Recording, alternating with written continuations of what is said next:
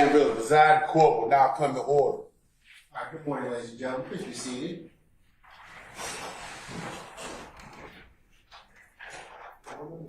We're back on the record in the matter of the state of Georgia versus Khalif Adams et al.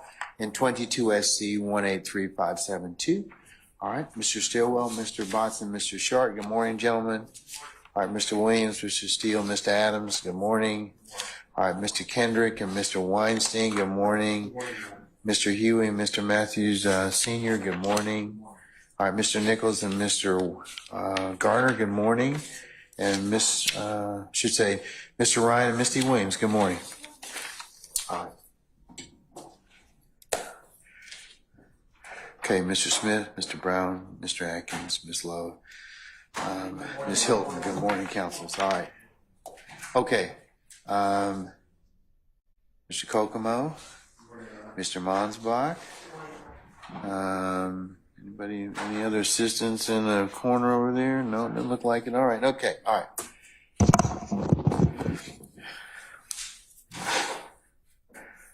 Officers and our jurors all present? Yeah. Okay, all right. Councils, you may have, before we actually came on the record, Miss Weaver, is my understanding, offered you all the opportunity to listen or to see the setup for Mr. Copeland. Mr. Copeland, from the court's observation, may have some hearing impaired issues. So when audio exhibits are played, he will be able to listen to what Ms. Weaver listens to, which is directly into the PA system, and he should be able to hear it. So does anybody have any issue with that, or anybody who hasn't had the opportunity to take a look at it thus far? It's a reasonable accommodation for somebody that has something that has hearing impaired. So anybody? All right. Hearing none. Anything else I need to take up before I call? Is Mr. Copeland outside? Yes, sir. All right. Can we bring Mr. Copeland in, please?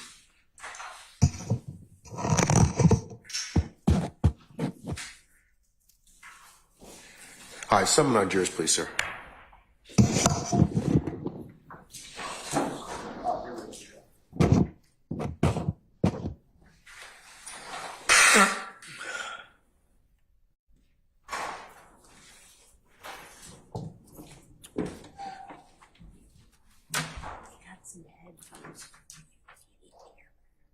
Okay, thank you. Pick up the mics.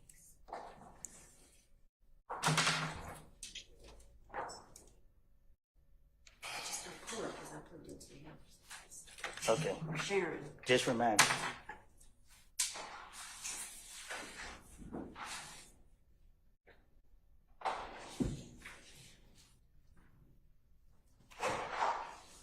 Mr. Copeland, before I take this down, Christine, you can take this down.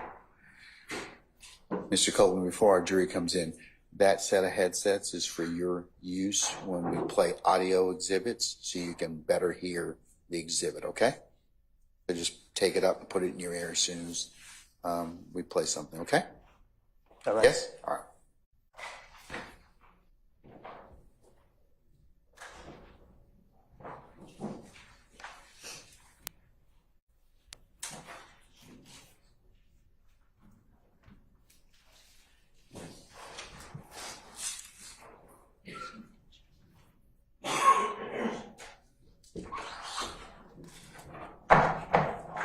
Jury.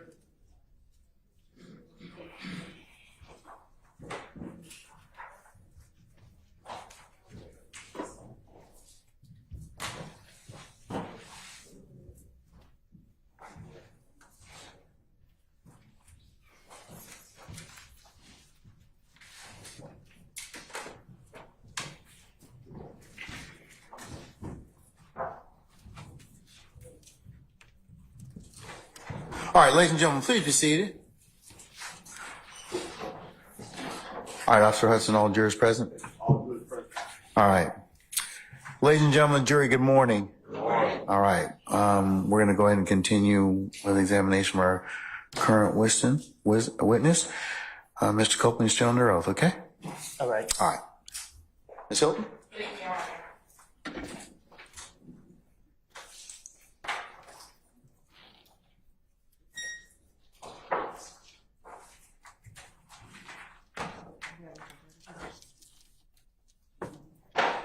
Good morning. Good morning. Good morning. Now, Mr. Copeland, I want to direct your attention to Saturday, January 10th, 2015, the night that Donovan Thomas was killed. Do you hear me? Jackie, All right. Do you remember that day, the night that Donovan Thomas got killed? no, Okay. Let me ask you this. Did you ever go to the police on either the night of or the early morning hours after Mr. Donovan Thomas got killed? Objection, asked and answered. All rules, sir. You can answer. okay, Can you repeat the question? yeah, In the early morning hours after Donovan Thomas got killed, did you go to the police? I think the police called me. Right.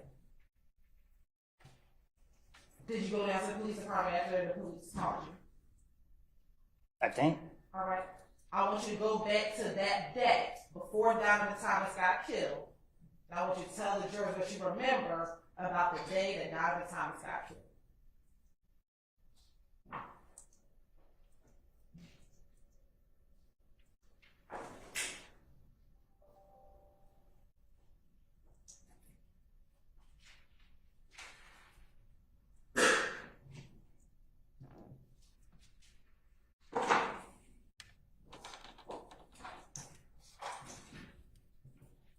I got a call saying that I don't know how, I can't recall how it was it. I remember getting a call saying that I killed Nut.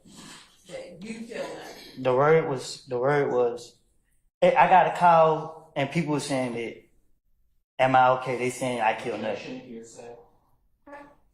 Oh, I'm gonna sustain the objection.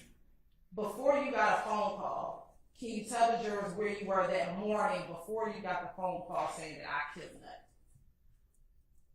What you mean? Why was that morning? Where were you that day? Do you remember that day though? Were you at your girlfriend's house that morning?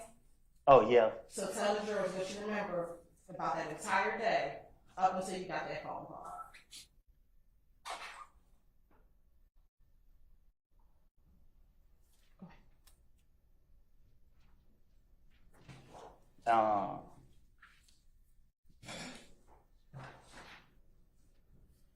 I was in my girl house. And what happened while you were at your girl's house? Nothing. All right. Did you ever leave? Let me ask you, what's your girlfriend's name? I'm single. Back in 2015, what was your girlfriend's name?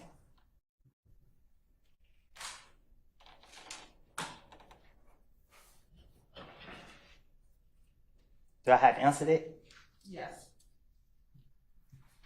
Deshaun? All right. So, what side of town was Deshaun living in back in 2015?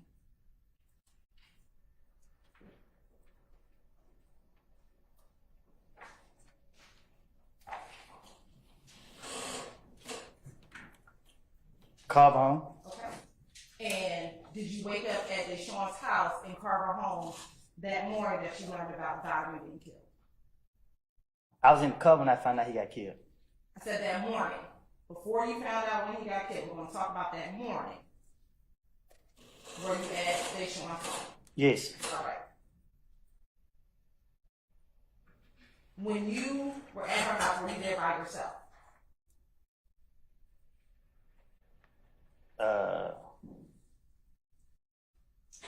I was asleep. Okay. At some point, did you wake up? I had to. I'm here today. All right. And when you woke up, what did you do?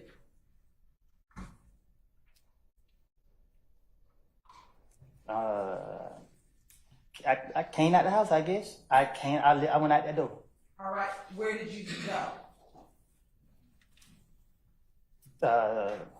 To my neighborhood. When you say to your neighborhood, what do you mean?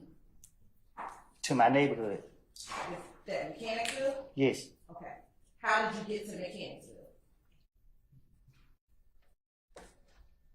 I think I drove. Alright. And did you have your own car? I was in my brother's car. Alright. And back in 2015, where did your brother live? In the same place. Is that Carver Homes? I think so. Okay. And which brother lived in Carver Homes? My brother. Which one? What you mean, which one? You have three, right? Yeah. Which of the three brothers live in Carver Homes?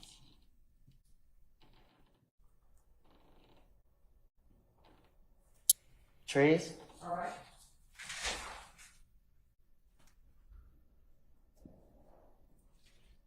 Do you remember what time you went over to Mechanicsville? No.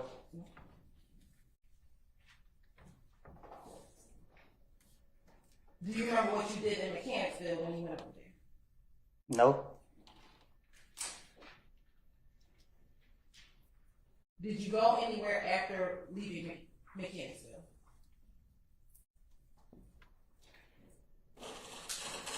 Object to the form of this question. I'll stay, Mr. Form. You can rephrase. Did you leave Mechanicsville?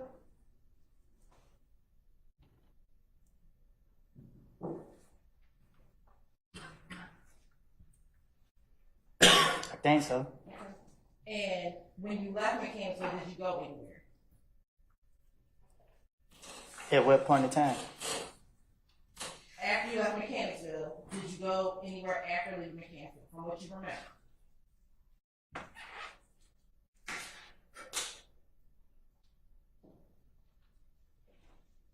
Yeah. Do you remember where you went? Pick the D up. Okay. And which little D are you talking about?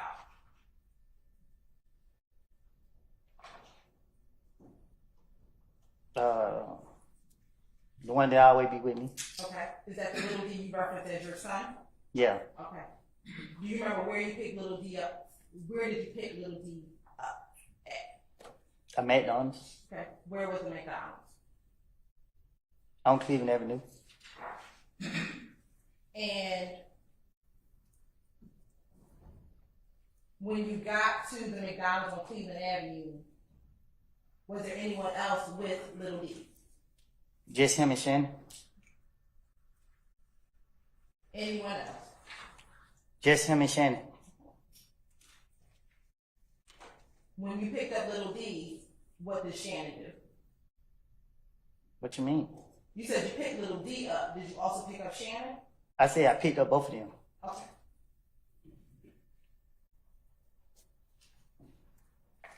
And when you picked up both of them,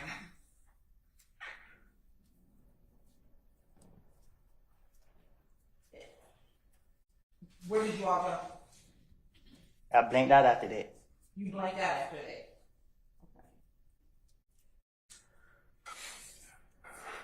Why did you blank out? Because they were saying that I got phone calls saying that I did something.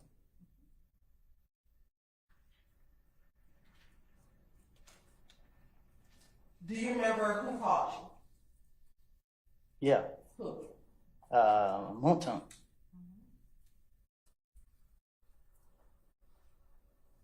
And do you recall how he called you? Did he call you on FaceTime? Did he call you on the phone? I just know he said, he asked me what I got going on, or if I heard what happened, or I don't know what he said. I just know he said that, you know what I mean, people saying that I killed Nut, and he would call him. Now let me ask you this: did you kill Nut?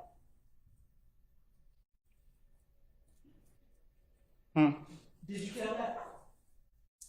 No. Now, when Moulton called you, was both Shannon and Little D in the car when Moulton called you? Huh? Was Shannon and Little D in the car when Moulton called you? I think so. Now, before Moulton called you, did you, Shannon and Little D, have any conversations about Nut being killed? No.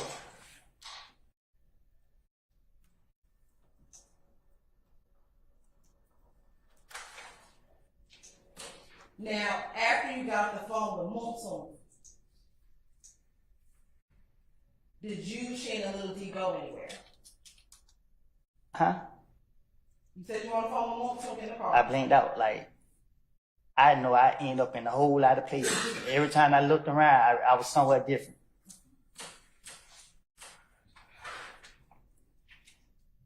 Later that evening, did you, as we talked earlier, go to the police department?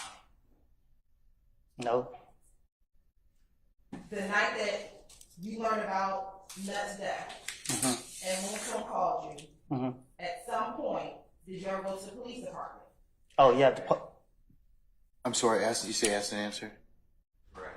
All right, I'll sustain the objection. On the morning of January 11th, did you ever speak with police? Yeah, same question. Overruled, sir. Say that again. On the morning of January 11th, did you ever speak with police about Nut being killed? Yeah, the police called me. And did you go to the police department? Same objection. Overruled, sir.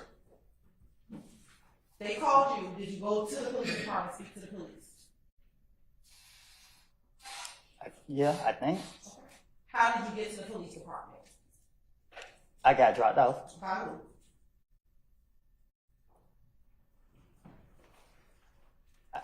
I think Moulton dropped me off. I ain't for sure. I can't recall. You can't recall. But I think that's who dropped me off. I just remember my brother and them let me down there. I think that night. Now, Mr. Copeland, today being June 13, 2024, prior to today, had you ever, I want to make sure I understand, told police that Little D and Shannon got into your vehicle? Objection to leading. I'll sustain the objection. Is today the first time that you told police or to anyone? Which day? Today, June 13th. Okay. It's your strike day. Yesterday, did you tell me and my colleagues that Shannon and Little Objection to leading.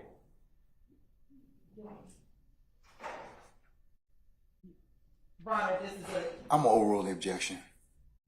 yesterday, did you tell myself and my colleagues, Ms. Love and others, about Little D and Shannon being in your vehicle the night of the murder? Huh? Yesterday, did you tell myself, Ms. Love, and a few of my other colleagues that Little D and Shannon were in the car with you the night of the murder of Donovan Thomas? I told you and them that what I told investigators in June, when Nut got killed, something different, because I was trying to finish my way out of a situation. So I said, I picked up D and Shannon. D never told me nothing. I made it up to clear myself up. And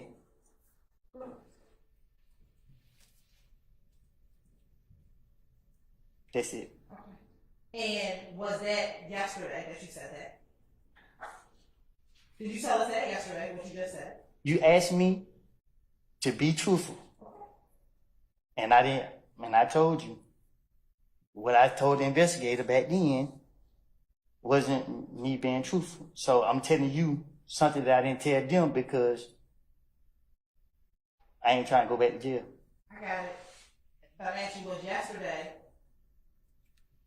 the first time you said this part, and now what you're saying today is what is truthful.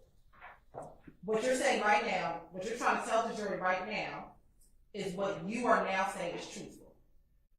What I'm trying to tell you is Our conversation was about something that I said in the past. I understand.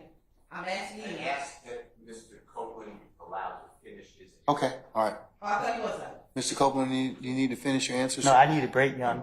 Say again? I need a break. You need to use the restroom? No, I need a break. Like, I need a break. Sir, it's not time for us to take a break at this point in Well, time. okay. Okay. I mean, unless you need to go to the bathroom or some other reason, we're not going to break at this point in time. Do you need a few moments?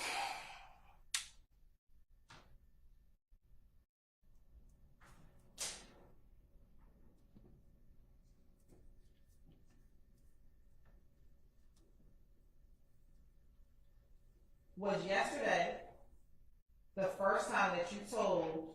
Your Honor, I asked Mr. Copeland to finish his answer if he was still. I don't think he's finished. I think he's finished, Mr. Steele. So I'll overrule that objection.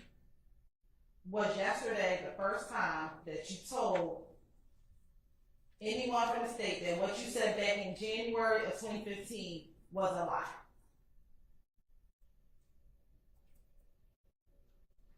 And that you were trying to finesse your way out of what you told them back in January of 2015? I told that to the investigators when they was questioning me at a certain point. What investigators? Y'all questioned me so many times, I don't know. Back in 2015, did you go to the police again on January 11, 2015? I'll sustain the objection. Did you also go to the police on January 28, 2015?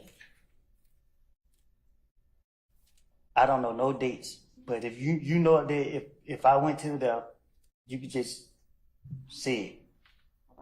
Did you also go and speak with the police on February 20th, 2015? If that's what it say, And what about on February 21st, 2015? if that's what it say, And then what about on June 10th, 2015?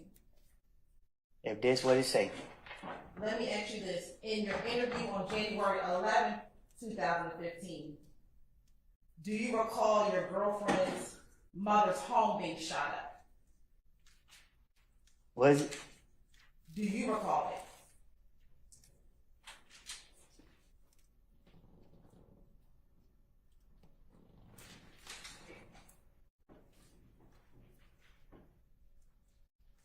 I'm asking, do you recall her mother's home being shot up that night after Nut was killed? I don't know if it was the same night or the next night. Do you also recall that the stepdaddy's house was shot up that same evening? I will object to Basis. meeting here. I'll sustain this to form. You can rephrase me.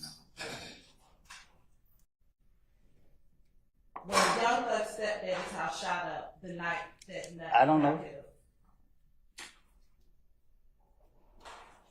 When you went to the police on January 11, 2015, did you go there on your own? Nope. Did the police come and get you to go to the police station, or did someone drop you off home? They, Didn't ask me. I'm gonna overrule the objection. Did you voluntarily go down to the police station that night? no, I didn't volunteer. He called me.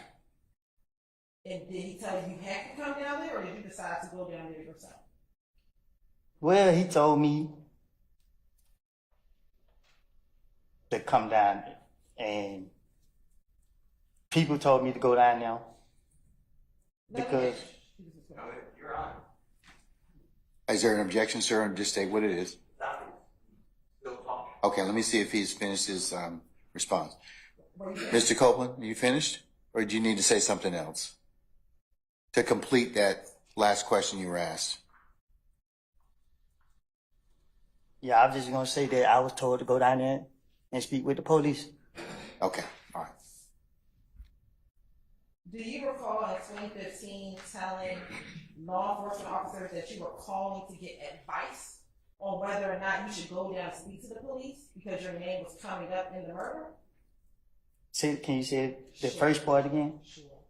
Do you recall telling Detective Thorpe in his January 11, 2015 interview that you were calling around getting advice to decide whether or not you should come down to the police department because people were putting your name in the murder?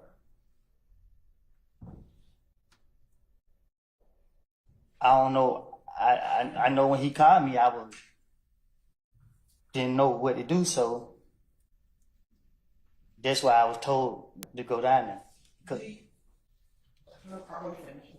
Yeah, I'm finished. Do you recall telling Detective Thorpe in that same January 11, 2015 interview that people told you not to go down there and to wait till the police called you? But you wanted to come down so you could clear your name. You said, did I tell him that? Yes.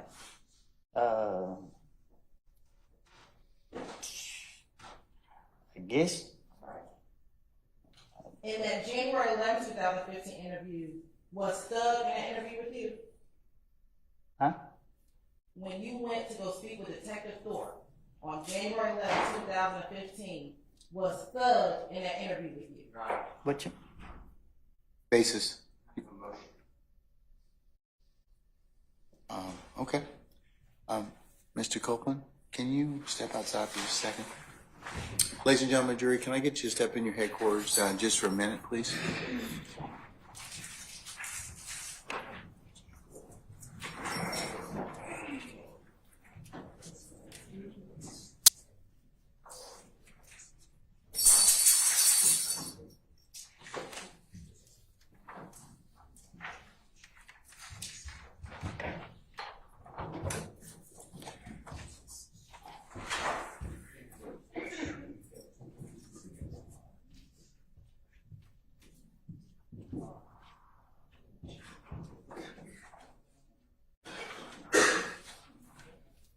All right, councils, please be seated. Our jury has left us and Mr. Copeland has left us. Mr. Steele, what's your motion, sir? Can you come to the podium, please, sir?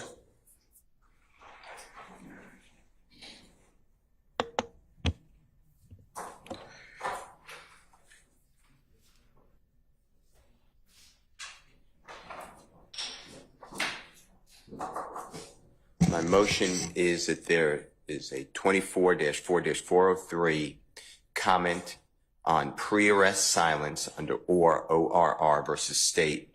I believe it's a 2019 case, but I'll get you the site if it's not. If you put in or and Mallory. I'm familiar with or. I'll look it up, sir. And Mallory's Mallory.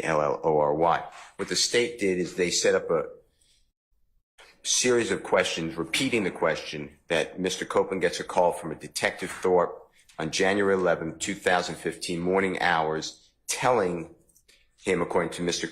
Copeland, that he needs to come down to the police department. Mr. Copeland is reaching out to people allegedly saying whether I come or not. He spoke with people who said go down to the police department. The state then, for some reason, immediately says, well, did Jeffrey Williams come? That's after the state elicits, it's non-answered because the witness said he doesn't know, that Jeffrey Williams' stepfather's house is supposedly shot up that night.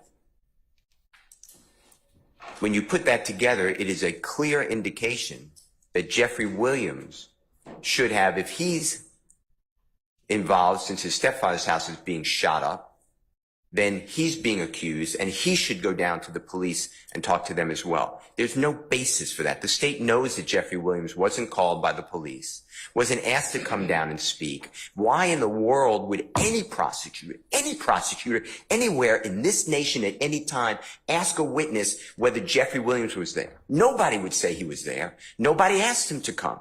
All it does is plants improperly in the mind of the jury. Jeffrey Williams was not bold like a lion, like Mr. Copeland, and go face the police that night. I'm moving for a minute. All right, sir. State? Yes, Your Honor. Mr. Steele, if you give me the site for or if you can find it, please. What year was it decided? Probably 2016, maybe 19. It's Orr versus State? State versus Orr, it came from the Court of Appeals of Georgia up to the Supreme Court of Georgia. And reversed our previous demarcation where the state cannot comment on pre-arrest silence. Two is whether it is too prejudicial versus probative. And here there's zero probative value because the true evidence is that Mr. Williams is innocent of any charge, never asked by the police to come down, and didn't have a reason to go down to, quote, clear his name. So now the jurors are left with the unbelievable impression that somehow Jeffrey Williams should have gone to the police department but didn't, and he hid behind Mr. Copeland. It's just outrageous. I mean, to me, that is, I've tried so many cases, this is just wrong. And the state inquires of this witness, knowing, no matter what the witness said, it's just, nobody's going to say. There's going to be a video played where Mr. Copeland's sitting in a room with Detective Thorpe. I mean, what a crazy thing to say. Was Jeffrey Williams with you when you went to the police? Why, what's the probative value of that? Well, I'm going to find out, I guess, so. Okay, all right. Thank you, Mr. And the citation for is 351 Georgia App 578. No, look at the state. That's State v. Orr. Look at the state versus Orr in the Georgia Supreme Court. So All the right. Georgia case. I think big counselors already have it. So.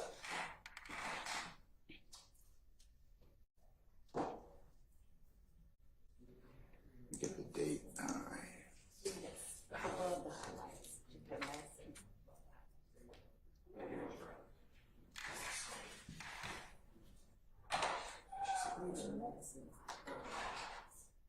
Looks like it's gonna be 305 Georgia 729, does that sound right? What year? Like a 2019 case. Georgia Supreme Court.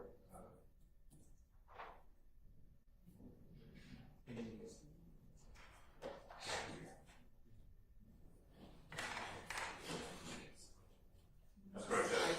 305 Georgia 729. Is that correct? Yeah, I see it. Okay. All right. It is 305 Georgia 729. All right.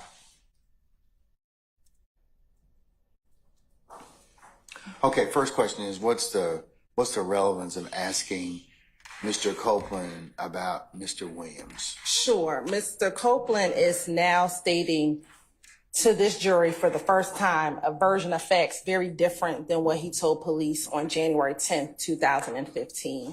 On January 10th, 2015, and the state will be going into this, Mr.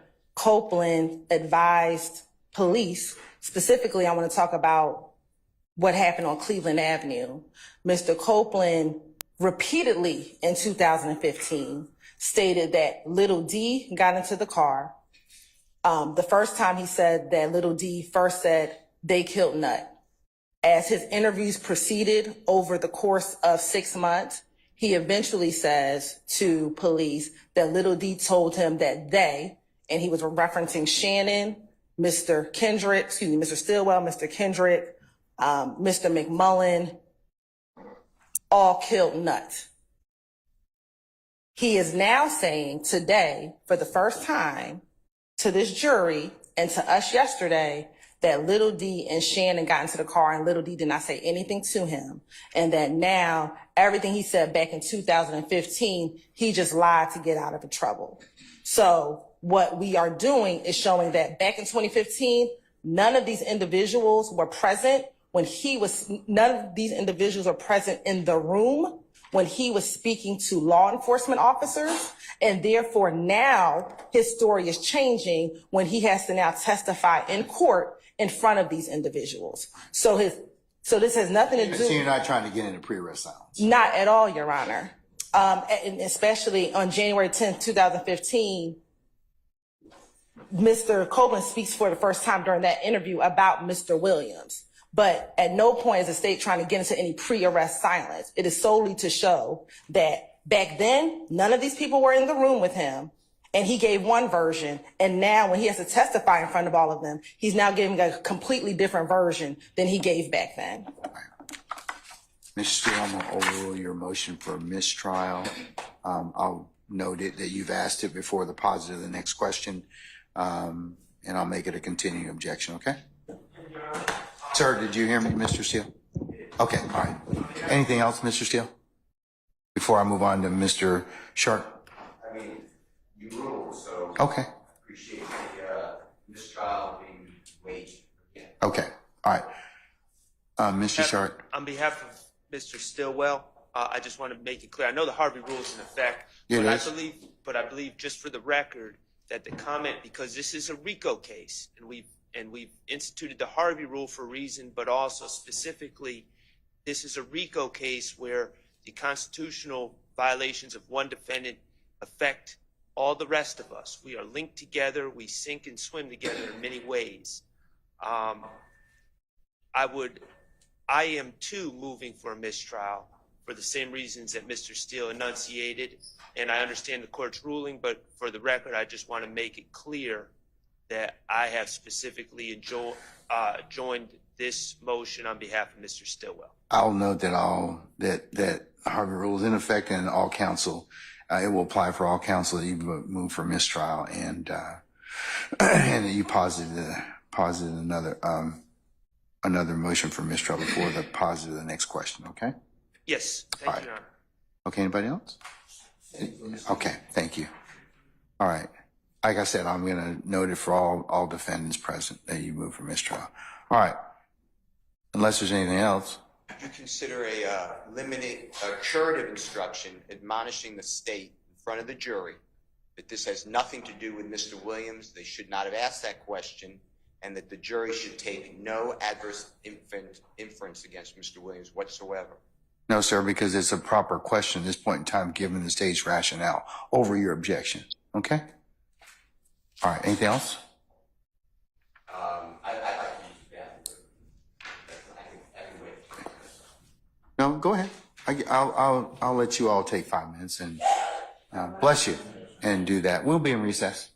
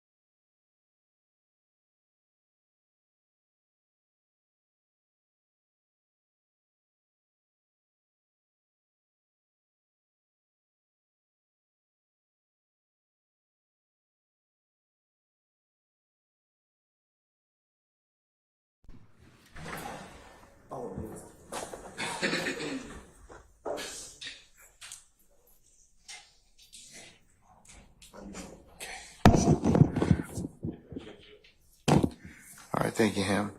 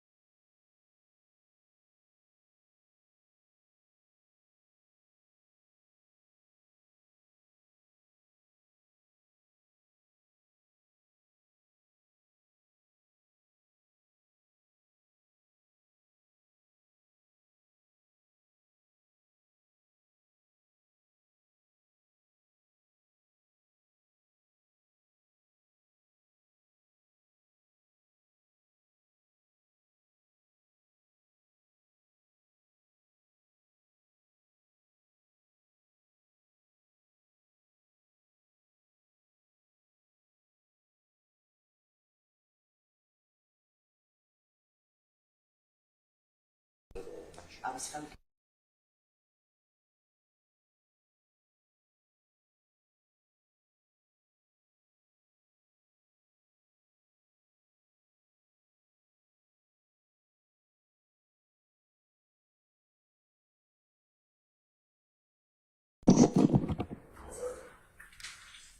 Okay, all right. Can we bring Mr. Copeland back in, please? Your Honor, can I make just one quick statement as he's coming in? Okay. I just want to add also for the court to consider, you know, when the state makes this argument that persuaded the court that it was okay, it presumes bad character on Mr. Williams and the others. It's, well, he never said that until he's in the courtroom. And the state does that a lot in this case. It's impeachment. I've objected every time. And you have overruled it, said it goes to bias of the witness. But I never heard a witness say, yes, I'm intimidated. The state just presumes that. So that's another reason that I don't believe that that was a valid persuasive objection. I know you did, but I just want that in the record. And going forward, if you could give me another, I think you gave it to me, but another continuing objection just to make sure any comment on, you know, well, you're intimidated by Mr. Williams or the others if they want to. We hadn't gotten to that yet. I think we covered that sometime earlier in another motion, but it depends on what is testified to. And I'll have to take that on a case-by-case basis. I'm objecting to it now if that's where the state's going. And the question. Oh, you'll need, I can't give you a continuing objection about that. I need to hear it first, okay? So, all right. But to that question, I'm saying, you know, well, have you ever, I assume they're going to follow up with, have you ever testified in front of these gentlemen before? Something to that effect. And by saying these gentlemen, Mr. Williams and other people. I don't know whether or not they are, but let me find out. Does the state have anything they wish to add to Mr. Steele's comment or assertion? I mean, we'll definitely explore the fact that his testimony is changing now in the presence of these individuals versus when he was not in their presence. We will explore that because I think that that is a ripe area for the state to go into because he is now changing his testimony. All right. I'll note Mr. Steele's objection, okay, and make it continuing, depending upon how the foundation you'll lay, Ms. Hilton, okay? All right. Let's bring Mr. Copeland back in, please. Summon our jurors.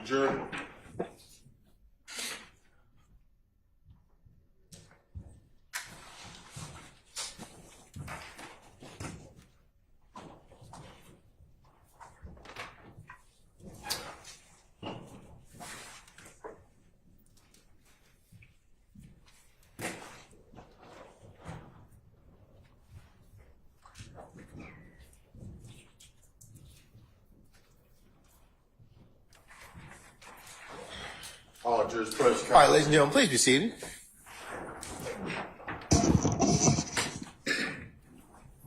All right, Ms. Hilton, you may continue when ready.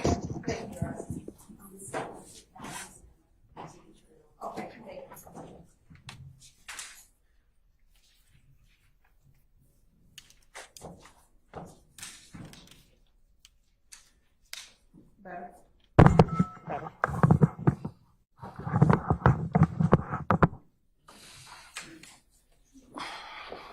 Okay. Ms. Copeland, when I left off, was Thug in the room with you when you spoke with Investigator Thorpe? No, Was Yak in the room with you when you spoke with Investigator Thorpe? no, Was Shannon in the room with you when you spoke with Investigator I Thorpe? was by myself. Basis. Violations is amended. Overruled, sir. Objections, I also have a motion I need to make. I'll note your motion. You can make it at our first break, okay? Thank you. All right, thank you, sir. All right. And was Quay in the room with you? I was by myself. Say again, Mr. Matthews? Same objection. What objection? Okay, you have a motion. All right, okay. First break. And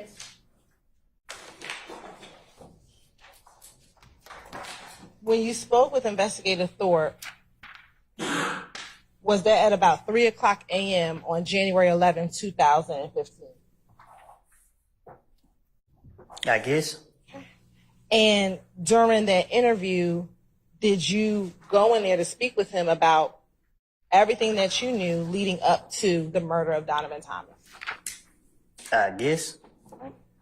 And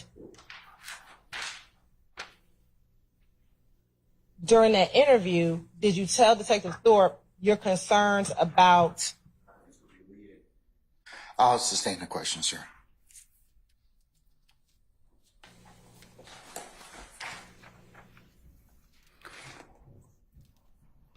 During the interview, were you able to give Mr. Investigator Thorpe your date of birth? Huh? During that interview, were you asked by Detective Thorpe your date of birth? I guess. And what is your date of birth? July 25th, 91. Okay. And during that interview, were you asked to give your middle name? I guess. Okay. And what is that? Xavier. Okay. And during the course of that interview, were you informed by Detective Thorpe his reasoning of wanting to speak with you? Huh? Did Detective Thorpe tell you why he wanted to speak with you? He really like laughing and joking. Okay. But did he tell you that he wanted to speak with you? I'll sustain the question. Did he tell you why he wanted to speak with you? Yeah. Overruled, sir. And did he ask you to tell him everything that you knew about the murder? I guess. All right. Who is Kel? Who? Who is Kel? Be more specific. Okay. Do you know someone by the name of Kel? I know a lot of people named Kel. Do you know someone who goes by the name of Shell Kel? I don't know him, but I know who you're talking about. Okay. And back in 2015, did you and Shell Cal have any issues? If he's still here, then no. Back in 2015, did you tell Detective Thorpe that you and Shell Cal had some issues? I guess. Okay. And is Shell Cal related to Nut? I guess. Do you recall in this interview telling Detective Thorpe that Shell Cal is Nut's brother? I guess. And that specifically that Shell Cal is Nut's little brother?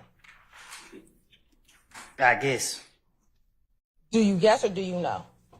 I don't recall what was said in the interview. All right. And during that interview, did you speak with Detective Thorpe about how your issues with Shell Cal began? I guess. When you say you guess, do you recall or no? I'm saying, Hold on. What's the basis of your objection, Mr. Sharp? Perfect. Saying that yes, then yes. Well, so what's your objection, sir? That's an answer. You're fine. I'm gonna sustain it on other grounds.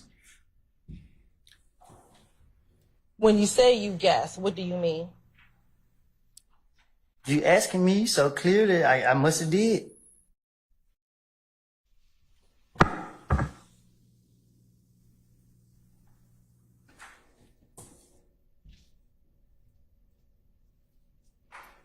When did your issues with Shell Cal begin?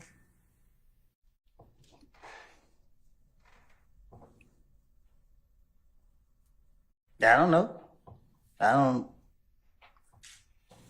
Did you tell Detective Thorpe that your issues with Shell Cal began maybe about 4 months prior to the death of Donovan Thomas?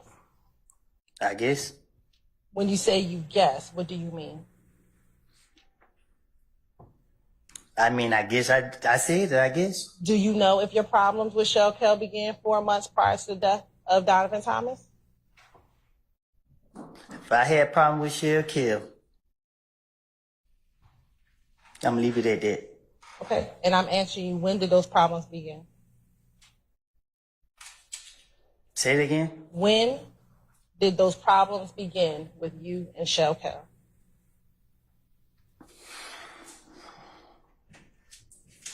I don't know. In your interview in January 11, 2015 with Detective Thorpe, did you tell Detective Thorpe, when asked about when your problems began, say 2 months, 3 months, I'm going to say no longer than 4 months? Probably did. I don't know. What were the problems that you had with Shell Cal?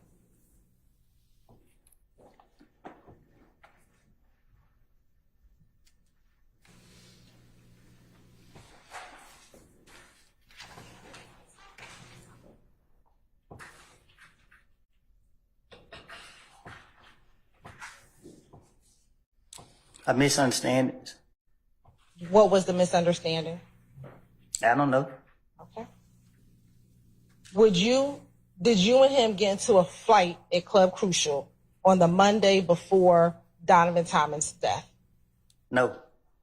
You're saying you did not get into a fight with him that Monday? I did not get into a fight with them. They put their hands on me. Okay. What happened when they put their hands on you?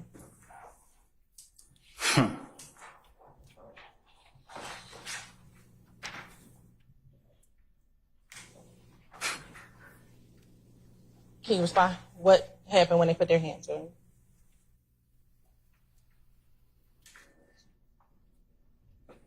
They ran out the club.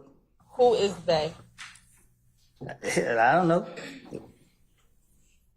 Did you tell Detective Thorpe about what happened between you and Shell Cal the Monday before Donovan Thomas was killed? I guess. When you say you guess, do you know if you told him about what happened that Monday?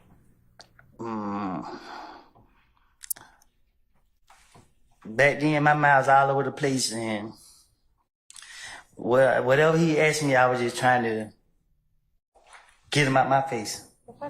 Do you recall in the same January 11, 2015 interview telling Detective Thorpe that you went to Club Crucial, you pulled out your money because you were on stage, you were flashing your money to all the girls were standing around, you were flashing your money. When you get off the stage, you were flashing money, and Cal and his whole crew walked up on me. You recall telling Detective Thorpe that back in your January 11, 2015 interview? I probably did. Then, do you recall telling Detective Thorpe that you looked up and you said to Cal, "What up, bro? What's going on?" I probably did. And that Cal didn't say anything, so he just said, "Hey, what's up?" You asked him, "What's up, bro?" And then he began asking you about Thug. Do you recall telling Detective Thorpe that? I probably did. It And I need to know, is that a yes or a no? Did you tell him? Did you not tell him, or do you not recall? Answer the question, Your Honor. I object to the follow-up question. Your Honor, he's saying he probably did. I'm asking yes, Oh, no. I'm going to overrule the objection, Mr. Steele. Did you say it? Did you not say it, or you don't recall saying it? I said something to him, so if that's what he said, I said, then I'm asking, what do you remember? Do you remember telling him this or not? Or you don't recall? they questioned me so many times, and I told them something different every time they questioned me. I Okay. don't recall what I told this person. Do you have an objection, Mr. That Steele? person- Oh, hold on, Mr. Copeland. You have an objection, sir? I'm going to object. Basis. To state giving limited options for the witness to answer. Overrule, sir. Not multiple choice. Overrule, sir. So you say you don't recall what you told him? Objection leading. He answered your I'm gonna overrule the objection, Mr. Sharp. Can you say it again? Sure. Did you tell Detective Thorpe that Kel wanted to speak with Thug at the club on that Monday before Nut passed away? I said they have asked me questions about this so many different times. I have told them different things every time. I cannot tell you what, for 100% facts exactly what I have told him. So do you not recall what you told him? I said, I guess if he's I sustain the objection. Do you remember what you told Detective Thorpe about whether or not you told him? Your Honor, this is asked and answered. I sustain the objection.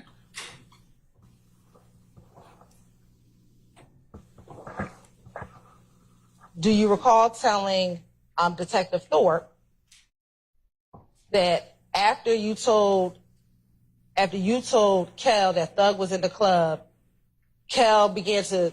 You have an objection, sir? I'm overruling the objection, sir. Kel took his necklace and put it inside of his shirt. huh?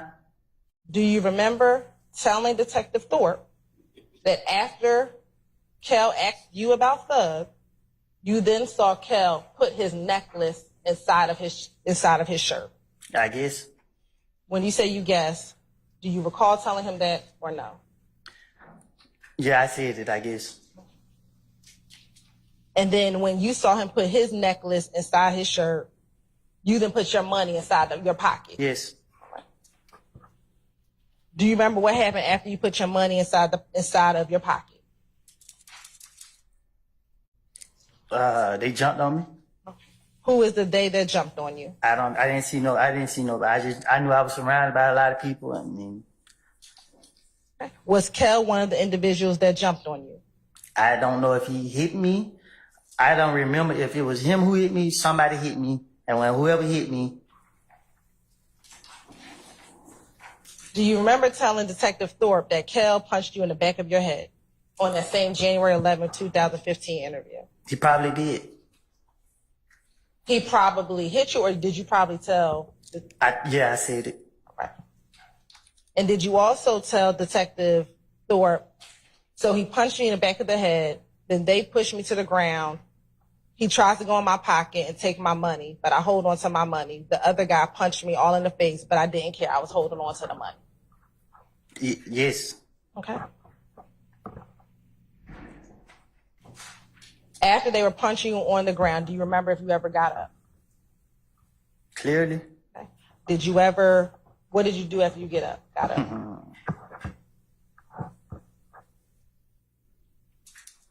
You laughed. What do you remember about after you got up? I had a knot on my face. Okay. And then what happened? I was real mad. All right. And then what happened? Somebody was going to pay for their knot. Okay. So then what happened?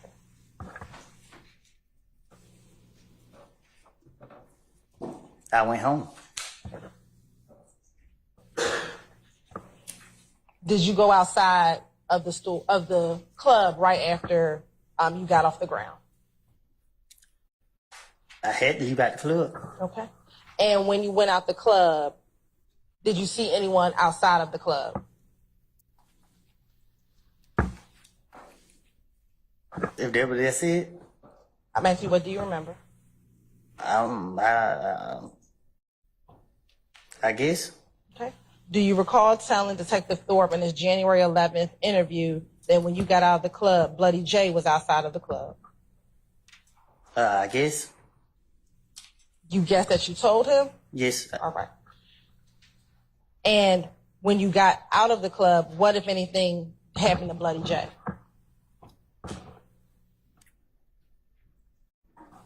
What you mean? Do you recall if anything happened to Bloody J when you got outside of the club?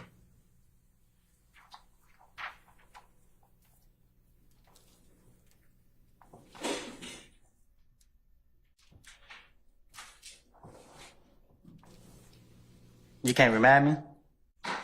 Do you remember, yes or no? No. Okay. Do you recall telling Detective Thorpe that when you got outside of Bloody J, when you got outside the club, that two of your buddies went and beat up Bloody J? I guess. Okay. What two buddies beat up Bloody J?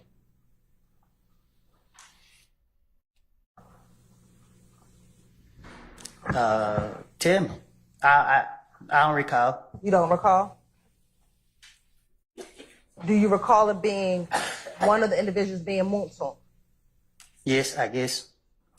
Don't say I guess. It's either I yes, guess. no, or you don't recall.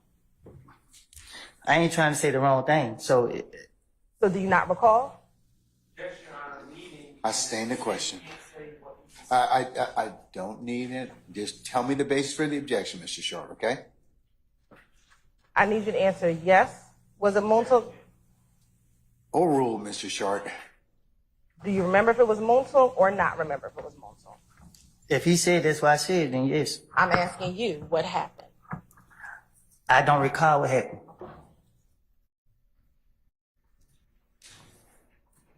I was mad. I had a knot on my head.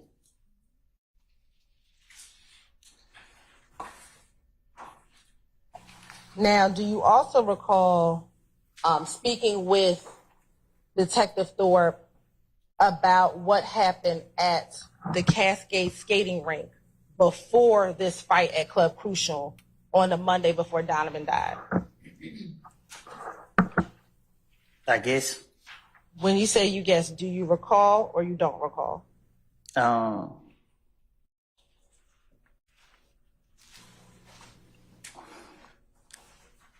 Yeah.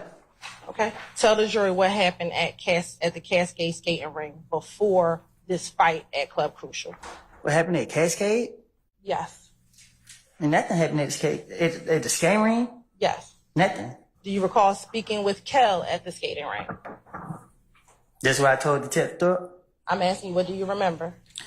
I don't remember nothing from 2015. I remember the fight. They put their hands on me. Do you remember telling Detective Thorpe, actually before talking about what happened that Monday, that you and Kel were at the Cascade skating ring and the two of you actually spoke at the Cascade skating ring? When I was talking to Detective Thorpe, I can't recall what I told him because I was just telling him anything. Okay. Do you recall telling Detective Thorpe that at the Cascade skating ring, you wanted to speak with Kel and you said to Kel, hey, let me holler at you? Not if you put no knot on my head. This is before he put the knot on your head. Objection to the proper question. I'll ask a better question. I stand the question, sir. Do you recall speaking to Kel before he put the knot on your head at Cascade skating ring? I guess. I need to know, yes, you remember, no, you don't remember, or you don't remember.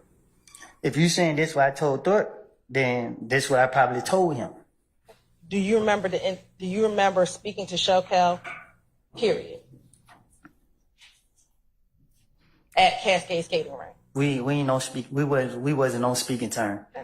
Do you remember telling Detective Thorpe that at the Cascade skating ring, you and Kel were standing right there and y'all talked about everything that you had against each other? If I was somewhere around Shell Kill, I don't think we would be talking. Did you also tell Detective Thorpe that as we talked, we like said it was over? So it was like, we're over, we ain't beefing no more. Do you recall telling Detective Thorpe about that conversation you had with Shell Cal? I guess. It's not responsive. Do you recall or not recall telling Detective Thorpe that? I told Detective Thorpe whatever he said, I told him.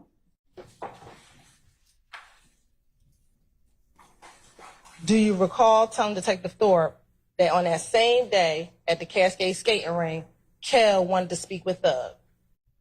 Who? Kel wanted to speak with Thug. If I would have any chance to be around Shell Kill at any point, I would not been talking to him. I understand what you're saying today. I'm asking you what you told Detective Thorpe. And I told you that if I told Detective Thorpe anything and he said I said it, then I probably did. Okay. So did you also tell Detective Thorpe that you then called Thug on FaceTime for Kel and Thug to speak with each other? When he checked my phone record, did he see that call? I'm asking you, did you tell Detective Thorpe that on the Sunday at Cascade Skating Ring that you got Thug on FaceTime so Kel and Thug could speak? Yes or no? If Detective Thorpe said I told him that, I told him that. Okay. Do you remember that happening? No. Okay. I don't remember me and Shell Kill ain't gonna talk. All right. And then do you remember telling Detective Thorpe so him and Thug talked and whatever was said with that, I don't know? I probably told Detective Thorpe that. Okay. And again, that was in your January 11, 2015 interview. I guess.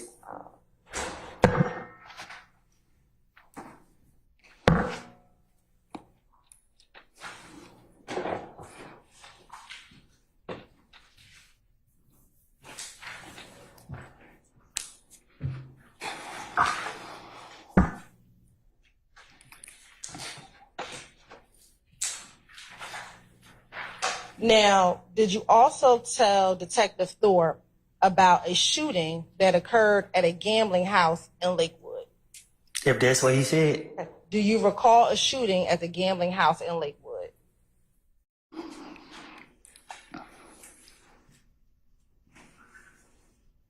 Do you recall a shooting at a gambling house in Lakewood? No, You do not? I don't. Okay. Do you recall telling Detective Thorpe in that same January 11, 2015 interview that there was a shooting over in Lakewood and that it was Kel and he was standing on top of a roof and shooting inside? I probably did. I need to know, do you remember telling him that or you don't remember telling him that? When Detective Thorpe questioned me about what happened, I thought I was in there about 5 minutes. I thought I walked in and walked back out. So I don't know what I don't told him. I can't remember what I don't told him. So you say you don't remember telling him about what happened at? But if he said that I told him that, I'm telling you right now, I told him that.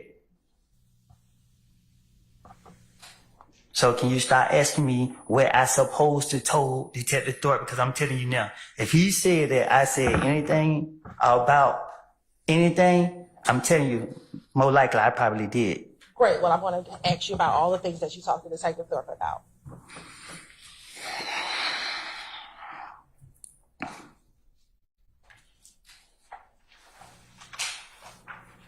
Did you also tell Detective Thorpe about the Friday before Nut was killed?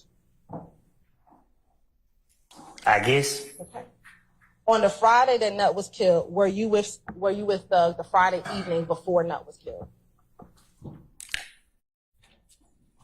No, you just said it earlier. Was I at the house? I said yes. I'm talking about the Friday evening before Nut was killed. I can't recall. I don't know what I done told Detective Thorpe. I'm asking you, what do you remember yourself? When I think back about 2015, all I remember was getting a call saying that Nut was killed and I was responsible for it. And only thing besides that is people showing up my folks' houses. Details about what happened, all this stuff been blanked out my mind. Like, it been blanked out my mind. In that same January 11, 2000 interview, you recall telling Detective Thorpe that you were with Thug and you were at DJ Drama's studio. I probably did. Do you remember telling him, or you don't recall telling him? I need to have it. If Detective Thorpe said I said it, I said it.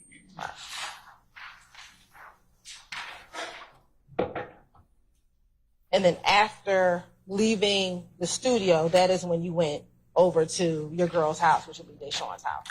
I guess.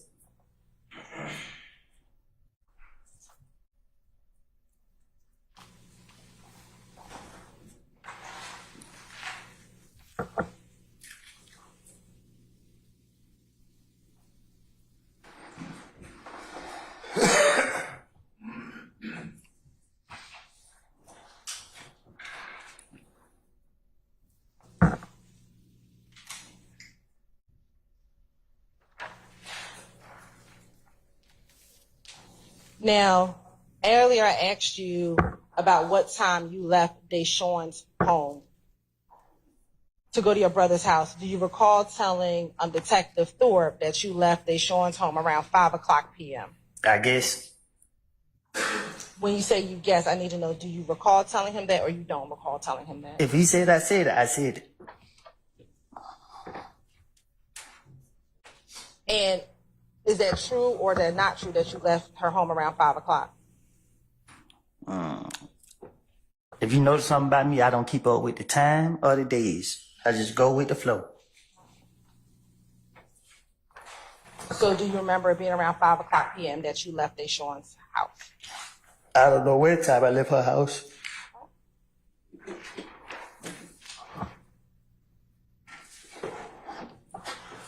When you went to Mechanicsville, do you remember seeing anyone in Mechanicsville?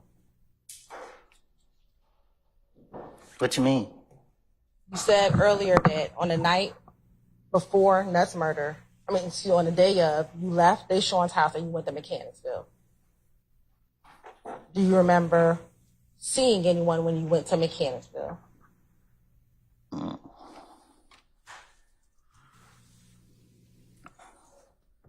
I don't remember if I seen anyone. Okay. Do you remember telling Detective Thorpe that you went to the green store? I guess. I need to know, do you remember telling him or you don't remember telling him? Or was that a lie? Faces.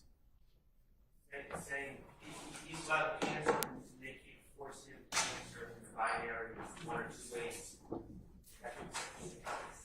Your Honor, his response are non-responsive to my question. I'm going to forward your objection, sir. Thank you. So do you remember telling him? You don't remember telling him Do I remember telling him what? that you went to the green store? I probably did. When you say you probably, I need to know yes, no, or I don't recall. Whatever Thorpe said I told him, I told him. Okay.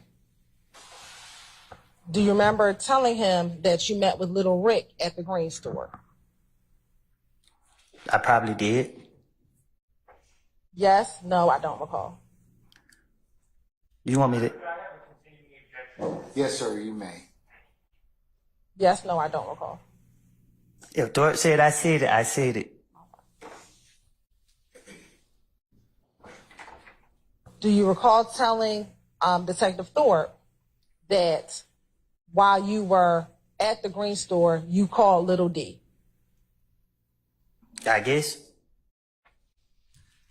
Did you tell him? Did you not tell him, or you don't recall telling him that? If Thorpe said I said it, I said it. Do you recall telling him that he told you he was on Cleveland Avenue? I guess. Yes, no, or I don't recall. If Thorpe said I said it, I said it.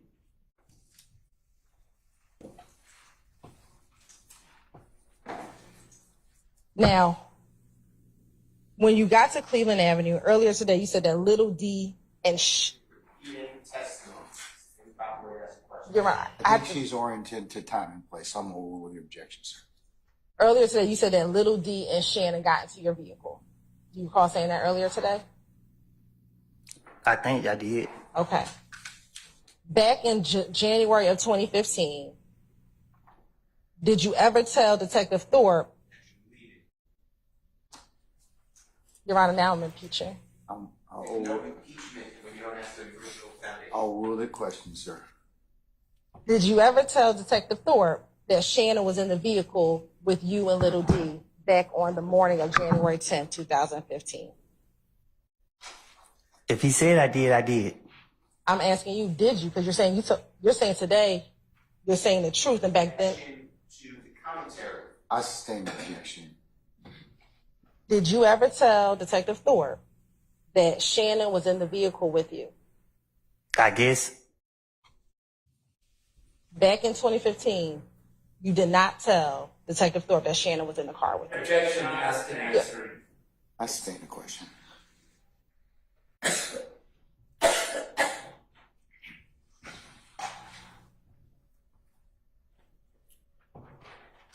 In 2015, did you tell Detective Thorpe that only Little D got into the car with you? I guess. Did you say that to Detective Thorpe? If he said I did.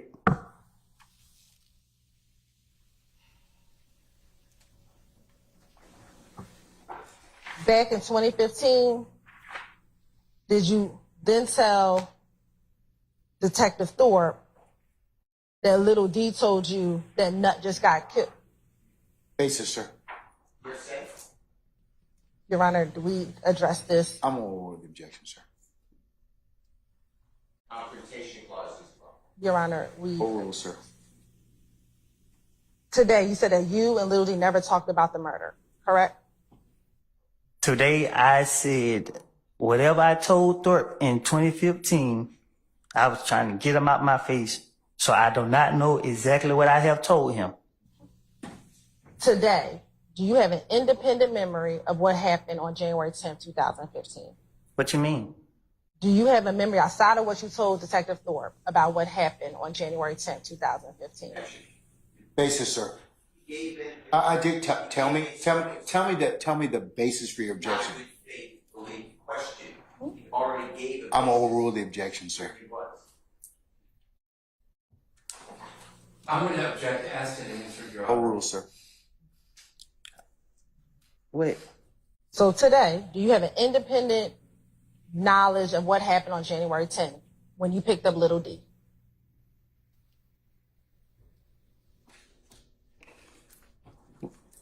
Can you say that one more time? Sure.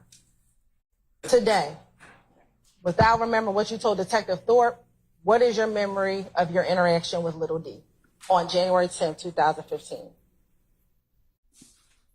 I don't have a memory. What you mean? Like, Okay. I just know that I picked up Lil D and Shannon, and that's when I got a call saying that I supposedly did this and did that.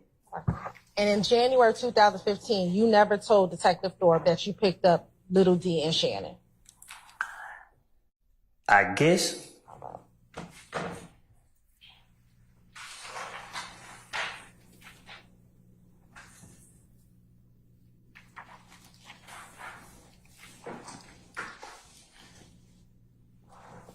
Earlier, I asked you if Moontook FaceTimed you. And did you say you did not recall if Moontook FaceTimed you? I know he called me. I don't know if it was FaceTime regular. All I know was I remember what came out of his mouth. And in 2015, in January of 2015, you told Detective Thorpe that he FaceTimed you. I guess.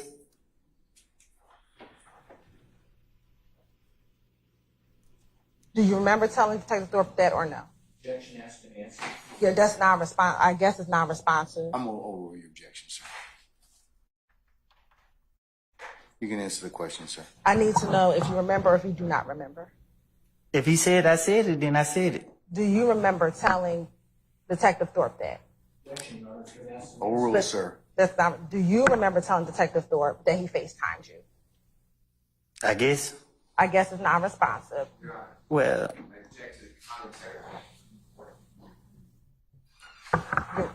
It's not responsive, Mr. Steele. I'm gonna overrule your objection. Do you recall? I don't know what I told detective. I don't remember what I told detective. Whatever his name is. Thank you. So you don't remember if you told Detective Thorpe that? I sustain his request, Mr. Copeland. Now, do you remember back in January 2015 giving Detective Thorpe Moontoon's phone number? I guess. I guess it's non-responsive. Overruled, sir. I need you to respond. Do you remember? I don't remember. I don't remember nothing I told Detective Thorpe. All right. So that's my response to every question you about to ask me. If it have anything to do with me speaking with him.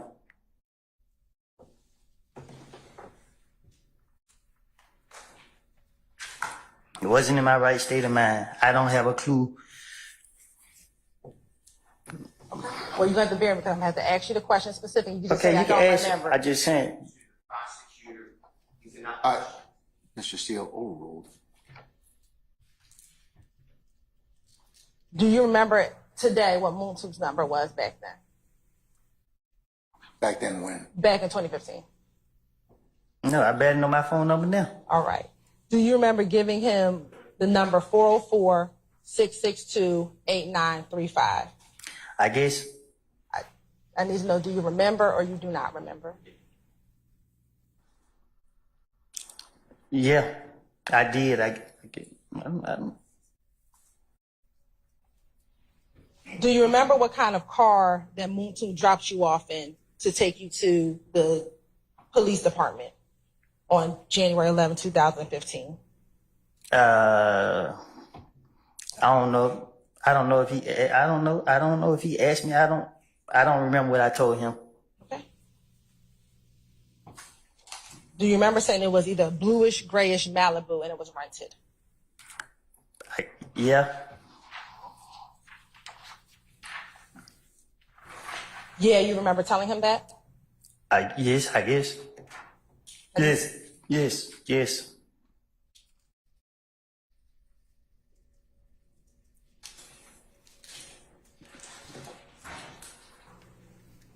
Earlier today, you said that you went down there because the police called you. Do you remember saying that? You're repeating previous testimony. Overruled, sir. Do you remember saying that earlier today? That's the only way I went down there. Okay. Do you remember telling Detective Thorpe, I was asking everybody, should I go down there, bro? Because I didn't do it. I didn't do it. You can look at my phone records, but I didn't do it. Yes. All right. Yes, you remember telling him that? If he said I said it, yes, I said it. I need to know if you remember telling him that. I Yes, and I don't know why there's further questions. I'm gonna overrule the objection, Mr. Sharp.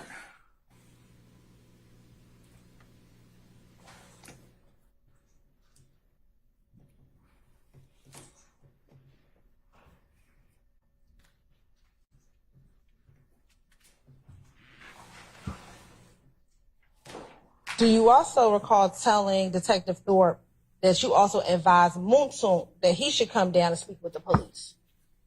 yes.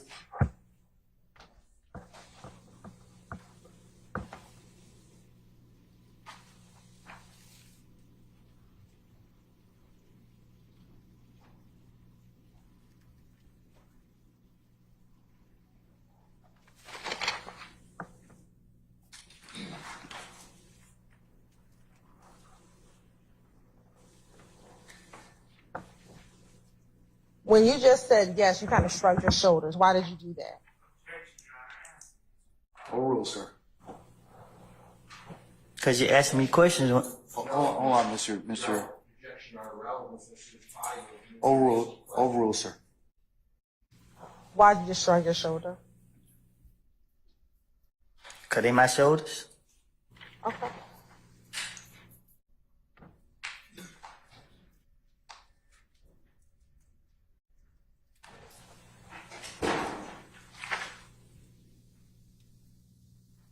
Was Kel the only person that you had problems with back in 2015?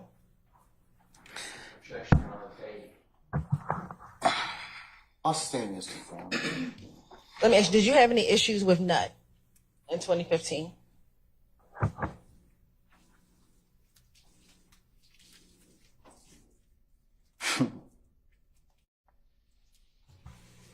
Why'd you chuckle? Huh? I asked you if you had any issues with Nut, and then you said, and you chuckled. Why? Your Honor, there was a question posed. You can't ask another question. It's my objection. Overrule, sir. Overrule. I'm going to overrule it, okay, for the time being. It's to answer the original question. Sir, I've overruled your objection, okay?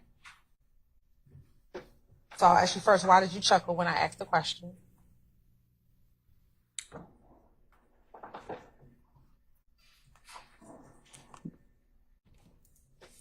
I don't know. Okay. So did you have an issue with Nut back in 2015? I don't think I did. All right. And did you tell the police that the only person you had a problem with was Kel? Yes.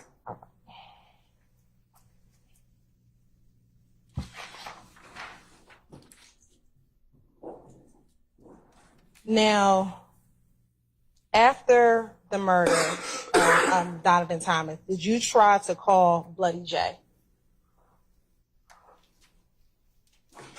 That what I said? I'm asking you, what do you remember? I guess. Do you remember or do you not remember? What I'm trying to call Bloody J for? Okay. So do you not remember calling Bloody J? But what would I need to talk to him for?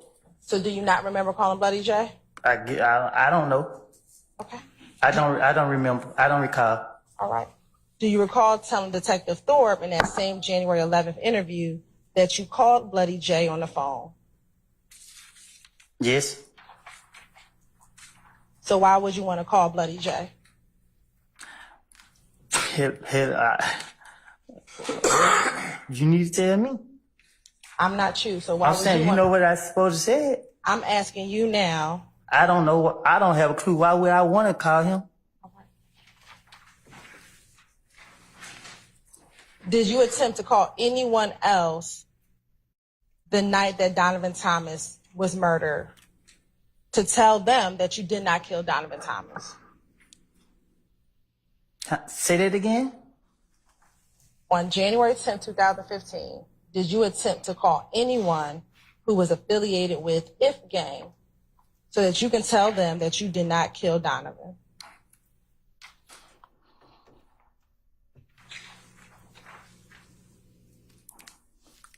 I ain't doing no calling nobody.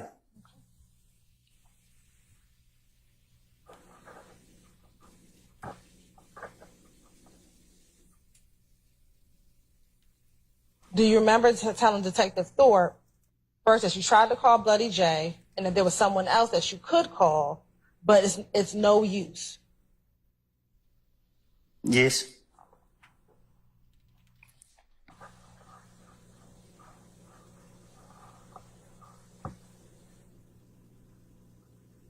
Now,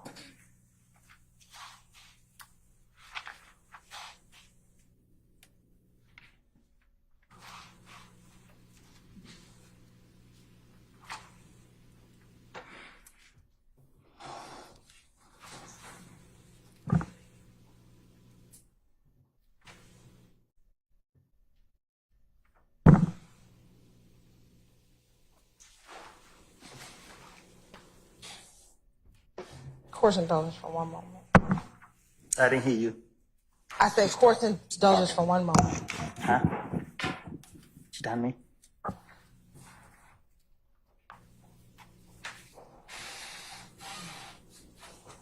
Do you recall Detective Thorpe asking you about an Infinity car on January 11, 2015?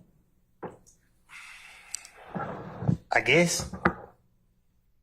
Do you remember him asking you, or you don't remember he asked you? When this is what I remember from talking to Detective Thorpe. I walked in the homicide building. He says, "Hey man, I still got a body on the street. You came in here? I don't think you did it." That's how they went to me. So you asked me these questions. I don't remember having a conversation with him, so I ain't saying I didn't. If you saying he said I did have this conversation with him, then I did. But I don't remember him. I don't remember these. And it's So okay. I don't know what I don't told him. But I just know that I thought he let me walk right back out the door. I don't remember being in there no more than 5 minutes.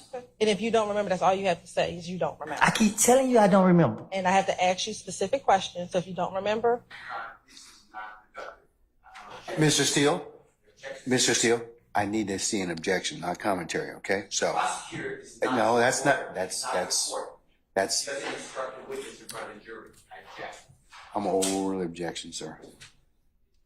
Prosecutor just said, I need you to say you don't recall. Oh, well. yeah.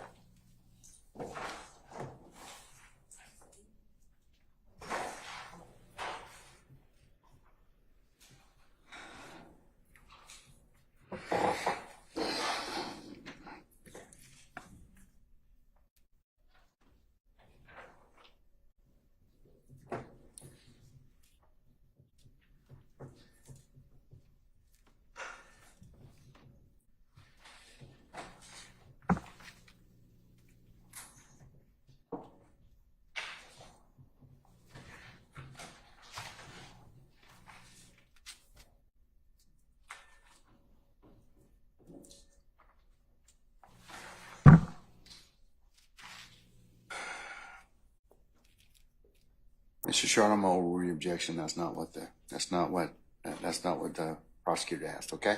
So, all right. You can continue, madam. Do you remember or do you not remember if Detective Thorpe actually? I don't remember. All right.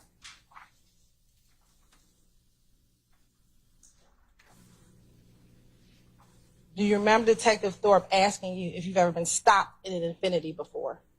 Can you say it again? Sure. Do you remember Detective Thorpe asking you if you had ever been stopped in an infinity before? Your Honor, Sure. can we be oriented to the date of this meeting? Sure. We're talking about the same January 11, 2015 interview. I don't know what man. Whatever you told me to say, I don't know. I don't. Do you remember back on January 10, 2015, any cars following you home the night that Donovan Thomas was killed? Can you say it again? Sure. On the night that Donovan Thomas was killed, do you recall any cars following you home, specifically following you into Carver Homes? I don't remember.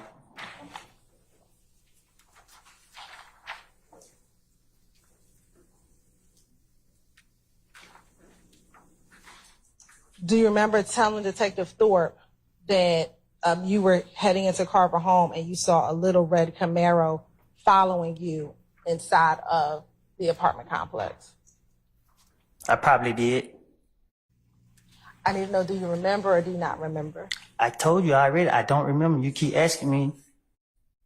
So if you don't remember, just say you do not remember. Your Honor, I object to this.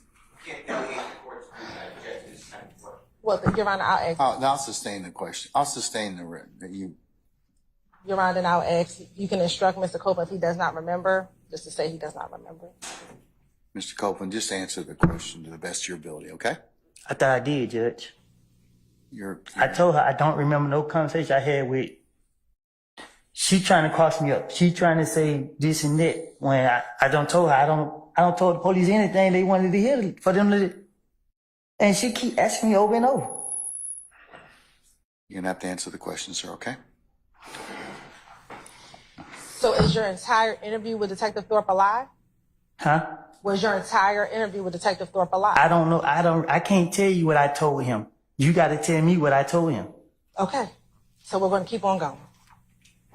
But I don't. When you tell me what I told him, I'm telling you now. I probably did tell him that. I'm telling you, I told him that. Well, So, but you have to tell me which ones are lies and which ones. You're correct, sir. Mr. Copeland, do you have something else you want to add to that response? I can't remember. Do you want me to repeat the question? I can't remember what I had to say. Do you want me to repeat your response up until that point in time? You got to tell me what was said. Okay, hold on just a second. We can help you out with that.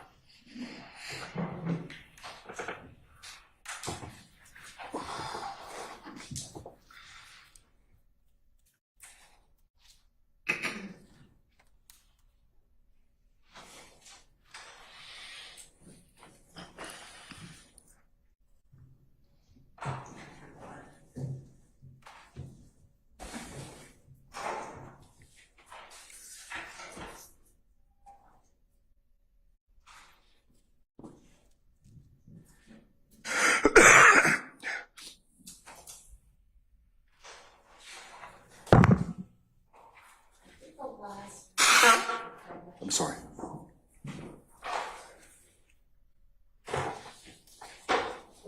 When you told me now, I probably did tell him that. I am telling you, I told him that, so. Can you say that again? She said, was your entire interview with Thorpe a lie? He said, I can't tell you what I told him. You gotta tell me what I told him. Right. And so he said, so we'll keep going. He's weighing. And then he said, well, you told me now, I probably did tell him that. I am telling you I told him that, so. And then he said, but you have to tell me which ones are lies. And then they interrupted, so. So how I supposed to tell you which one is a lie if I don't know, if I can't remember what I told him? I can't say this is a lie and then you try to say, well, you said this right here. I don't know. I don't know what I told him.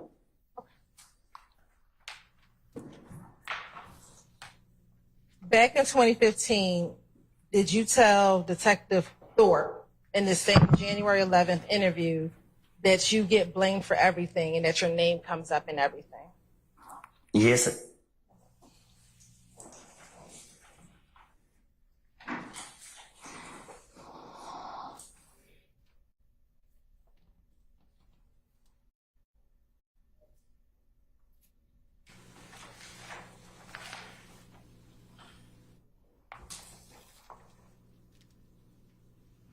Back in January of 2015, did they shoot at your at Deshaun's mother's home the night of the murder? I don't know if it was the same night, but at one point it was. And did that shooting prompt you to go speak with Detective Thorpe on the morning of January 11th, 2015?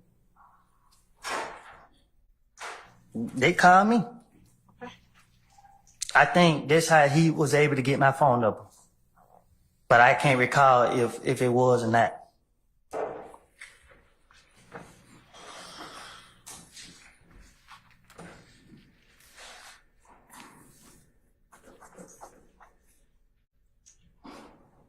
Were you scared because they were shooting up your family's house back on January 10th, 2015? What you mean? Mr. Sharp. I object to the use of the pronoun they. I would ask for specificity. So vague? They. Vague? Is your objection vague? All right, I'll sustain that. Were you afraid because your girlfriend's mother's house was being shot up? What you mean? Were you afraid because people in your family's homes were being shot up on that back in January 2015? Were you afraid because people's homes were being shot up? You asking me, was I afraid, or what did I tell the police I was afraid? I'm asking you now, were you afraid?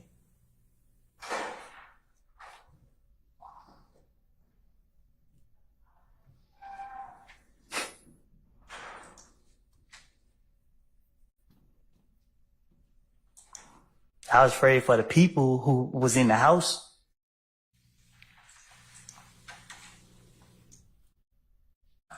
And do you know who all was in the house? You shook your head. Is that a no for the record? No. Okay. I don't remember who was in the house.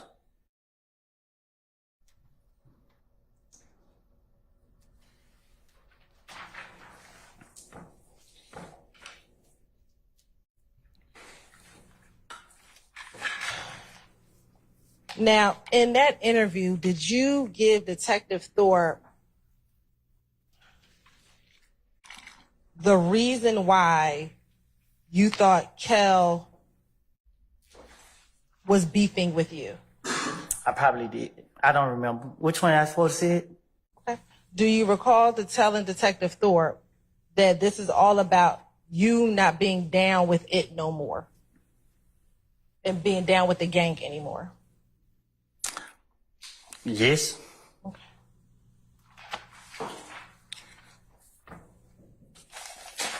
Do you recall telling him that it's also because they now think that you're with Thug and that you're claiming YSL? Yes. Yes, you remember telling him that? I guess. If that's what he said, I said. Do you recall or do you not recall to telling Detective Thorpe that? I don't know what I done told this man. Okay.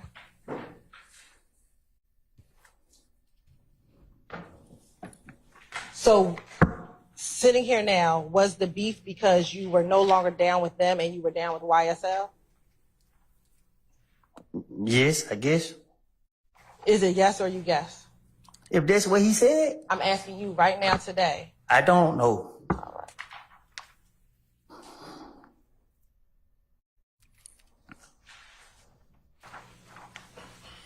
Now, during this interview, do you recall giving Detective Thorpe your Instagram page? Yes. Okay. And what was the Instagram page that you gave him? I don't know. Okay. Was it Woody372? Yes. Okay. And 372, does that refer to, I stand the question. what is 372? Numbers. And does that number specify something specific? I'm gonna object and ask the answer. I believe it has. I'm going to sustain the objection. Does the 372 correspond to the letters of DRC on the phone pad? It could. I gotta look at the phone pad to see. How do you look at the phone pad to tell? And is Woody372 the same Instagram account that I asked you about over the course of the last few days? I guess. So was that your Instagram account back in 2015? My Instagram account is Woody vs. Woody.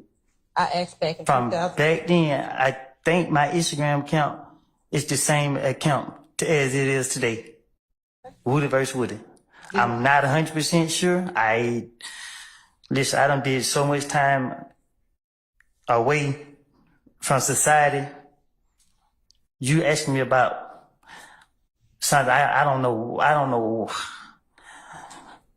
know how to answer these questions. A lot of this stuff you talking about, like, I've been through too much to be trying to remember certain stuff or these questions you asking me. Like, you discombobulated me up here. Like, you want me to lie? You want me to tell the truth? I can't tell you the truth. If you sit here, I don't know. I don't know how to answer these questions. You know what I mean? Like, I don't know what y'all got going on. Like, for real. Like, you asked me about 2015, what somebody said to the investigators. You know how many investigators tried to question me about this? Yes, and we're going to talk about a few of them. So do you recall your Instagram being Woody372? I don't recall. Okay. Bless you.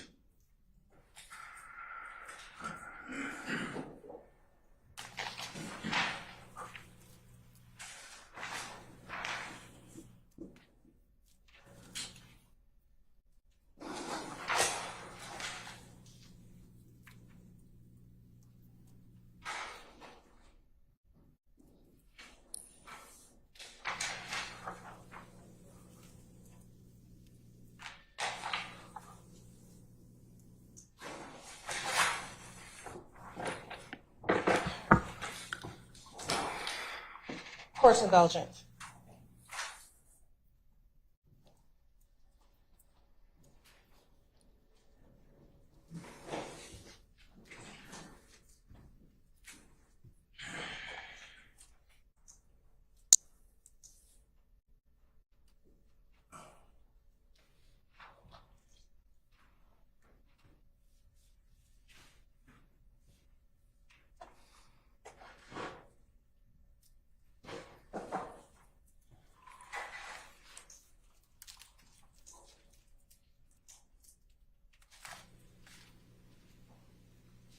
Now, Mr. Copeland,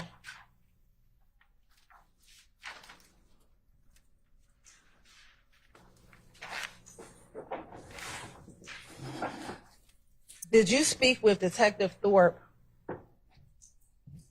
about your concerns that people from If Gang wanted to kill you and Thug? Yes. Do you recall why people wanted to kill you and Thug? Yes. Okay. Why was that? Why was what? Why did people want to kill you and Thug? Oh. I said it. Do you recall telling that to Detective Thorpe? I don't know what I don't remember what I told Detective Thorpe. Do you recall telling Detective Thorpe that you heard about a meeting in which an individual named Mo, who was down the road, conducted? Yes. And that during the course of that meeting, I'll sustain the objection. what do you remember telling Detective Thorpe about your understanding of this meeting with Mo and other members of If Gang? I don't remember. Hold on, wait, Mr. Copeland. Basis. For hearsay, we need to ask about his present testimony. I'm gonna overrule your objection, okay? Okay, can I rephrase? There's no foundation to give prior statements until he's asked. I'll sustain that one. I'll sustain that. What was your understanding of a meeting with Mo back in 2015 regarding you and Thug? I don't know what I told Detective Thorpe. Objection on a non-responsive answer. I'll sustain the objection. You need to respond. Mr. Copeland, you have to answer the question, okay? It's not responsive to. How could I answer the question to something I don't know? Miss Hilton's gonna. Well, actually, just repeat the question, Miss Weaver.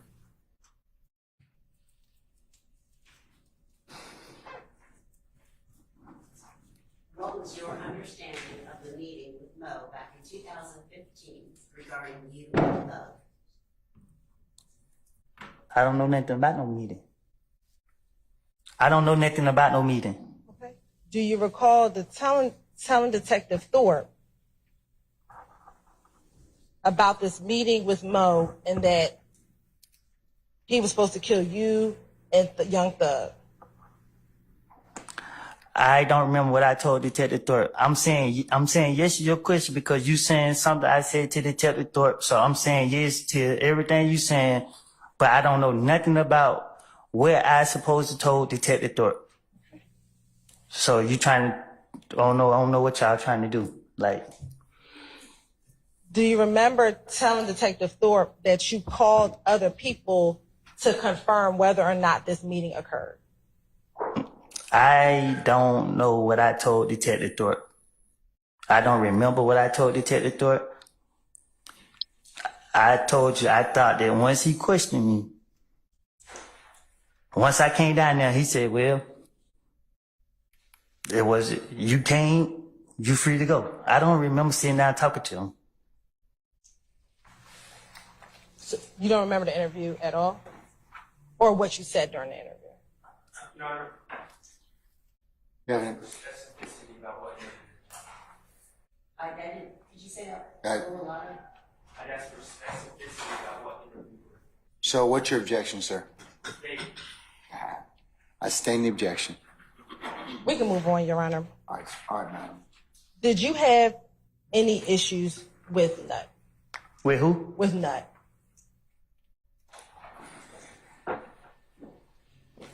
What you mean? Did you have any problems with Nut?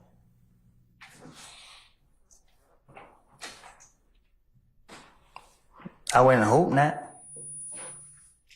Do you recall, you say you hope not. Do you recall sitting here today if you had any issues with Nut?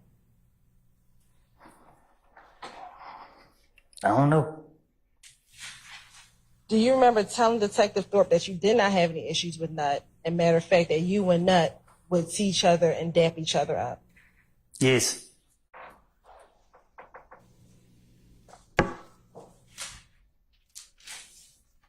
Did you remember telling Detective Thorpe that Nut was somebody that you could talk to? Don't know nothing about all that. Okay. Do you remember? I don't know if yes, I said it to him. I don't know.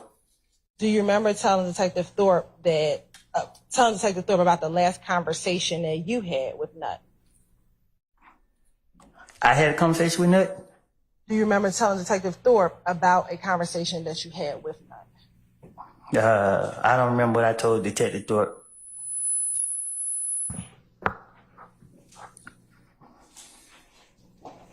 Do you remember telling Detective Thorpe that when you saw Nut, he just told you to chill out and you told him. Hold on, Mr. Steele's objection. Hearsay? I sustain it. Oh, are you repeating what? Where's that coming from, madam?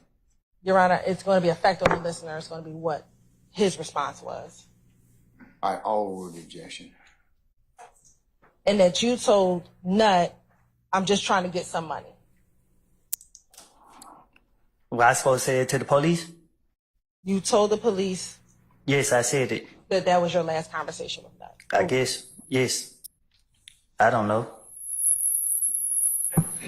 When you say you don't know, what do you mean? I don't remember what I told any police. I do not remember what I have told them. And at this point, do you understand that I'm just trying to figure out what it is that you remember and what did you know? You lost me. I sustain the question as to the form.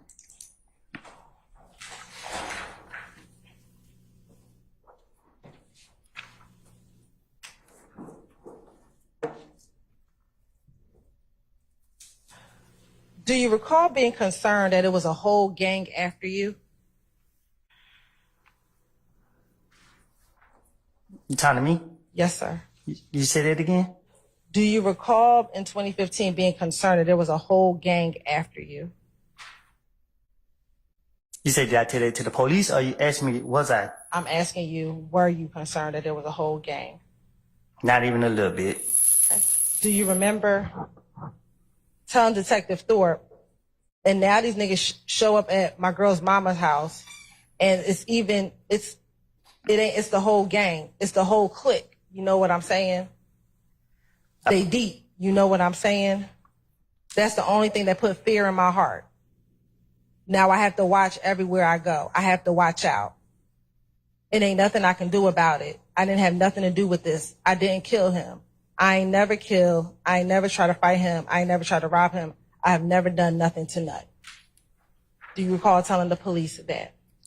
I guess. I don't remember. Okay.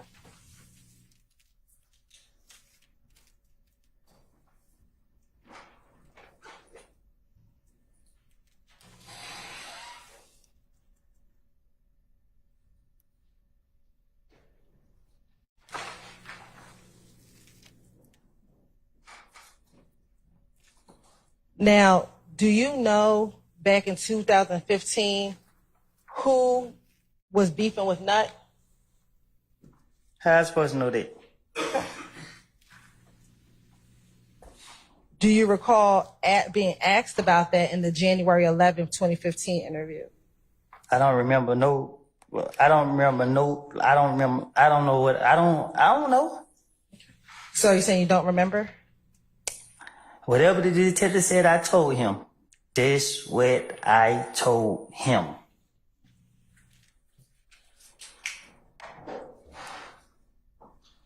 I want to go back to the gambling house for a moment.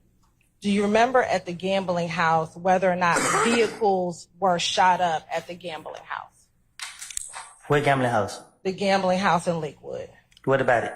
Do you remember earlier talking about a shooting at that gambling house? Was I there? Do you recall telling the detective that you were on this January 11, 2015 interview that you were present at the gambling house when Kel shot up the gambling house? Oh, I don't know. I don't know. You don't know if you were there, or you don't know if you told Detective Thorpe? I don't know. I don't recall nothing about the gambling house. Do you remember in the January 11, 2015 interview telling Detective Thorpe that he shot everybody's car up, you know what I'm saying? But didn't nobody know it was him, and then he got into it with his girl, and she came back and said it was him. I guess. You guess, meaning you don't remember if that's what you told Detective Thorpe? I don't remember nothing I told the police. Right. And then, do you recall to tell Detective Thorpe that Thug wanted Kel to pay for his window that got shot up? Probably so. Probably, or do you remember telling the... Do you have an objection? The same repetition. He answered the question. Your Honor, it's not... For your objection, sir. Prosecutor doesn't get to then No. What's the basis for your objection? improper question from a litigant. I'm gonna- From the court if you don't think it was asked correctly. I'm going to overrule the objection, sir. I'm gonna do that explanation. I'm going to overrule the objection. Do you remember if Thug wanted Kel to pay for his window? Is this what I told the police? I'm asking you. I don't know. I don't remember nothing about the gambling house. Do you remember telling Detective Thorpe that Thug wanted Kel to pay for his window? I do not remember what I done told the police. I just know.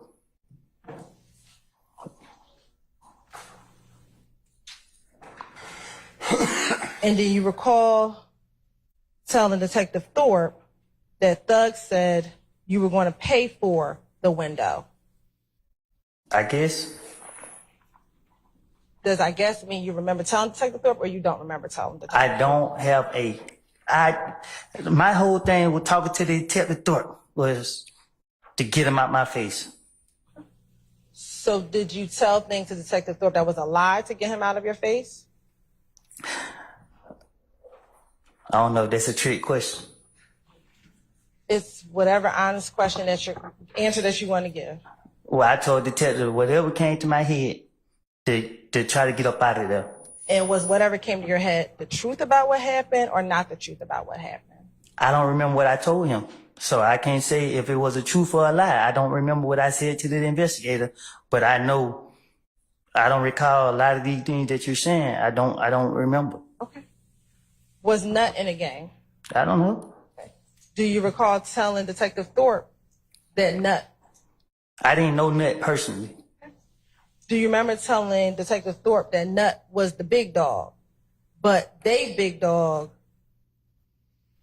but it ain't they big dog, but he's not over the whole gang, but he's a big dog? I guess. I guess meaning. I don't remember. All right.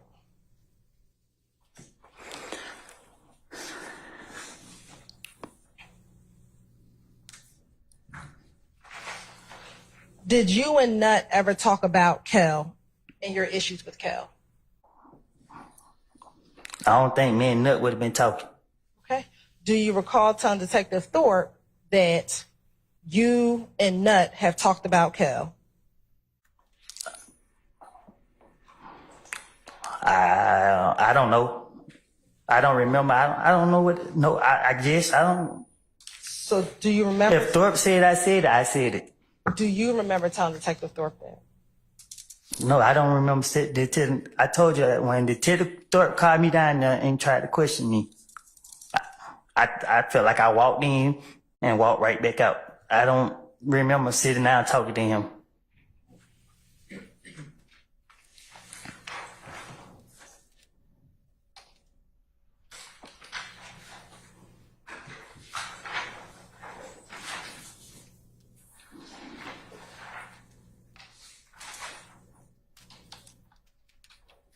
Now, during the course of this interview, do you remember if they came in and swabbed you for gunshot residue? I don't think so. I just remember, he was laughing like, dang man, the guy ain't even dead long and everybody already saying you did it. I'm like, I don't know why. And I thought he let me go. I don't remember if they did. I don't remember anything further than I showed him my face and he let me go. So I don't remember what took place that day. To say facts. As the interview progressed, do you recall giving more details about the night of the murder to Detective Thorpe? I don't understand what you're asking. Let me just ask you this. On the night of the murder, do you remember if Deshaun went to the movies on the night of the murder? So much going on. I can't. So much was going on. I was all over the place. I don't remember. I can't say what. I can't answer those questions because if I tried to, I'd be lying. I wouldn't. I can't really say. Okay, I understand. Do you remember telling Detective Thorpe that Deshaun had went to the movies and at some point you had given her your brother's car to drive? I probably did.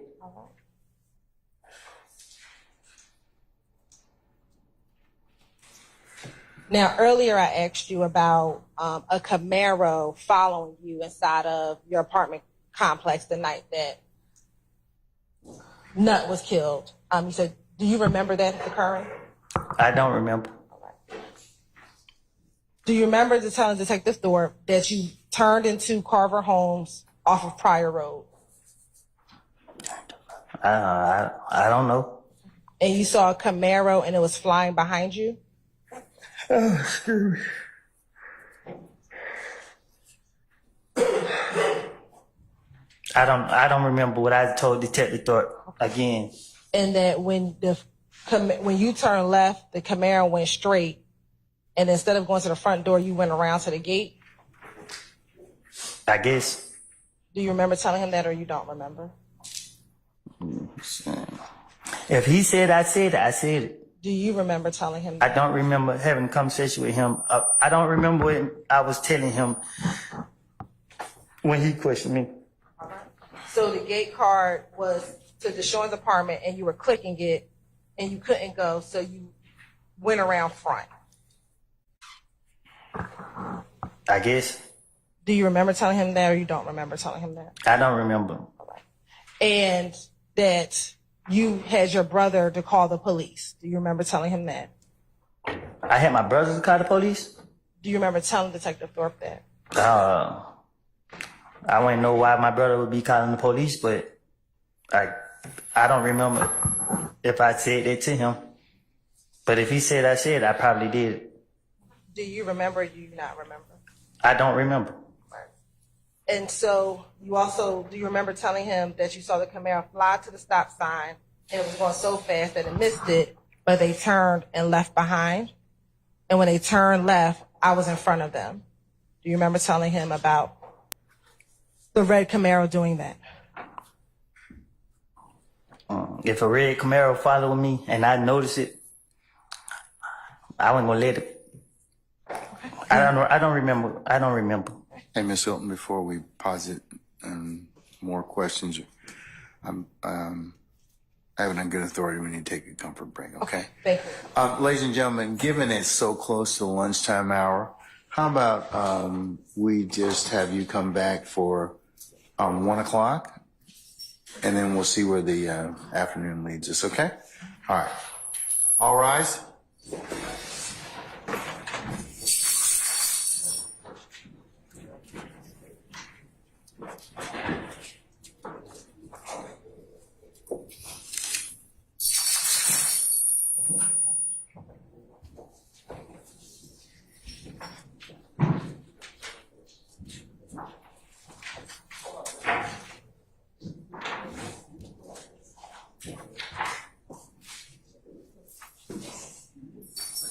All right, ladies and gentlemen, please be seated. Our jury has left us.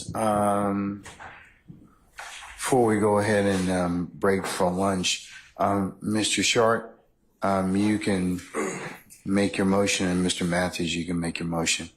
And I take it that you are making this on the basis of the witness's testimony as to January the 11th of 2015 in regards to the mentioning of your clients. Is that correct? Yes, Your Honor. Okay. Just for the record, it's my objection and my basis for the mistrial is both constitutional Fifth Amendment right to remain silent, which You're talking about pre-arrest silence? well, I was going to get to that. There's the constitutional right to remain silent, but also the statutory Georgia Constitutional pre-arrest, yeah, privilege? Okay. well, also the pre-arrest silence, All right. statutory. And Your Honor, we believe that those questions brought attention to my client's my client exercising those rights, and it was an inappropriate question, and we moved for a mistrial based on the comment on my client's silence. All right. Ms. Hilton, do you wish to respond to that, and then I'll move on to Mr. Matthews? I can, you want to do it individually, Your Honor? Yeah. Yeah. As relates to Mr.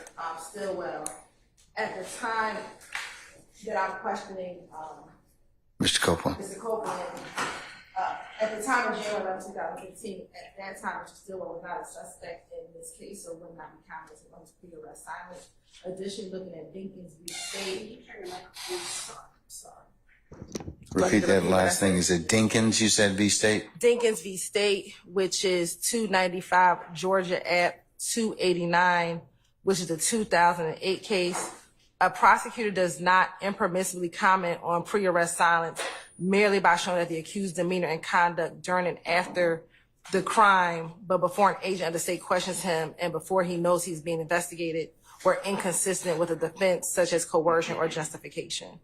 All right. Well, the jurors don't know when my client became a suspect or not. So, Right. I mean, the effect on the jurors, I don't really see how that's relevant. Okay, And well, cannot further, again, Your Honor, the state's position is we weren't commenting on any of the defendant's sides, but again, to show that Mr. Copeland's demeanor now in court before these individuals versus when he was by himself in a interview room solely with the detective, that his answers are much different. And so that is the state's purpose and reason for talking about who was present with him in the room when he was conducting his initial interviews in 2015. And Your Honor, just to respond to that argument, what undermines that argument is my client wasn't present yesterday when Mr. Copeland made it clear to the What do you mean he was in the courtroom here, right? But no, he wasn't present yesterday in some side room somewhere where several investigators from the DA's office and multiple prosecutors were all in a room talking to Mr. Copeland while he was a sworn witness in his case. And he let the state know that what I said in prior statements were lies. And this is the truth. You were disclosed those particular I statements? was disclosed those Okay, same, I just want to make sure. Okay, last all right. night. Okay. But And before he testified this morning, correct? yeah, last night. Okay. All right. And so, but the argument that, oh, he's changing his story because he's in front of Mr. Stillwell. Not only is there no evidence that Mr. Stillwell has ever threatened Mr. Copeland or Mr. Copeland is in any way scared of Mr. Stillwell, or any of these other gentlemen, but also the fact that it was disclosed yesterday to the state with none of these gentlemen present undermines their argument that that's the reason for asking that question. All right, thank you, sir. All right, I'm still going to deny your motion for mistrial. And I'll note that you asked, as I said before, that you posited before the next question was asked, okay? Thank you, Your Honor. All right. Mr. Matthews, Sr. Your Honor, as it relates to Mr. Marquavius Huey, our motion for mistrial is based upon the sworn testimony that has already come out from Mr. Copeland on yesterday. Mr. Copeland stated that he had met Mr. Huey in 2021. He had indicated that he had met him in 2015, didn't know him in 2015 or anything of that nature. So it's a bad question that was asked in terms of whether or not Quay was there back in 2015. So that's the first point. He did not know Mr. Huey in 2015. Secondly, Your Honor, that places it's a bad faith question. It places Mr. Huey's character in issue, and there's no basis. There's just no basis for that question to be asked. And because of those reasons, Your Honor, we would respectfully ask this court to grant a mistrial as it relates to Mr. Huey based upon those natures. There's just no good basis for that question to be asked. When the witness had testified on yesterday, not to be repetitive, but he testified yesterday, he didn't know my guy in 2015. So how could he have been there in 2015, or did he show up there at the interview with Detective Thorpe in January of 2015? All right. Thank you, sir. All right, Ms. Hilton. Your Honor, the question was a good faith basis. If you can recall, yesterday the state asked Mr. Copeland if he knew a number of these defendants. And so what the state did in order to perfect what occurred is asked about every single defendant that Mr. Copeland said he knew in this courtroom, regardless of time, so that the jurors knew that none of these individuals were present with him at the time. Now, if Mr. Matthews wants to argue at closing argument that was the state shouldn't have asked that because Mr. Huey, he didn't know him, then that's a question for argument, but not a question for a mistrial, Your Honor. All right. I'm going to overrule your objection, Mr. Matthews, and I'll also note on your behalf, on your client's behalf, Mr. Huey, that you have paused the next question before, made another motion before we paused the next question. And all right. One more thing just to add to the record, Your Honor. And while I knew that the answer was no, the jury did not. And so we had to pose that question.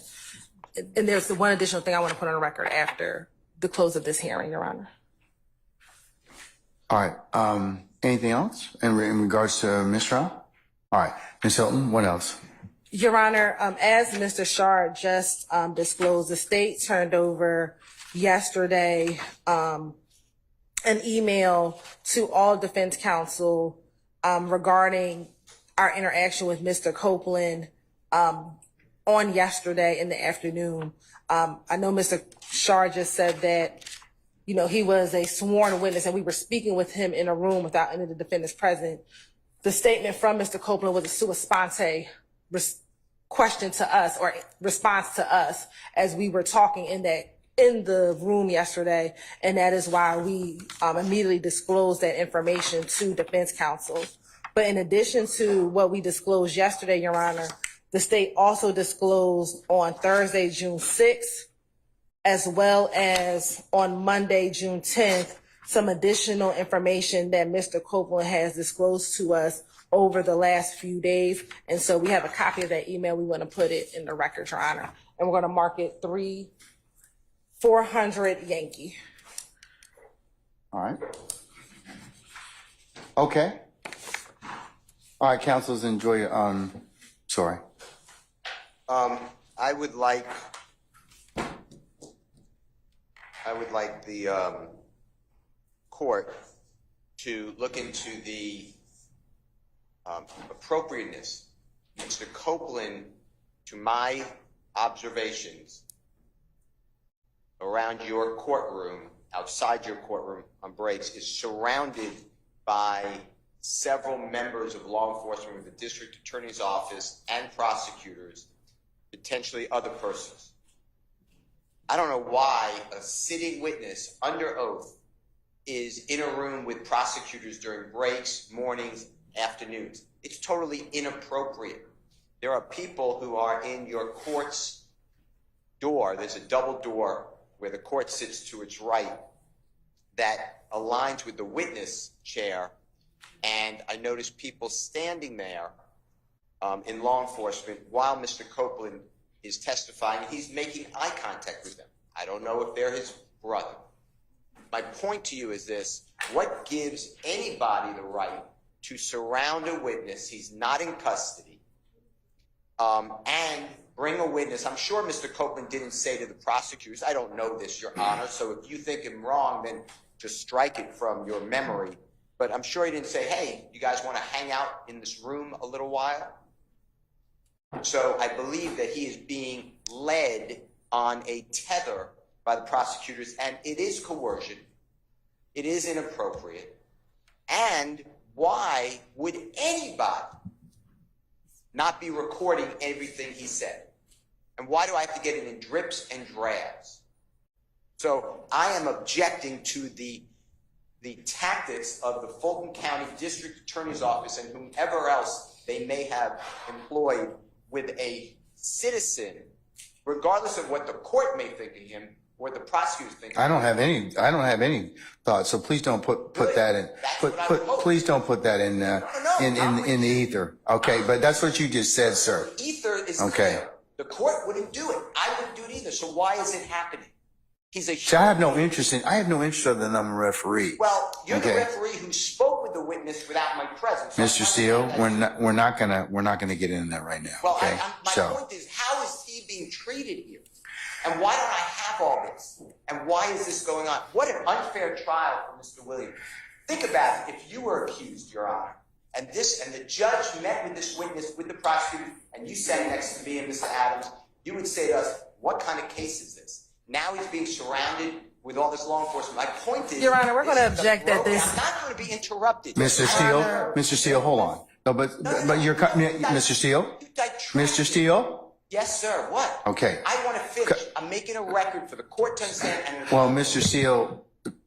I've never been interrupted in a court except for this one. You allow. Well, you know, but the challenges in this point in time is that some of the things that you have said at certain points in time are not appropriate. It's not true. Okay. Well, that's the court's. The court is wrong. Well, you know, you have, everybody has an opinion, and it can certainly be reviewed at the appropriate time. But finish up so you can go ahead and make your record. I'm not interrupt anymore about a prosecutor or anyone. This is a record. This is important. Okay, but it's your allegation and assertion, sir. Okay, so. Well, we don't know that. We don't know whether or not they're true. What's going on? Every time Mr. Copeland comes in the courtroom or out of court, he's escorted by a DA's office investigator. You see that? This court is observant. You're not just sitting there in a cloud. You see exactly what's going on. You hear the prosecutor tell you, we were in a room with Mr. Copeland and he said these things. Why? Okay. Why do I have to bring it up? You should be bringing it up. This is crazy. This is like communist Russia. Mr. Williams is having the worst trial. So I'm moving, again, to stop intimidating the witness by the prosecution, leave people alone, and stop accusing. You've allowed the prosecutor Love to accuse me of misconduct. Oh, but you've also accused her of hold on. You have accused her of misconduct as well. And remember what I told you about your professional responsibility. Remember what I told you about your. And she's going to take me down as opposed to you. So when I start talking, stop talking, please. Okay? I'll let you complete your record. Okay? I understand the one party talking. I got it. All right. Okay. All right. So I told you, several times before, I told you and your colleagues, remember your professional responsibility. And let's not make this an ad hominem issue. I don't believe that either one of you are trying to do anything that would subvert your ability to practice law. But. Ms. Love has intentionally lied to the court numerous cases. You do nothing. Hold on. Let him finish. See, this is Mr. Steele. This is exactly what I'm saying. You cannot. It is not a good idea to state that your brethren across the bar are lying. Okay, in any time or any way. I don't like doing it. Okay, but don't. So don't. But don't because you don't. Don't because you don't have any proof. If you have proof of it, then you have proof. There's a mechanism in law and under the rules for you to submit that question to the Office of General Counsel and for the investigation to occur. But please stop, both of you. I told both of you earlier, stop making these ad hominem attacks toward one another. Okay? Everyone gets attacked. You say nothing. Well, okay, but I've said something. You're going back to stuff that's happened in the past. So while I'm trying to deal with things that are current. So I told you all most recently, as of about a week or so ago, to stop all this. Remember I told you the world's watching you? They are. So please don't from this point on, do not accuse each other of anything. If you want to go ahead and do it, there's a proper way to do it, but don't bring it up in front of me. Okay? I'm just making a point that this has been going on and it's abusive. That is my point. That's your assertion, sir, as a lawyer, okay? And maybe your frustration with everything. Like I told you, this trial's gone a long time. There's a lot of wear and tear, but everybody's got to rise above and be a professional advocate. That's what the system demands of you. I'm not worn or torn.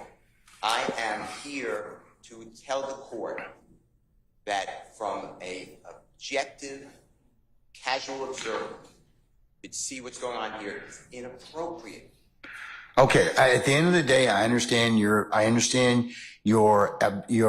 concern that you have now shared with the court. Okay. All right. State, do you want to respond? Your Honor, I just ask that the court strike the portions of Mr. Steele's, whatever that was, to the court regarding personal and ad hominem attacks on members of the state's team. Ms. Hilton will address the merits of the initial argument that Mr. Steele made. But as to personal attacks on members of the state's team, we'd ask that assertions that specific people have lied, that is disrespectful, that is unprofessional, and not one time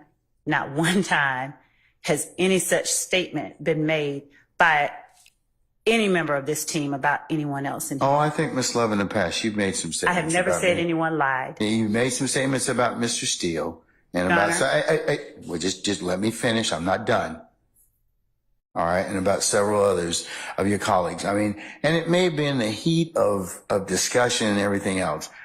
Like I said earlier, there's enough blame to go around for everybody. All right. So, but can we kind of stop that and draw things kind of forward? I've had 2 or 3 conversations with everyone about their obligations as professional advocates under the rules. Okay. And that while the court certainly agrees that ad hominem attacks are not, they don't make anybody look any good. They really don't.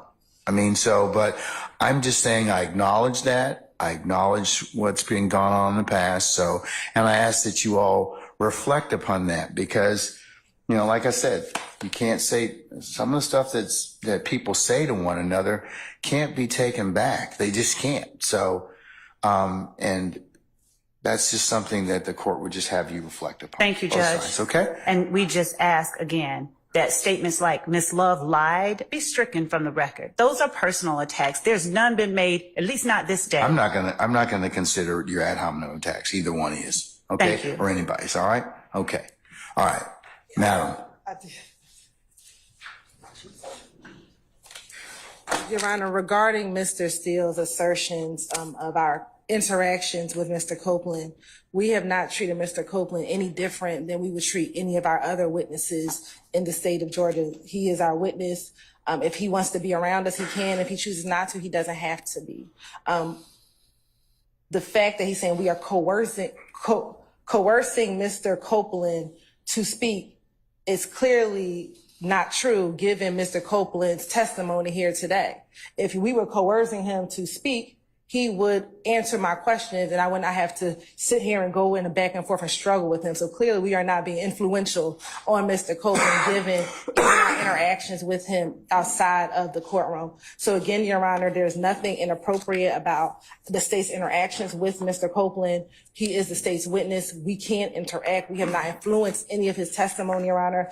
And so we ask that, I don't know if there was a motion, be denied that that was what was being asked of the court. All right. I'll include the state's Exhibit 400, the statements of the most recent email that you have disclosed to the defense in this case, for purposes of the record, and I will also to the extent that, I don't think of, Mr. Steele, let me just make sure, are you again moving for mistrial, or did you make them, within your statement, did you ask the court for a mistrial?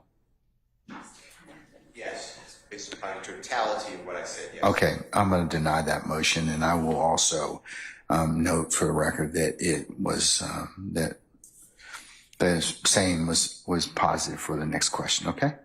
All right, Mr. Matthews, you're eating up your lunch, okay? So. I just want to put on the record that based upon my vantage point in the courtroom, I have a unique place where I'm able to see the jury, I'm able to see the witness, and I'm also able to see to the vestibule out here. And on yesterday, I just want to make it clear that it's not only observed back here, but I have a unique place, and I observe a very large individual standing outside of that door, those two doors, staring at the witness during this testimony. I noticed a large individual too. There's plenty of large individuals. They're law enforcement, or we don't know, but I know it's a law enforcement. Well, who is it? What's their name? I don't know it's Okay, well then we don't know it's law enforcement. But I have the same or better vantage. I have the same or better vantage than you do, and I certainly, think that for reasons that we don't know, that law enforcement stand in that door for security posture, and that's the only reason that they're at that door. Well, I understand. I'm just putting on the record. Okay, well, when this is reviewed, and the court's going to look at what the court saw as well. So if you're thinking that there's intimidation or otherwise, I'm telling you, and I'm putting on the record for purposes of the record, that there are many law enforcement that sit in both doors of this courtroom for that reason and that reason only. And unless you can tell me who specifically was standing out there, as you say, and Ms. Steele said, looking at our witness, Mr. Copeland, then I don't see that. Okay? Thank you, sir. Thank you, Judge. All right. Briefly, Your Honor, since no one wants to go to lunch more than me, I saw the same thing that Mr. Matthews saw yesterday, with the large individual. How did you see him? Your back's to the door. Are you questioning whether I saw him or not? I'm asking how you saw it. I pivoted around and saw him. Okay. All right. And because that we've seen people outside that door for 18 months, Your Honor. This person yesterday was glaring through that glass for at least 10 to 15 minutes that I noticed, boring a hole into the witness. So I just want to add that is what I saw.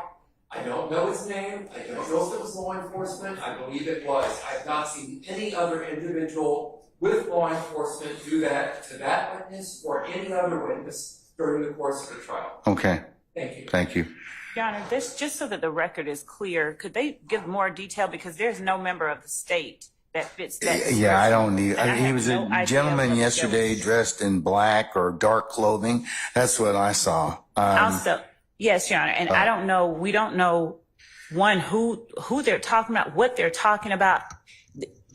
Literally, no idea. So the idea, this insertion into the record of the insinuation that someone is intimidating anyone. I'll also ask Captain Kendall to ensure that only law enforcement are allowed back there in the vestibule, so that that if there's any issue with anybody looking in the courtroom, that is removed. So, all right. Thank you. All right. This is an easy one.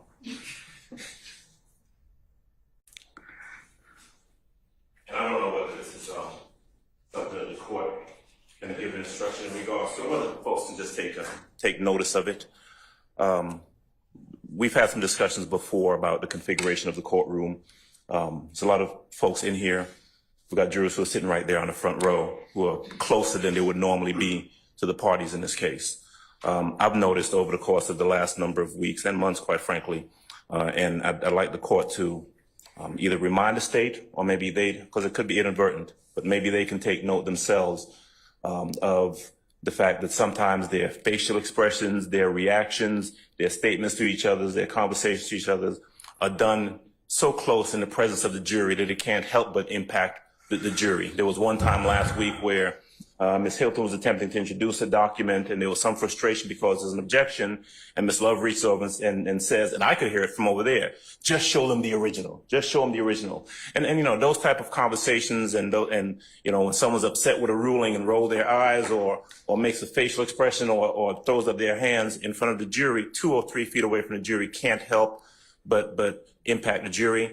And so if the court needs to just remind the parties that we've got a jury that can be impacted and they need to be a little bit more circumspect, they can do that. Or perhaps my colleagues across the aisle can take note of that themselves and act accordingly. All right, sir. Yeah, there's not a lot of room, and I wish you'd have brought this up earlier, but I certainly agree with that. I'd advise all counsel to just be mindful of their reactions as the jurors watch everything, okay? All right. Mr. Short, did you have anything else? I know that. No, I'm good. Okay. I'm Okay. All right. Okay. All right. Enjoy your lunch. We'll see y'all back about 1 o'clock. Okay. All right. We're in recess.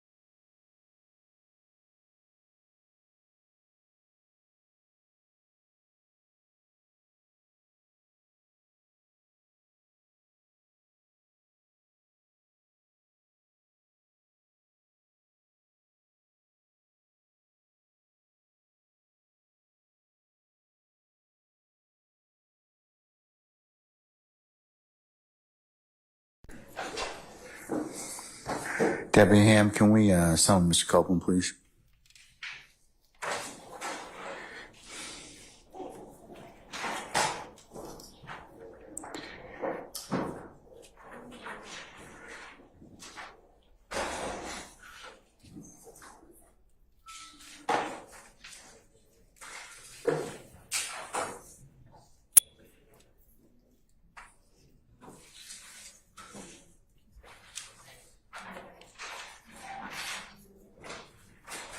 All right, summon our jurors, please, sir.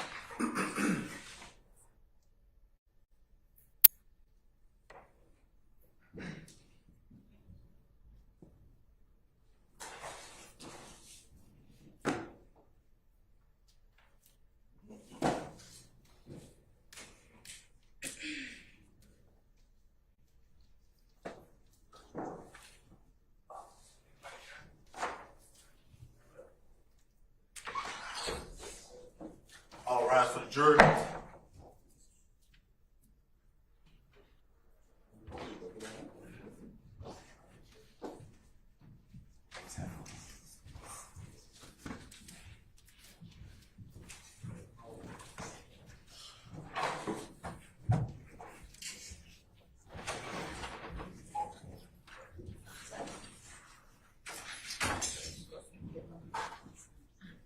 All right, ladies and gentlemen, please be seated. Sir, all jurors present? Okay, thank you. All right. Ms. Hilton, we're going to continue with your examination, please.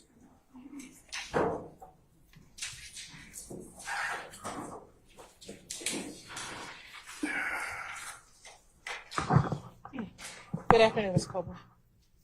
All right. So when we left off, we were talking about your January 11th interview.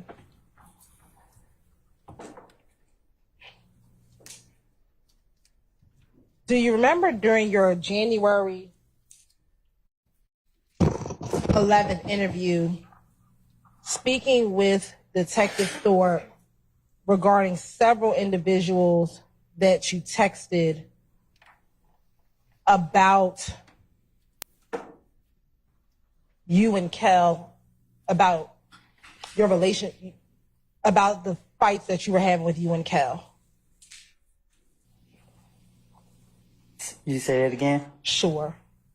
Do you recall during your interview telling Detective Thorpe about text messages that you sent, and I apologize, excuse me, about text messages that you sent regarding this thought that Mo was trying to kill you and Thug? Yeah. All right.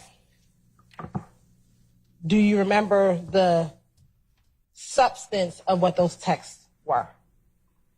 No. Okay. Do you remember telling Detective Thorpe that you texted one telling them, bro, it ain't no beef. I ain't stunting y'all niggas? Yeah. Yes. Oh, you said did I text it? Yes. I do not remember nothing I said to Detective Thorpe. So is your answer that you don't remember telling him about this text? I don't remember Nothing I said to him about any, I really don't. Okay.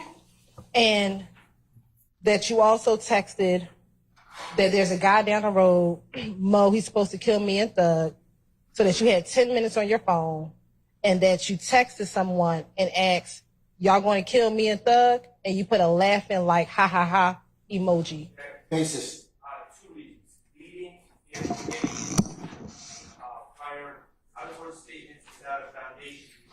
You ask what he knows. Okay, so foundation, okay, foundation. I'll stand as the foundation. Why don't you lay on the foundation? Do you recall sending these text messages back in January of 2015? I don't recall. Okay. Do you recall telling Detective Thorpe about these text messages? I don't recall nothing I said to Detective Thorpe. Okay. Do you recall telling Detective Thorpe that you received a response back from that text message? I don't recall any conversation with Detective Thorpe. I understand you can slow it down, but I'm gonna keep asking you these questions. So, do you recall texting or telling Detective Thorpe that so another guy called you and said that those people were just lying? I don't recall. All right. And do you recall telling Detective Thorpe that they didn't believe you when you told them that there was really no more beef between you and Kel? I don't recall. All right. And do you recall to telling Detective Thorpe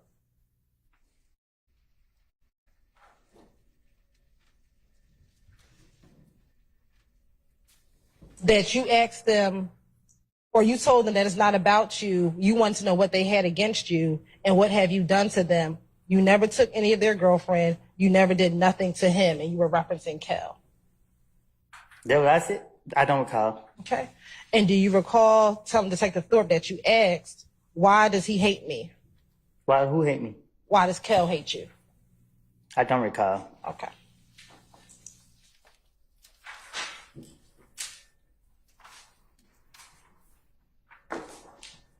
Can you explain to me what I don't recall mean? Don't it mean I don't remember, right?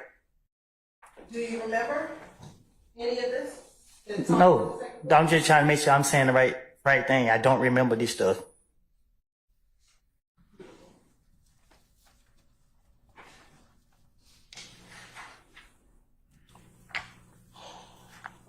On the night that Donovan Thomas drove, earlier you said that you kind of drove around. Do you remember saying that earlier today? I said it? Yes. What you mean? I drove around. The night that Donovan Thomas got murdered, after you learned that people thought it was you, you were just kind of driving around. Do you remember that? I said I blinked out.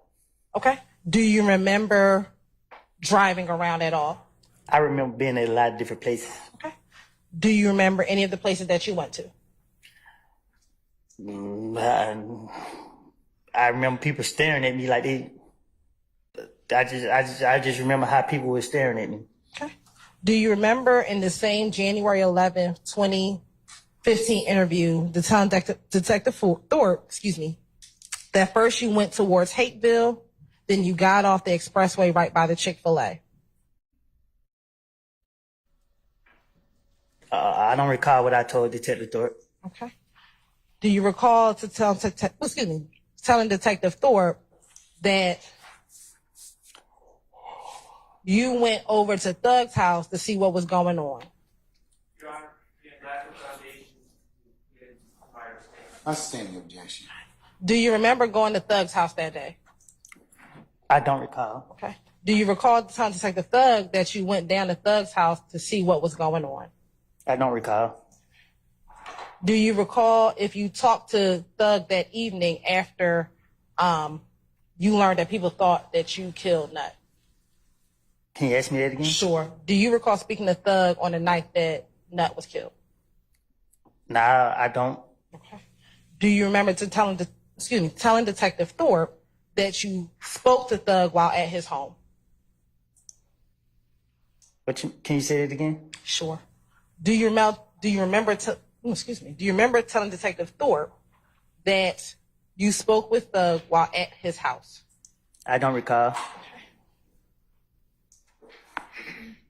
Do you recall telling Detective Thorpe that you told that them folks then came and shot Deshaun's mama house?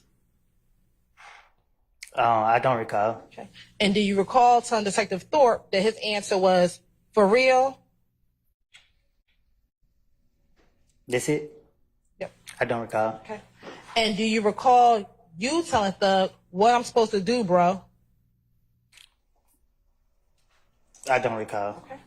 And do you recall you telling Detective Thorpe that he said, man, just stay out of the way and let 12 handle that? I don't recall. And that's all he kept saying, 12 going to deal with that. I don't. That's what I supposed to say to Thorpe? Do you recall saying? I'm saying this conversation with Thorpe? Yes. I don't recall. Okay. And then do you recall saying to Thug, like, man, bro, you just saying stay out of the way and deal with that, bro. But these folks, and you also said that Thug know them better than you do. I don't know what you're talking about. Okay. Do you recall telling that to Detective Thorpe? No, you gotta say it to me again. Sure. Do you recall telling Detective Thorpe that you said, like, man, bro, you talking about just stay out the way and let the police handle it and deal with that, bro? Man, fuck that. He knows them better than I do. This supposed to be what I supposed to, this me talking? Yes. No, I don't recall that.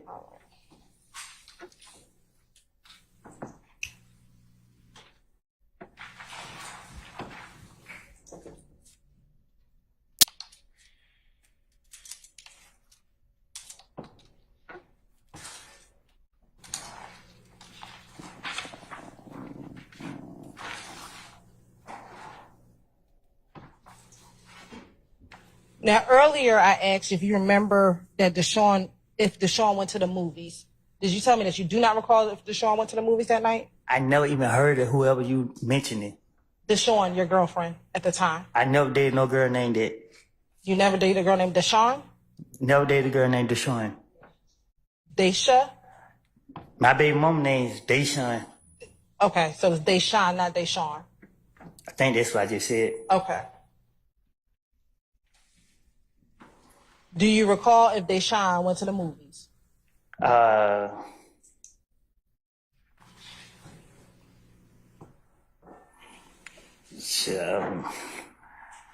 don't know. I don't know if she went. I can't remember if she made it out. Time, everything was going so fast. I can't remember if she went to the movies or not. Okay. Do you recall in that same January 11th interview telling Detective Thorpe that Deshaun went to the movies and that you gave her the car so she can go to the movies? I don't recall. And that it was about 9:00. I don't recall. Do you remember picking Deshaun up and her friends up from Greenbrier Mall? I do. Okay. What do you remember about that? I had found out they shot her mama house up. And she called me, told me that her mama house been shot up. And I was pissed off. So I asked her to park the car and I was coming to get her. Why did you want her to park the car at Greenbrier Mall? Because if anybody would do anything to that car while she was in there, well, nobody gonna get no rest. And that's fair. Is there a police precinct at... I'll stand there. I'll stand the question.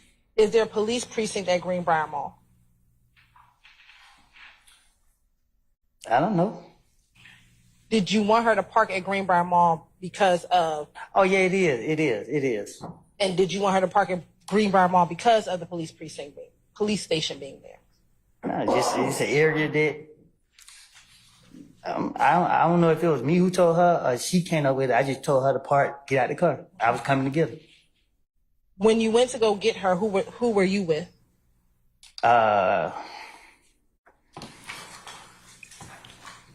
If I'm not mistaken, I think I was probably with Moonton. I was with different people that night. Do you recall telling Detective Thorpe that you were with Moonsung, his girl, and his baby? I don't recall what I told Detective Thorpe. Do you recall being taken over to Greenbrier with Moonsung, his girl, and his baby? I know I was with Moonton at a certain time that night. I can't remember if it was him. I can't say for a fact if it was me and him who went to get her, but I know I went to got her.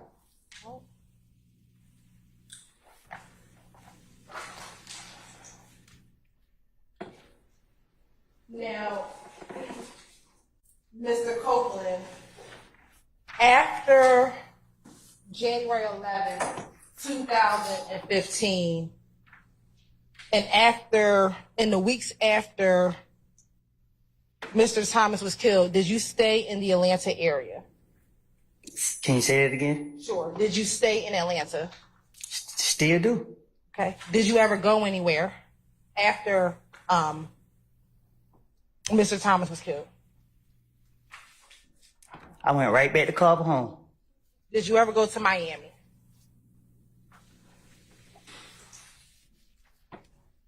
Yes. Okay. Who did you go to Miami with? My baby mama and my daughter. And did anyone pay for your trip to Miami? We drove.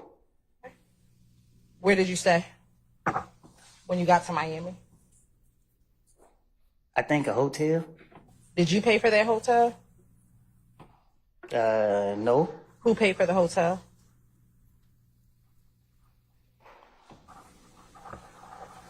I don't get what you asking. You said who paid for the hotel? Yes, you said you did not pay for it. Yeah, I didn't pay for it. So who paid for it? I guess Young Thug did. I don't know. I can't say who paid for it. Did Young Thug offer to pay for the hotel in Miami for you? No. So why are you assuming that Young Thug paid for it? Because that's what I saw when I went to Miami. So did you go visit Young Thug in Miami? No. Everybody was screaming my name. A lot of stuff was going on. Homicide detective Thorpe, it was after me. And, you know what I mean? My probation officer, I remember talking to her about it because I had to go see her after I left from being questioned from that. And then I was told I need to lay low. And I asked for permission to leave, and she gave me permission to leave. Okay. So my question is, how did you determine that Young Thug paid for your hotel? Because I asked him, could he help me? You know what I mean? Because everybody's saying my name. And he just like, I get back with you. And I don't know, you asked me to be honest, I can't say if he paid for something if I didn't see him pay for it or didn't. If he paid for it, I would say he did if I know he did it. Okay. How long did you spend in Miami? I don't know. I can't say how long. Was there anyone else in Miami besides you, your daughter, and Deshaun? Yes, a lot of people in Miami. People that you know? Yes. Who? His family. Whose family? Young Thug. Who in his family was in Miami with you? I don't know his family. Who's the family that you remember? His sisters. Which ones? Dolly. Okay. Who else? I don't know the rest of their name. All right. What other family members was in Miami? His sisters. So was that it? Just Young Thug and his sisters? Well, I don't know. I don't know who his people is like that. I just know Dolly, and I heard her say this my sister. Okay. Outside of Dolly and Thug, was there anyone else that you know in Miami when you were down there? What you mean? Be more specific. Sure. Besides Dolly and Thug, was there anybody else from Atlanta that you know in Miami while you were there?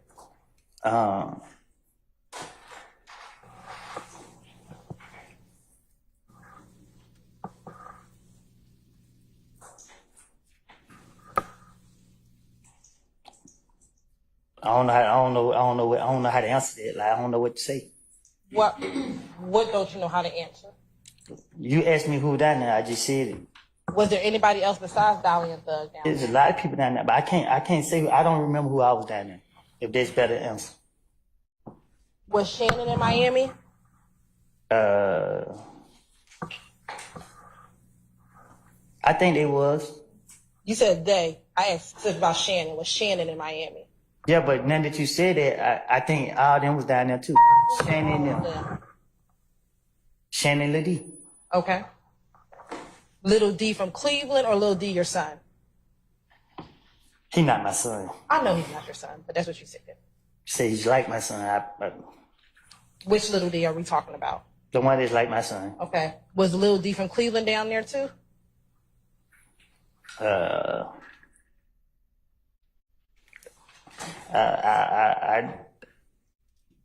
can't remember if he was or wasn't. Okay. Was Yak down there? Yeah, I think so. Okay. I believe so. Was Montauk down there? I don't think so.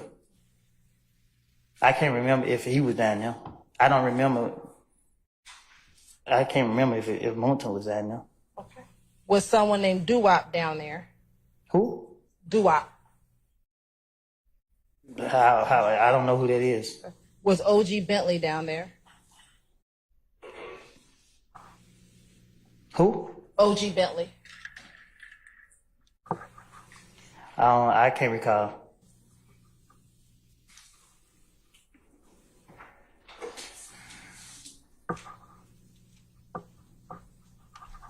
Do you remember how long were you in Miami? I think I just told you I don't know. I don't remember.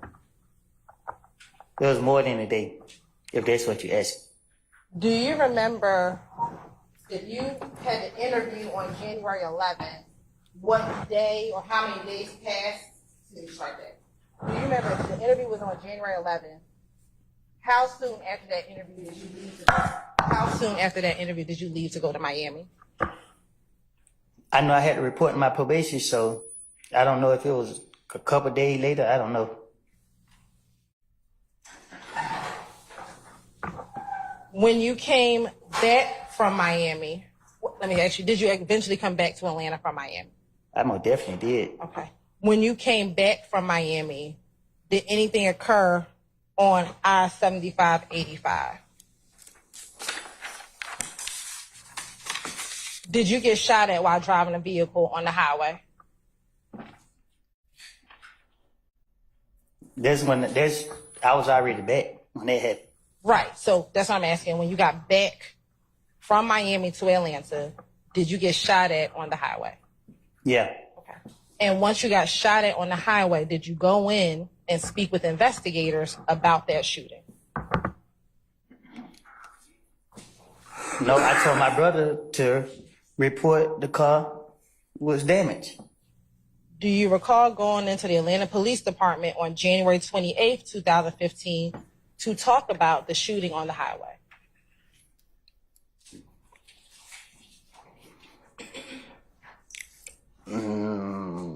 You gotta be more clear. Sure. Did you go and speak with Detective Gaither and Detective Dennis in January of 2015? Can you say that one more time? Sure. Did you speak with Detective Gaither and Detective Dennis in January of 2015?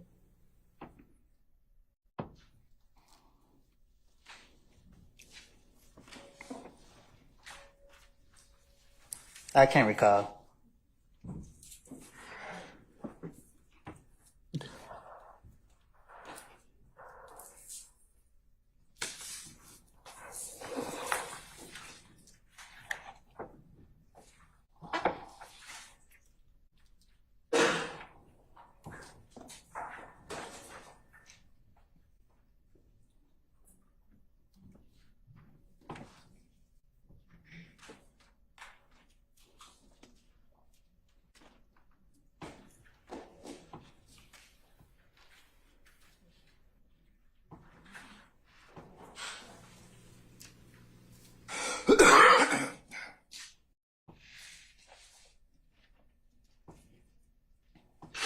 You said you do not recall if you went and met with Detective Thorpe and Detective Dennis and Detective Gaither? So much was happening. Like, you gotta be more clear with it.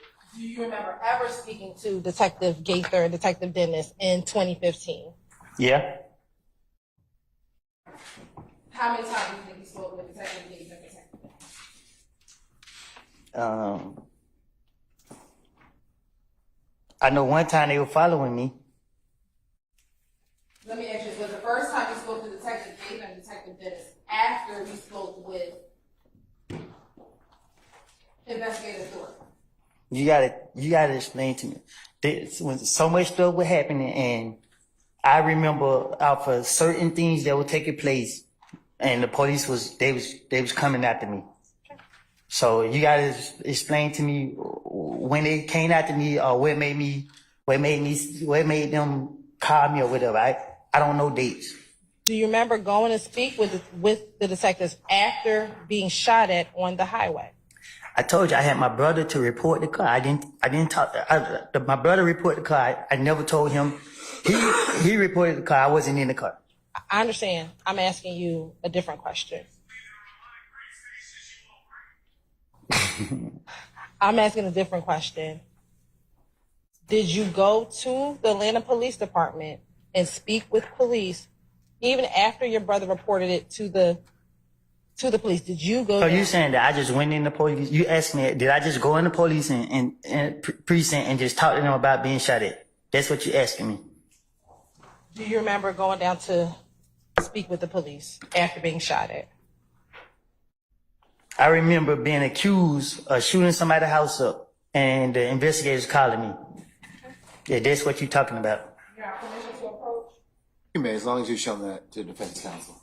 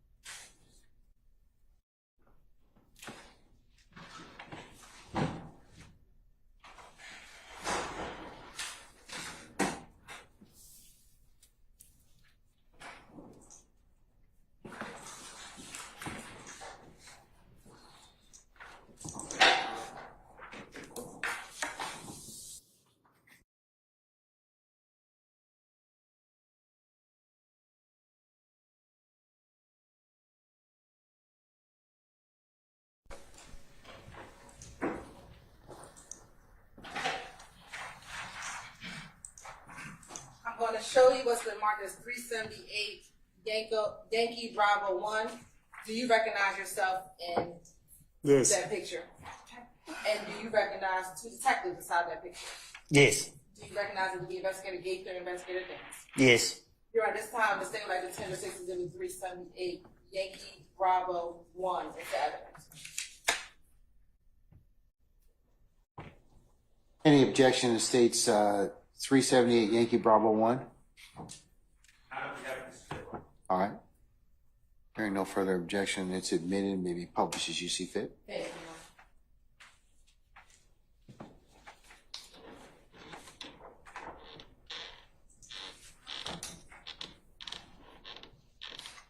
Mr. Copeland, are you able to read what the date? Hold on.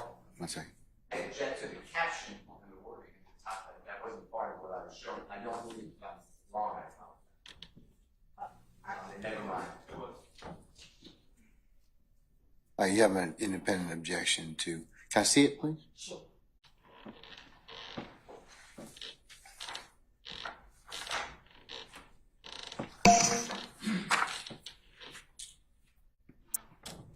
No, I should have objected earlier. I'll withdraw.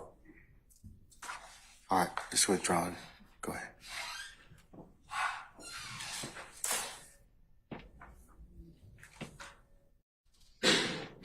Mr. Copeland, are you able to see the dates of that interview at the top? Yeah, I see it. Okay, what is the date of that interview? It's January 28th. And is that 2015? That's what it say. Okay. And is that you on the my right hand of the screen sitting across from Investigator Dennis and Investigator Gateman? Yes. All right. And again, are you the only person sitting in that interview room when outside of Investigator Gaither and outside of Investigator Gaither and Investigator Dennis? Unless you don't count the ghost that's in there with me. Okay. Now, what do you remember about the shooting on the highway? Tell the jury, what, if anything, do you remember about the shooting on the highway?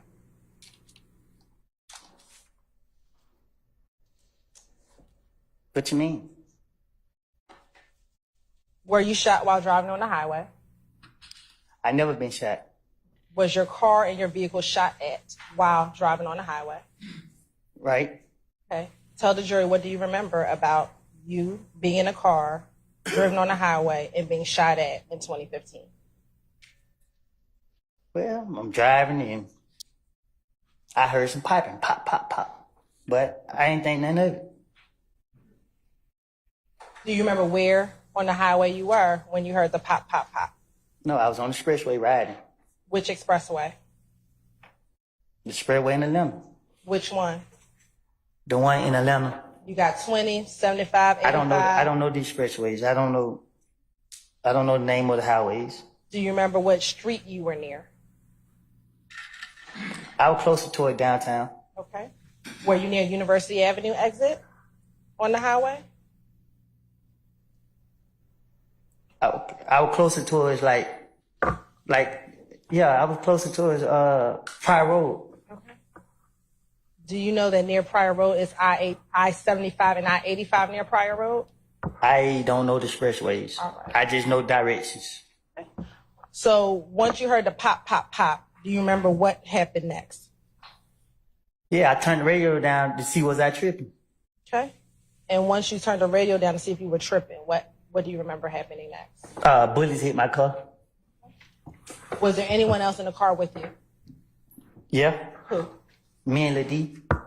Anyone else? Oh, I'm tripping. Me, Ladie, and Shannon.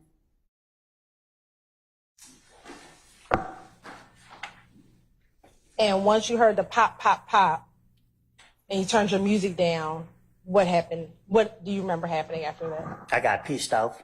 Okay. And what did you do after you got pissed off? Stopped the car and got out. Okay. And once you stopped the car and got out, what, if anything, did you do? Say what? Once you stopped the car and got out, what did you do? Nothing. I went home. How far was home from where the shooting happened? 5 minutes walking. And is home, are you referencing Carver Homes? Yes. All right. You said that you went home. Do you know where Shannon went? I said I went home. Okay. But Shannon and Little D were in the car with you, right? Yeah, I went home. So, Did they go home with you? yeah, they went home with me, but they left. They went wherever they went. Okay. Do you remember where you were coming from when the shooting occurred? I think a party or something. I think a party. Okay. Do you remember what type? A club or something. At this point, do you remember if the shooting happened during the day or at night? Do you recall? I think it was about to get dark. I don't know.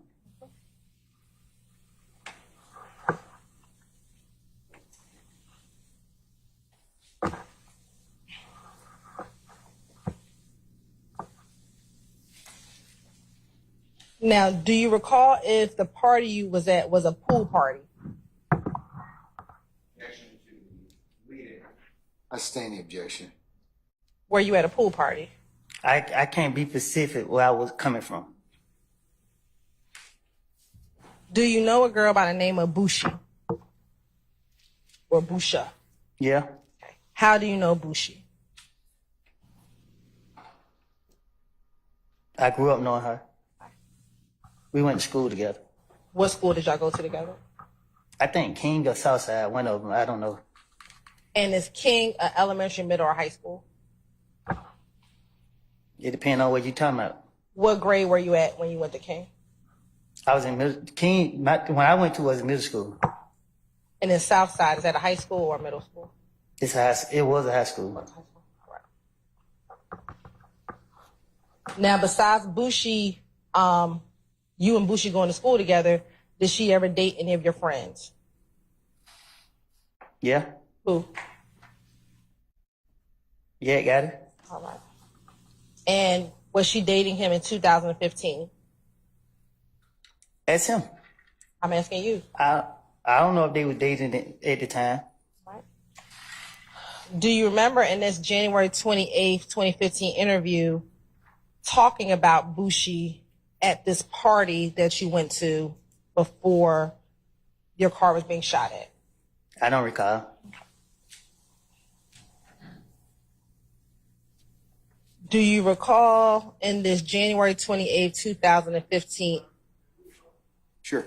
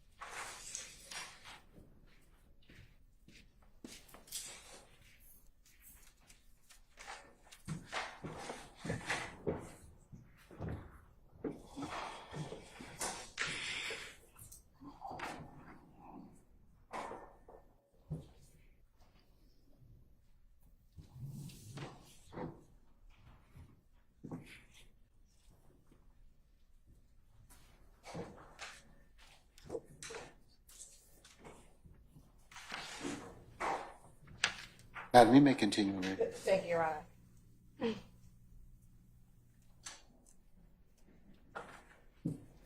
I believe my last question was, Do you recall her being at this party that you were at prior to the shooting on the highway with the car? I can't recall. Okay. Do you recall telling Detective Gaither and Detective Dennis that she was present at the pool party that occurred prior to the shooting on the highway?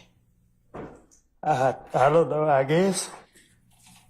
Do you remember? Do you not remember? I don't recall. All right. Did you know if Bushi had a relationship or friendship with Nut and Nut's family? I don't know. Okay. Do you recall telling police that she knew both families, that she was putting up posters like it was her family? Putting up posters of Nut like I don't recall.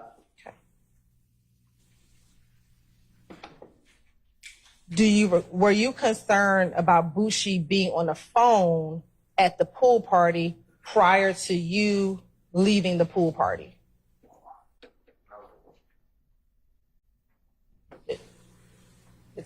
I can approach about why it's relevant. It'll be a speaking objection. All right, come on up.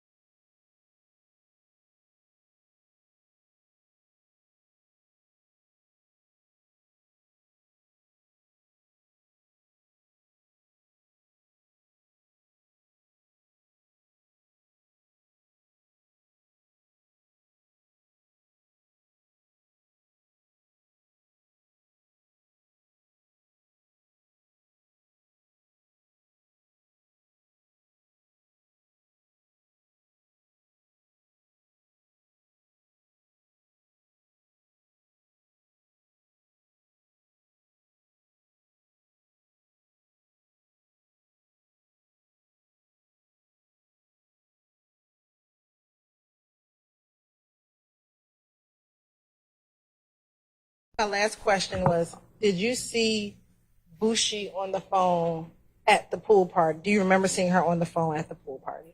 I don't recall. Do you remember telling Detective Dennis and Detective Gaither that you did see her on the phone at the pool party? I don't recall.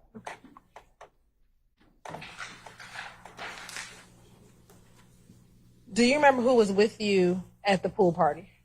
I don't recall. Do you recall telling Detective Thorpe that Shannon was with you at the pool party? I don't recall.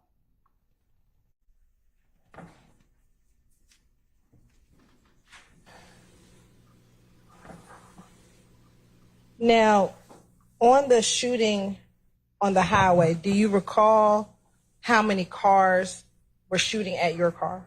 I don't recall.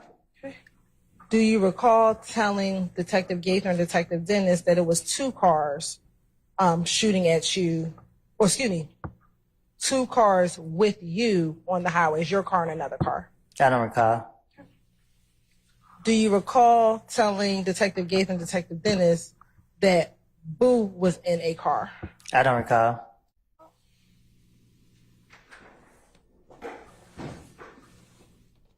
When you heard the pow, pow, pow in the vehicle, what did you do? Thought I was tripping. Did you duck down in the car? No, I turned the radio down to make sure I wasn't tripping. After you turned the radio down and made sure you wasn't tripping, did you do anything with your body? Did I do anything with my body? Yes. I don't recall.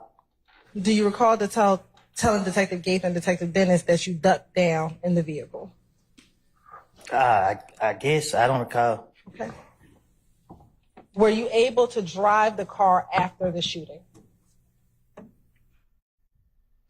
Yeah, I didn't leave it. Do you recall telling Detective Gaither and Detective Dennis that the car stopped working? You tried to hit the gas and it stopped working. I don't recall.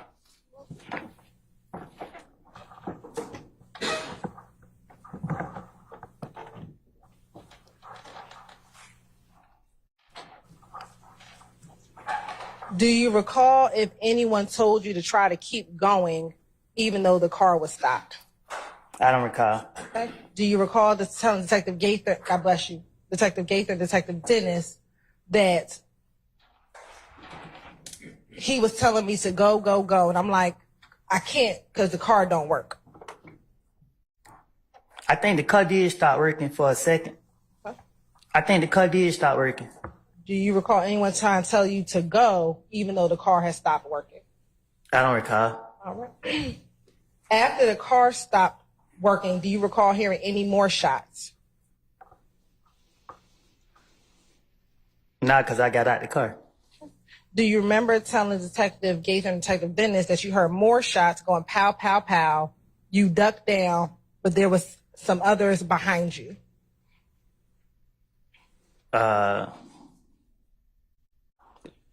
I don't recall, I guess. Okay. Do you not recall? Don't say I think that's what happened. I think, I don't remember if I got out of the car, and I think another car did start shooting. If I'm not tripping. Do you remember the 2 types of cars that was out there shooting at you all? No, I don't. Okay. I thought the people that was with me, I don't remember. Okay, what were you about to say? You thought the people who was with you, what? I don't remember. Do you remember one of the cars being a gray Impala with tinted windows? I don't recall. Okay. Do you recall telling Detective Gaither and Detective Dennis that there was, when you looked up, you saw a car, a gray Impala with tinted windows? Oh, I don't recall.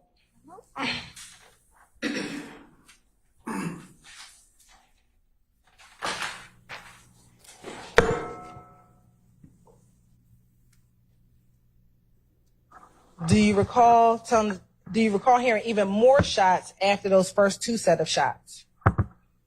Huh?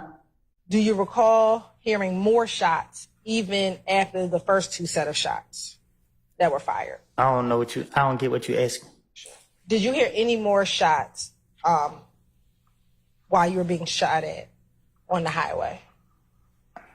I think I told you what I heard. Why didn't you call the police?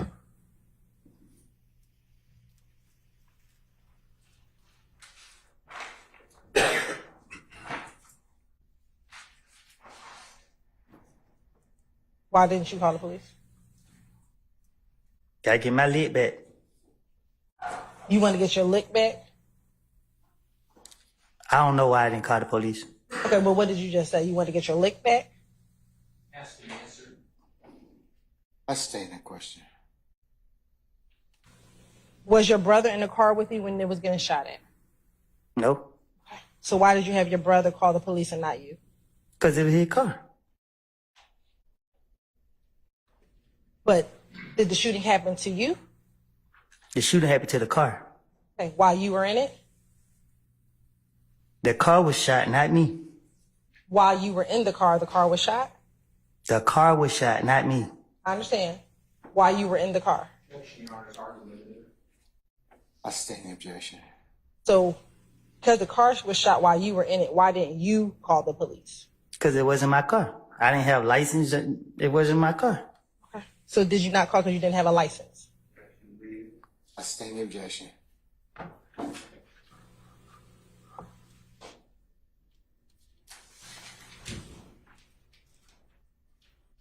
Now, during this interview, did you ever tell Investigator Gaither and Investigator Dennis about the beef between you and Kel,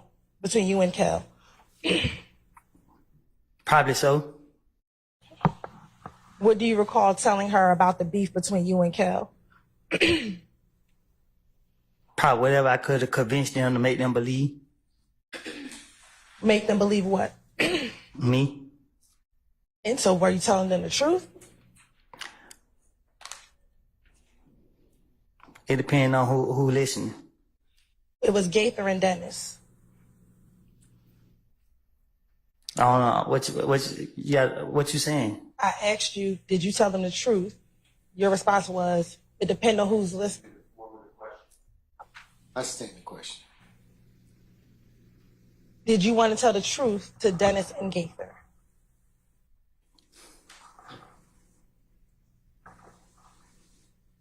I got a very difficult time telling the truth to investigators if I feel they are after me.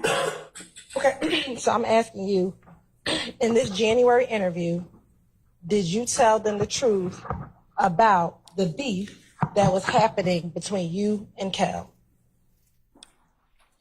I don't know what I don't told them. That's why I'm trying to be careful what I say right now. During that interview, did you tell them about going to Club Crucial every Monday? Probably so. Did you tell them that even when you went to Crucial, you never fought with Kel except for one time? Me and him never fought. I told you he put his hand on me. Okay. Did you tell Detective Gaither, fuck yeah, but we never fought? We never fought, not one time. Did you tell them? I'm overruled the objection, sir. Did you tell that to Detective Gaither? If that's what it said. Do you recall telling that to Detective Gaither? Can you say that again? Sure. Do you recall telling Detective Gaither, in reference to Kel, fuck yeah, but we never fought, not one time? Why I say fuck yeah for? I don't know. I'm trying to hear what you said before that. I'm asking you about that particular line. Do you recall, yes or no, Mr. Copeland? If you I don't said- recall. All right. All right, before you pose the next question, I have a request to take a comfort break. So, ladies and gentlemen, we're going to take 10 minutes and we'll see where afternoon leads us at that point. All right, we're in recess. All rise.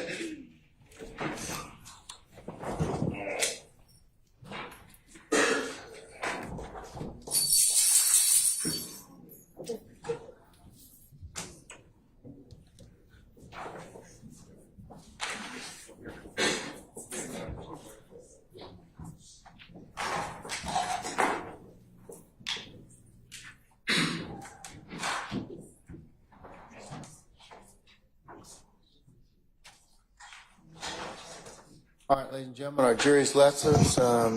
We'll be in recess 10 minutes.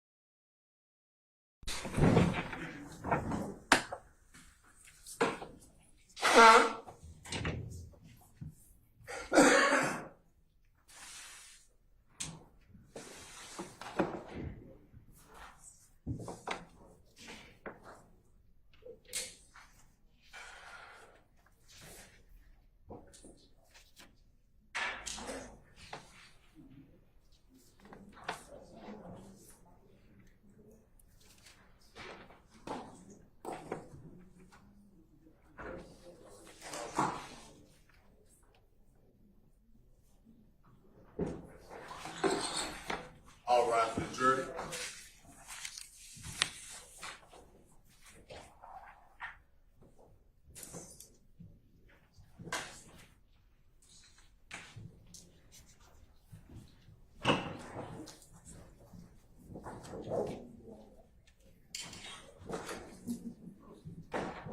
Pam. Pam.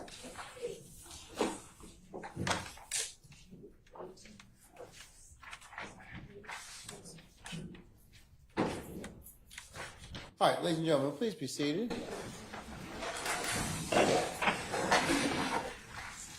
Deputy Hudson, all jurors present? All jurors present, Counsel, Your Honor.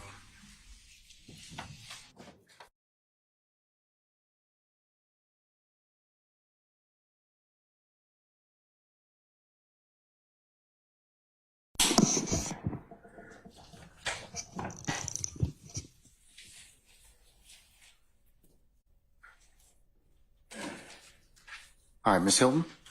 Madam, you may continue.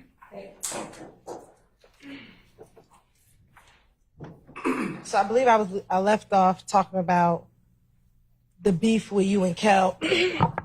Do you recall telling detectives that initially it was just about y'all throwing money and you throw money on them and they throwing money back on you? That's what the beef initially was all about. Yes. Do you also recall Kel being upset that you hung with Boo? Yes. Okay. Why was he upset that you hung with Boo? I didn't ask him. Okay. Do you recall telling Detective Gaither that he was upset because he believed that Boo snitched on Mo? Yes. Yes, you recall telling Gaither that? Asked and answered, Your Honor. I sustain the objection. Do you recall independently Kel being upset with you because you hung out with Boo? Do you remember that? Yes. Okay.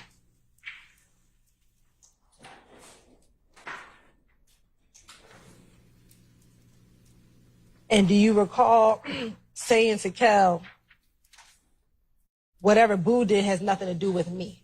Yes.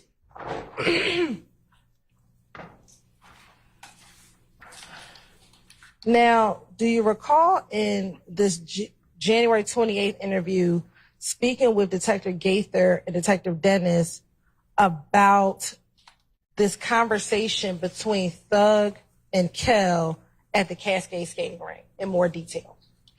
Can you say it again? Sure.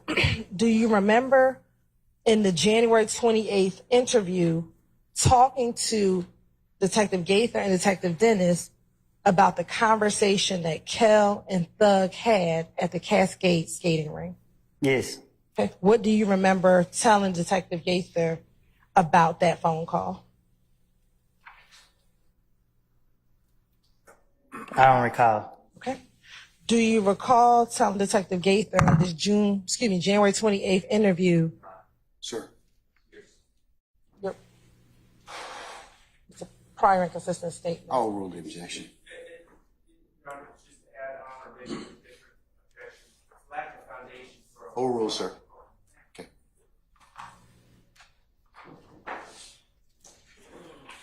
You may answer the question, sir.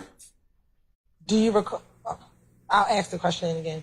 Do you recall Thug and Kel speaking while at the Cascade skating rink in 2015? I don't recall. Okay. Do you recall telling Detective Gaither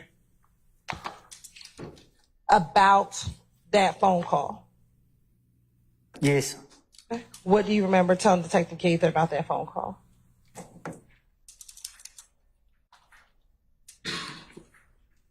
My word for word? Whatever you remember. Oh, I don't know. I don't recall. Okay. Do you remember first telling Detective Gaither that you and Kel had said that the beef was over? You told Detective Gaither that. Yes.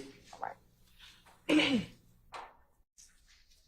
Do you recall, again, telling Detective Gaither in this interview that Kel asked you to call Thug? Yes.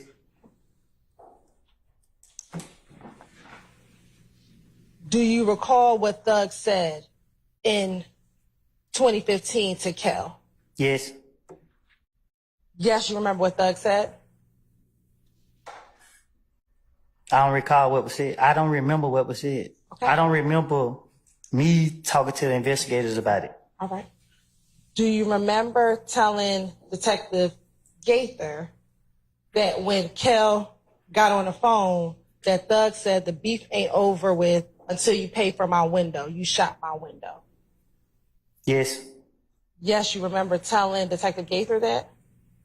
I don't remember what I done told the police. Okay.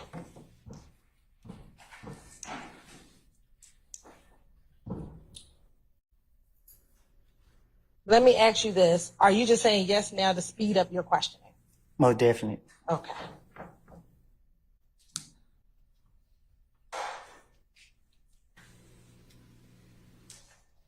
Now, do you recall independently that after Thug told Kel, beef ain't over with until you pay for my window, you shot my window, that you told Kel what you told Kel? Yes.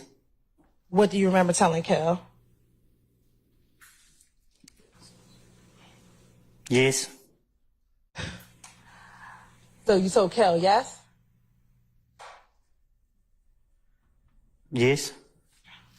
Do you recall telling Kel, look, what y'all got going on, this has nothing to do with me? Yes.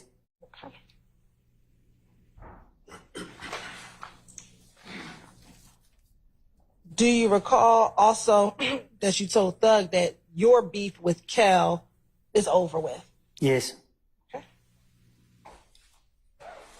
Do you recall what Thug said to you after you said that? Yes. What did he say to you? What did who say to me? What did Thug say to you? When? While he was on FaceTime at the Cascade skating ring. Who was on FaceTime at the Cascade Game Ring? Do you remember testifying earlier that you told Detective Thorpe in January 11th that Kel and Thug... I don't remember what I told the investigator, Detective Thorpe or whatever. Okay. Do you remember telling Detective Gaither in this January 28th interview that Thug said, nigga, I don't care about none of it. Look what y'all got going on. You still shot at me. Just pay for my window. You gonna pay for my window. Hey man, I ain't letting that go. Yes. Yes, you remember Thug saying that? Thug said that? You said yes, so I'm asking you, what do you remember? Cause I keep telling you, I don't remember. You keep asking me questions, so I'm just saying yes. Okay, so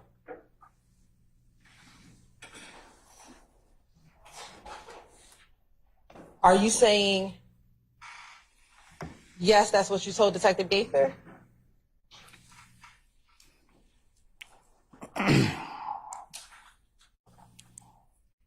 I know I ain't complete school, but I think I'm speaking proper English. I told you, I don't recall nothing I said to no polices. You keep sitting right here asking me the same question over and over and over and over and over. I'm tired of it. I'm drained. Okay. Well, if you would just answer the questions I properly. am answering the question. You asked me, I said yes, yes. When I say yes, you ask me the same question over and over and over and over and over. But did you just tell the court or this jury that you're saying yes just to move the process along? I think I said it loud and clear. So again, will you just answer the questions and we can move the process along? You keep asking, okay, yes. Is that, what are you answering yes to? Your question. I answered the question you posed. Are you lying when you say yes?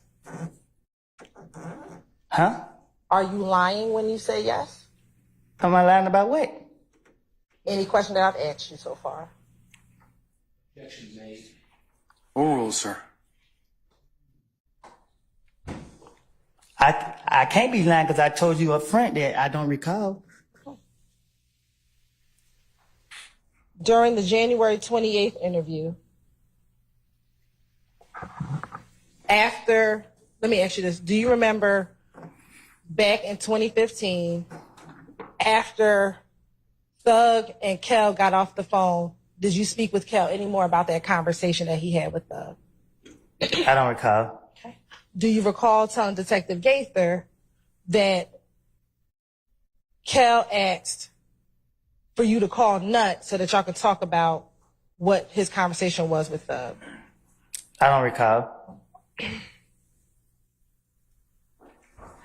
Do you recall whether or not you just told Kel to just pay for the window? I don't recall having a conversation with Kel. Me and him would never have a conversation together. Do you recall telling Detective Gaither, so you hung up the phone and me and Kel started talking like, man, bro, it's over, bro, just pay for the window? I don't talk like that. Okay. Do you recall telling Detective Gaither that Kel's response was, I pay for a window, that nigga tried me? Say that again? Do you recall telling Detective Gaither that Kel's response to you was, I pay for a window, that nigga tried me? I say that? I'm trying to understand who said what. I'm asking you, do you recall telling Detective Gaither? Overruled, sir. Do you recall telling Detective Gaither that? I don't recall. All right.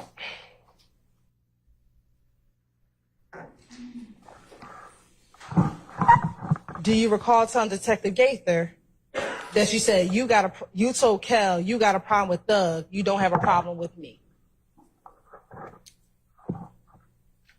You asking me what now?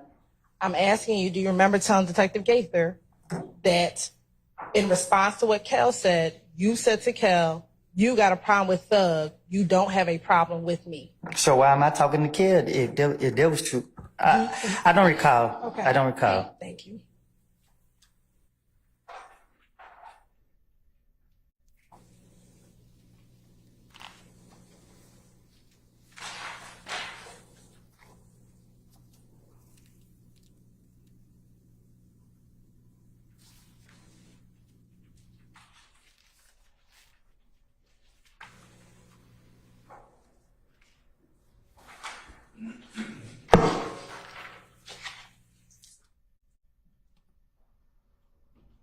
Okay. Do you recall telling Detective Gaither also about the night at Club Crucial when Kel hit you in the back of the head? I probably did.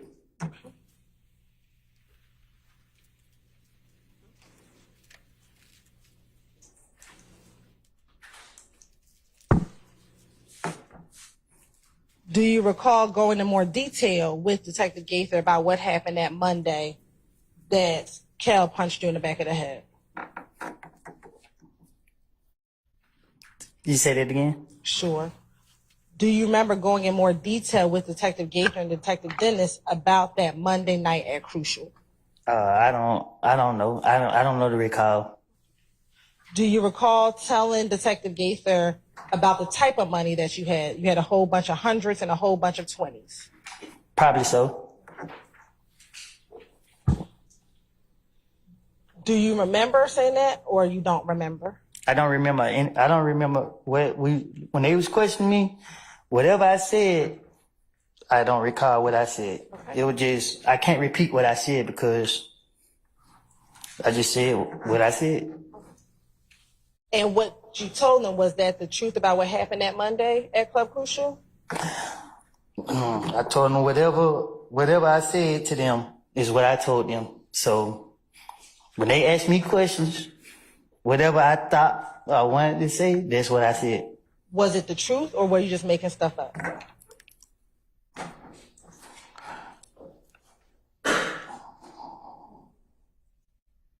I don't recall what I was telling them, so I can't answer that.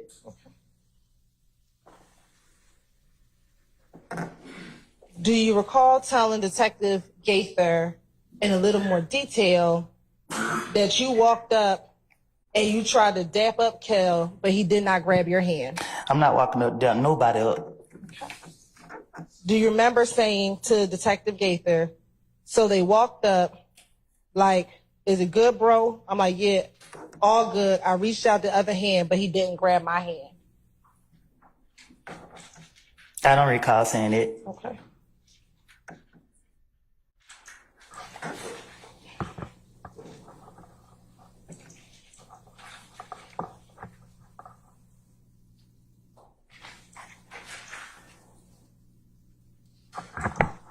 Do you recall seeing an individual named Pokey at Club Crucial on this same night where Kel punched you in the back of the head?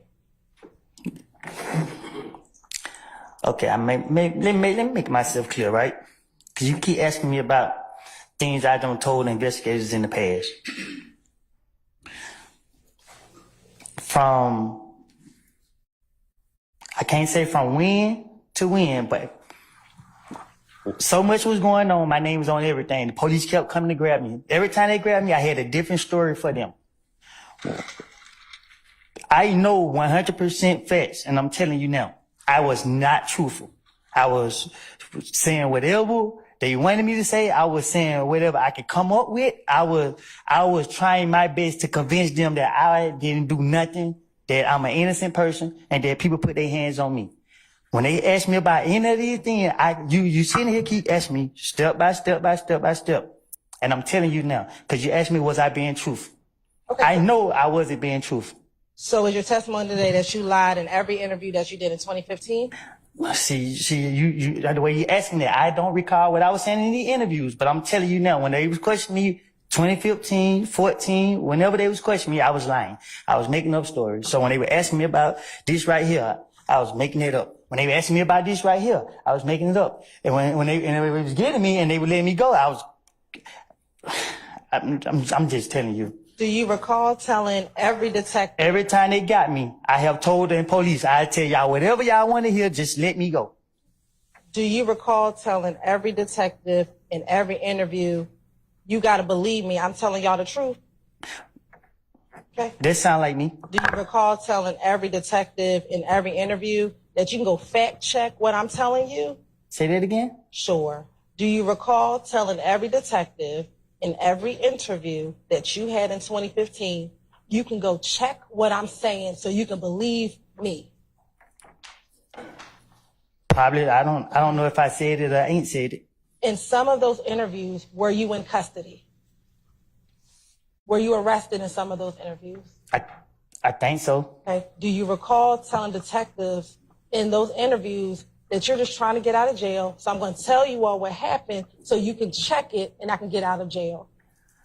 Yeah, I told the investigators that I remember, I think, in one of the interviews, they was locking me up and my child's birthday was coming up. And when they got me, I said, listen, man, whatever y'all want me to say, I would tell you right now. Just tell me what to say and I would say it. Tell me what y'all want to know and I would tell you. So if they would have asked me about President Trump, I would have had a story about Trump. If they would ask me about you, I would have had a story about you. Whatever to convince them that I ain't do nothing, it wasn't me. That's what my intention was. So you're asking me about interviews and I keep telling you keep asking me step by step by step by step by step by step by step by step by step. This is what I did.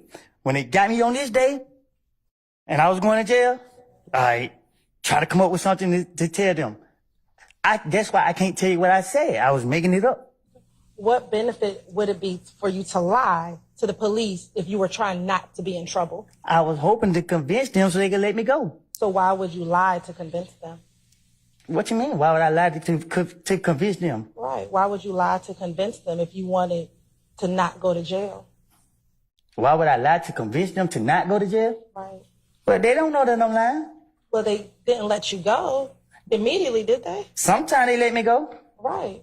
But so when the time they let me go, I thought I was smarter than them. Did the detective say that they had to fact check what you said before they let you go? Can you say that again? Sure. Did the detectives tell you that they had to fact check what you were telling them? and you know, in certain situations. Right. And so what benefit would it be to lie if they told you that they had to fact check it? Oh, it was no benefit because what they did was they picked and choose where they wanted to take from me, and they still left me in jail. So they came back and beat me in the butt. Okay. So going back to my question from January 28th, 2015, did you see Pokey at the club? You want me to be honest with you? I think I just did. I just told you the God honest truth of what I did from January from 2014 until 2021. Every time they got me, they already know me. They already know I got a whole bunch of bullshit to say. I'm gonna ask you to refrain from cursing. What harm? Oh, sorry, everybody. No disrespect. I'm sorry about it. But Overruled, sir. Overruled, sir. What harm would have come from telling the truth about you and your friends? can you explain it? Sure. What harm? Why would you need to lie if you were just trying to tell them about what you and your friends were doing? I sustain the objection. Going back to the January 28th interview, understanding that you said you lied, did you tell Detective Gaither that you saw Pokey in Club Crucial on the Monday night where Kel knocked you in the back of the head? I don't recall what I said. Do you know who Pokey is? Yes, I do. Who is Pokey? A friend. Of who? Me. Okay. Is Pokey related to anyone? What you mean? Is Pokey related to Thug?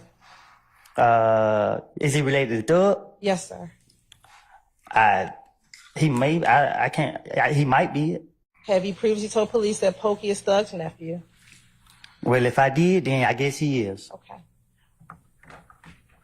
Since you're saying that everything is a lie in all of these interviews, in January 28th, did you tell Detective Gaither and Detective Guinness on the same Monday at Crucial that you walked to the kitchen and everyone was looking back and everybody was walking behind you?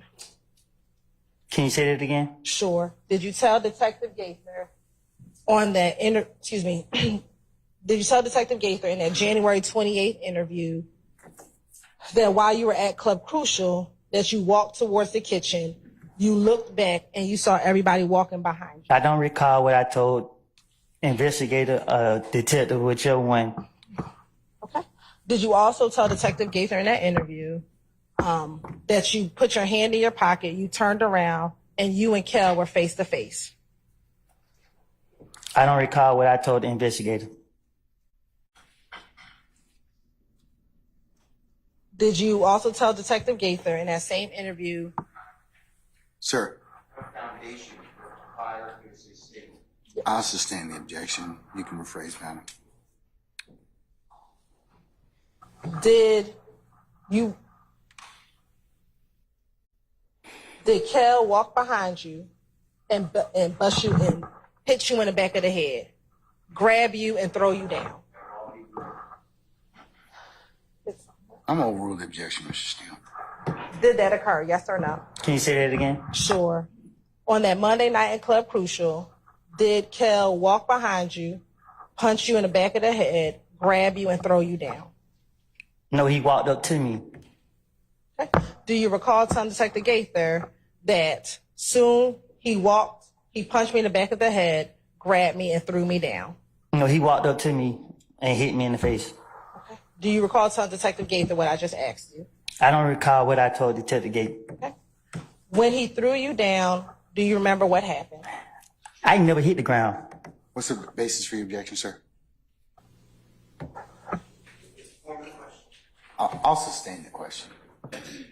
What happened after he threw you down? I never touched the ground. Okay. Did you tell Detective Gaither in the January 28th interview when he threw me down, he had his hands on me and he started pulling at your zipper? I don't recall what I told the investigators. But after he hit me in the face, I ducked my head and went through the crowd of them. At any time, do you remember him grabbing your pockets? I don't recall. Do you recall telling Detective Gaither that he grabbed your pocket and he was trying to get in. Nobody never took that from me. Okay. I know earlier you said your head swelled up. Do you recall any other part of your body swelling up? No, I don't recall. Do you recall telling Detective Gaither, another person hit me and say, boom, my eye swole up? I don't recall telling it to them, but somebody else did hit me. Okay. Do you remember about how many people were hitting you? No.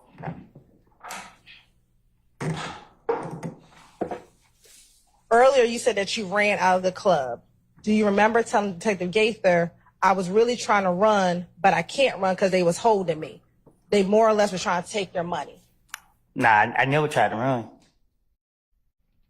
Are you saying now you never tried to run? No, I just ducked my head and I didn't run, but I just ducked my head and they mainly, after whoever hit me, after they hit me, nobody else didn't touch me. Okay.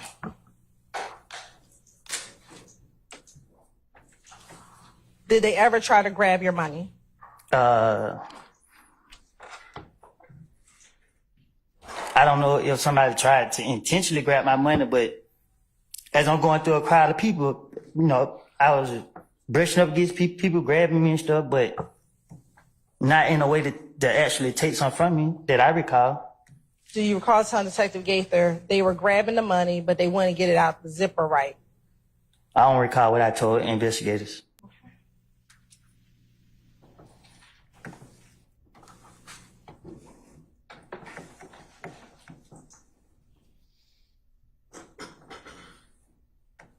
Now, earlier, do you recall Bloody J fighting outside? Now I was swole, so I was in the parking lot trying to get in my car. Okay. Do you remember telling Detective Gaither that Moonsunk was fighting Bloody J? I don't recall.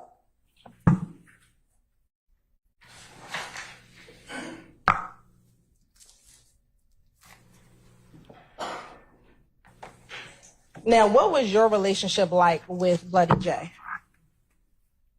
What you mean? Were you cool with him? Was I cool with him? Yes. I don't know how to answer that. Okay. How would you describe your interactions with Bloody J? What you mean? Do you remember telling Detective Gaither that you've been trying to help Bloody J get in back with them? I'm trying to help him with? Get back in with them. Oh, I don't know what was taking place. I talked to the investigators. I was trying to tell them whatever I think I can convince them to believe. I don't get in people's business to be knowing what they be having going on. But I'm good with coming up with a story. What would talking about Bloody J have to do? Why would that help you get out of? Because the investigators they just, I don't know, like they so focused on me. I'm trying to get them off of me. They need to go focus on somebody else and get their attention off me.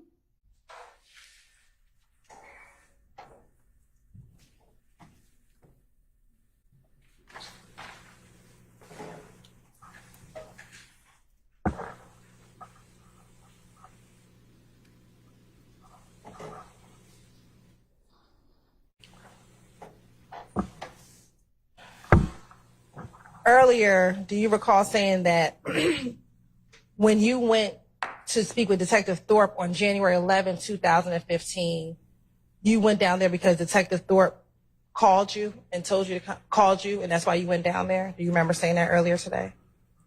I believe after they shot somebody, one of my family members, my baby mama house up, that's when the investigators called me. Because they said that it related to something. I don't know. I can't really remember exactly, but that's when I went down for questioning. Okay. And did you go there voluntarily? What they mean?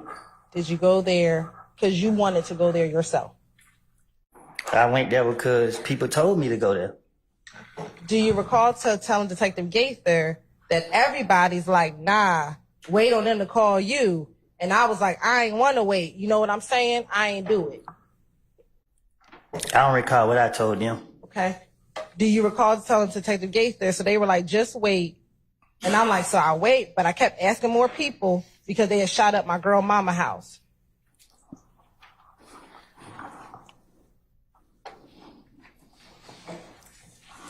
Most time I talked to the police, they had to come and get me. Did they come get you on January 11th? They didn't have to Okay, you drove down there you had Moonsoon take you down there. because everybody was telling me to go down there. Okay. And Moonsoon, didn't you encourage Moonsoon to come and talk to the police too? Say that again? Did you encourage Moonsoon to come and talk to the police? I think I remember telling him that they said, man, you did it. You need to come in here with me. And do you remember him telling him, nah, I'm going to wait for them to come to me? No, I think he told me to give the investigator his number and tell him if they wanted him to call him, if I'm not mistaken. Do you remember telling Detective Gaither? I came out here, I got Moonsoon, and I'm like, you don't want to come in and talk to him, bruh? You know your name in it, bruh. And he's like, shit, I'll wait on them to call me. I know Detective Gaither she got somebody against me. She making her business to try to get me. So anytime that she trying to question me, I'm gonna spin her every chance I get. But I do not recall what I told her when she questioned me, but when she questioned me, I know she trying to get me. Okay. Is Detective Gaither able to tell you the answers that are coming out of your mouth? I stand the question as the form. Does Detective Gaither know what you think, what you're going to say?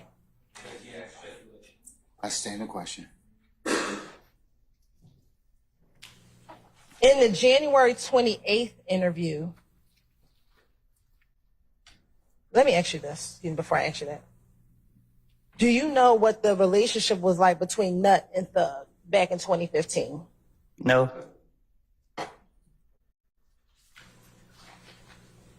Do you recall telling Detective Gaither, at least in the January 28th interview, that Nut and Thug was cool?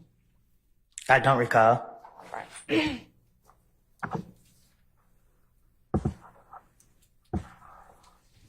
Do you recall telling Detective Gaither, on God, I didn't even know? There's an objection. I sustain the question. I'll sustain the question. I think the question was, back in 2015, did you know the relationship between Nut and Thug? It's still subject to foundation. I'm staying. But now I'm impeaching him on what he told detectives about his knowledge of the relationship. I sustained the question before it. You still need to lay some foundation as to how they knew each other in that particular time period, okay? That was the basis of Mr. Steele's objection. Back in 2015, were you familiar with Nut? Yes. And were you familiar with Thug? Well, what do familiar mean? Well, you just answered that you were familiar with Nut, so... No. I sustain the question, the question. When I just asked you, were you familiar with Nut, and you said yes. Why did you say yes? Because people have different definition of words, things. And I knew of Nut. Okay. If that's the same, then I guess. Did you spend more time with Nut or with Thug back in 2015? I spent more time with Thug. I didn't hang around Nut. Did Thug ever speak with you about his relationship with Nut? No. Did you ever observe Thug and Nut together? I never saw those two together. I never been around those two together. No, it never crossed my mind. So how were you able to tell Detective Gaither that Nut and Thug was cool? Because they're questioning me, and I'm trying to get them off of me, and she asked me questions about Nut and Thug, I guess, and I'm telling her whatever she asked me. Let's say she asked me a question about this guy. I'm gonna say, yeah, I seen the sky. It's blue. Whatever she asked me, I'm gonna say, I'm gonna agree to that. I'm gonna say whatever she asked me. If she asked me about this reporter right here, I'm gonna say, yep, she's sitting outside me with white tennis shoes on. I'm gonna say something. Just because I want her to believe I'm telling her the truth, that I want her to get me out of jail. What, she has on white tennis shoes, don't she? Don't you got on white tennis shoes? She got on Chucks. Right, and they white, right? What color your shoes is? Okay. She got on Chucks. So you telling the truth? What color your shoes is? She said they white. Right, so you're telling the truth then? Well, it depends. See, you pick what you want to tell them. So did you also tell Gaither in another interview that Nut and Thug had problems? Can you say it again? Did you also tell Gaither in another interview that Nut and Thug had problems? See? You saying it right there and there. So my question for you is, how would you be aware, how did you know about any relationship between Nut and Thug? I didn't.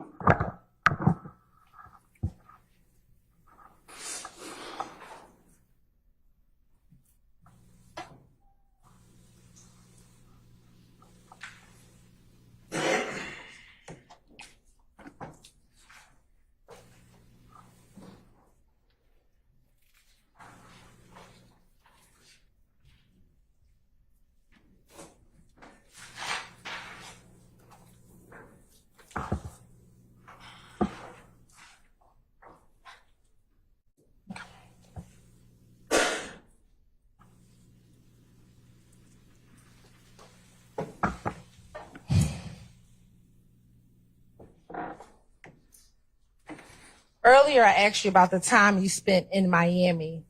I mean, you recalled you didn't remember. Do you recall to tell Detective Gaither that you spent about a week in Miami?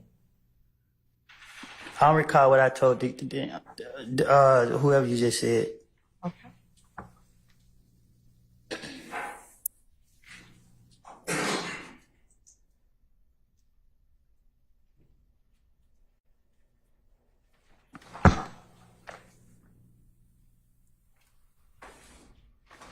Now, when you came back from Miami, did you have any concern about Thug and you and your relationship? What you mean? Did you have any concerns about Thug and you and your relationship? You asking me? I am. Yeah, did I have any concern? Yes. I just left on with Young Thug? Yes. And what my concern was? I'm asking you if you had any. If I just left with him, why would I have any? Okay. Do you remember telling Detective Gaither, so we came back and it was like Thug was trying to get rid of me? You feel what I'm saying? Had to switch it up. You had to switch it up. I had to switch it up. Why did you have to switch it up? Because they kept targeting me. Who is the they? Investigator Gaither and Dennis. Why did you have to switch it up to say that Thug was trying to get rid of you? What would that? Oh, I don't know what I don't. No. Oh, let's go back. Okay. Now I said that he was trying to get rid of me. Yes. That's what I told her. Yeah. I don't recall what I told her. Okay, you don't recall that.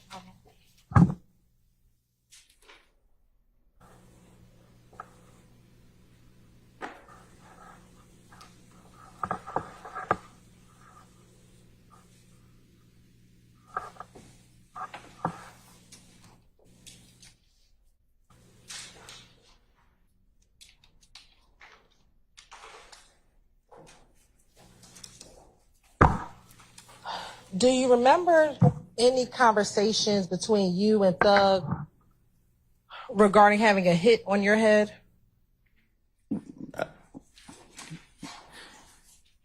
You said, do I remember having a conversation with Thug about somebody having a hit on my head? Yes. No, I don't recall. Okay. Do you recall telling Detective Gaither that Thug called you and said, bruh, they said I got a hit on your head? And you were like, bruh, you do? And he was like, nigga. And then y'all started laughing. Oh, you saying that I said Thug had hit out on my head? That's what I'm trying to, yes, do you recall? I thought you were saying that me and him having a conversation and you saying someone else said he had someone else have a hit on my head? God bless you. Are you saying that Young Thug had a hit on my head? I'm saying, do you recall having a conversation with Thug in which you discussed having a hit on your head? Was my initial question.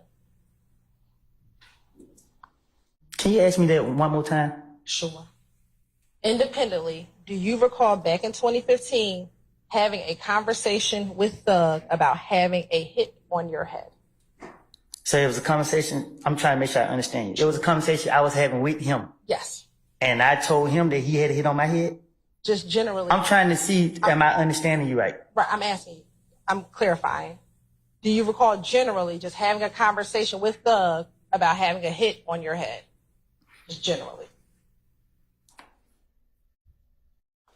So you saying I'm trying to, I don't understand you. Sure. You saying I'm talking to him, me and him talking, I'm telling him that he has a hit on my head. No. That's what I'm trying to see what you're saying. I'm asking you, do you remember just being on the phone with Thug and having a conversation about a hit on your head?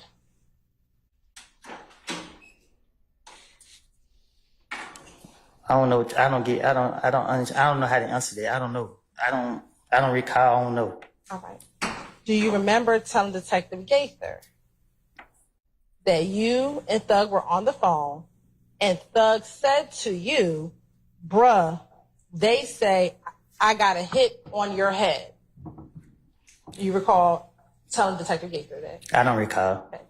And do you recall telling Detective Gaither in response to that, you said, you do? And then he responded, nigga, and then y'all started laughing. I don't recall. Okay.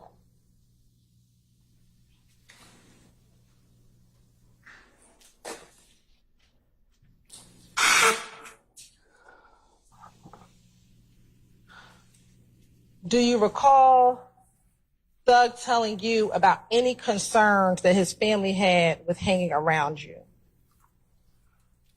I don't think I said family, but I do remember people was coming to me, telling me things. Telling you things about what? Objection, Your Honor, hearsay. All hearsay. I'll sustain the objection. Do you remember telling Detective Gaither that Thug told you that they're saying on the street that you and Thug had beef? No, I don't recall that. Okay. And that you said, you told Thug, man, I haven't heard anything like that. I think I just told you that right now. Okay.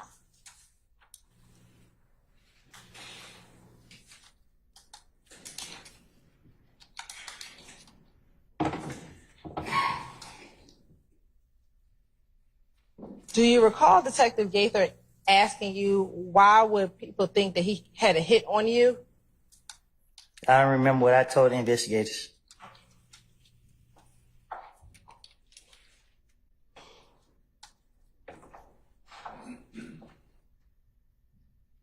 Do you remember telling Detective Gaither, like I told you, because everybody in the street saying I did it, and if they kill me, everybody, it's going to go away. Do you remember telling her that? I remember that. I remember people coming to me, telling me things that was making me think people was telling me stuff that were trying to people was getting in my head and making me believe things. And I started being paranoid, thinking stuff.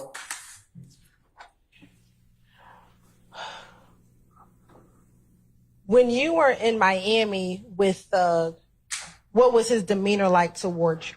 How did he act around you? What you mean? I was with my baby mama. Were you ever around him in Miami? Like,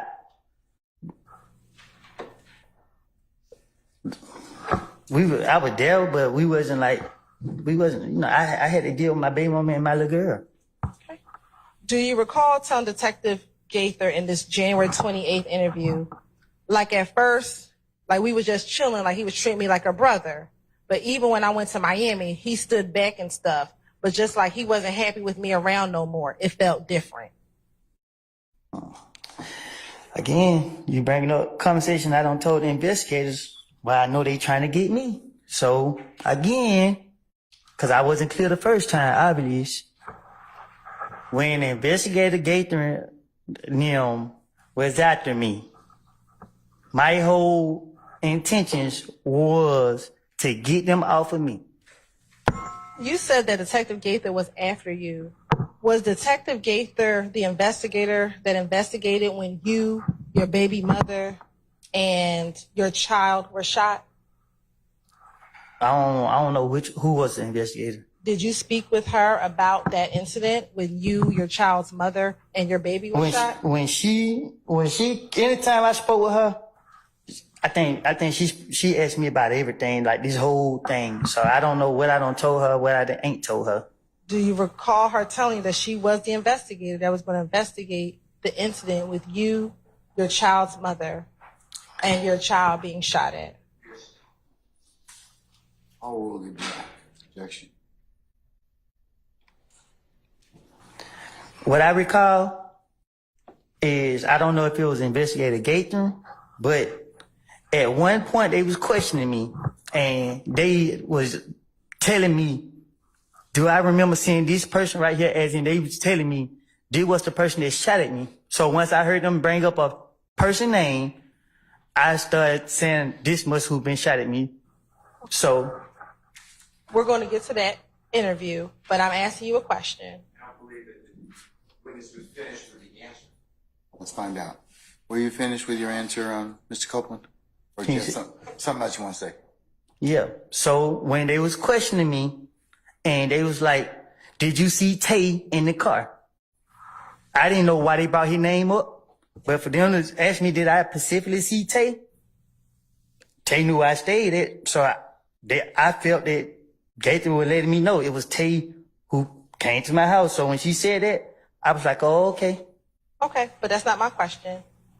Was she the one who investigated you? I just remember when she was questioning me about me and my child being shot at, she brought up a person name to me and kept asking me about it. And she brought up two other names, but I didn't know them people to hang together. So I really didn't, I brushed the other two names out. And then later they found out that those was the people involved. Do you remember, and we're going to actually get to that interview All right. next, but do you remember in that interview actually you not wanting to tell Detective Gaither who shot you because you were afraid of being put in the paperwork and snitching? Do you recall that? I recall this, and this is the God honest truth. I told those investigators that I did not see nobody's face. They constantly kept asking, you gonna let dudes shoot at you while you got your kid? Listen, man, it ain't about being afraid of being paperwork or nothing. You feel me? Like, it's not. Do you recall telling the police that you did not want to be in the paperwork? I probably did. But if I had to be in paperwork, I'm still gonna be the same person. Let's get back to the January 28th interview. Do you recall telling Detective Gaither that even when you were in Miami, he stood back and stuff? It looks like he wasn't happy with you anymore. It just felt different. Can you tell me what because you asked me about interviews. A lot of stuff started changing. You got to be more specific because at one point, the police were targeting me so much that I was turning against everybody. I was thinking everybody was out to get me. So when the investigators started asking me questions, whoever they started asking me questions was, they started becoming a problem with me because I started thinking that everybody was out to me. So I can't tell you what I said to Investigator Gaither, Dennis, or any other investigator that questioned me. All I can tell you is that I was in a messed up state of mind, and you asked me about questions that I was supposed to be asked back then. That if I say something, you're gonna say, "Oh, I might impeach him," or whatever the word is you use. When I don't know, I can't answer that. Independently, did you feel different around Thug while you were in Miami? Did I? I would never stay down there a week with him. I'm asking you. I don't recall how I was being down in Miami. All right.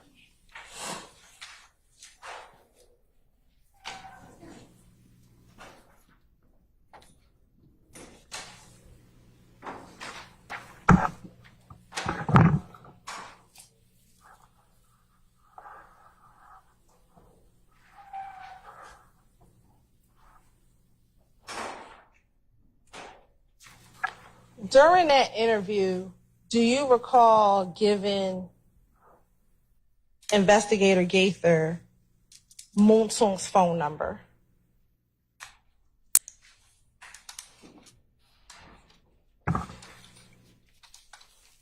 Is it? That's the question. To my, is that the After the shooting on the highway. I remember Moonton told me that if they wanted to question him about what happened, that it was okay to get on his number and they can call him. Do you remember his phone number back then? No, I don't even remember my phone number right. And did I have them? Okay. Do you recall giving the phone number 404? Sir, do you have objection? You told us just to give the last four numbers. That's fine. Okay, all right. Was it 893? Do you recall giving the number 8935? I don't recall.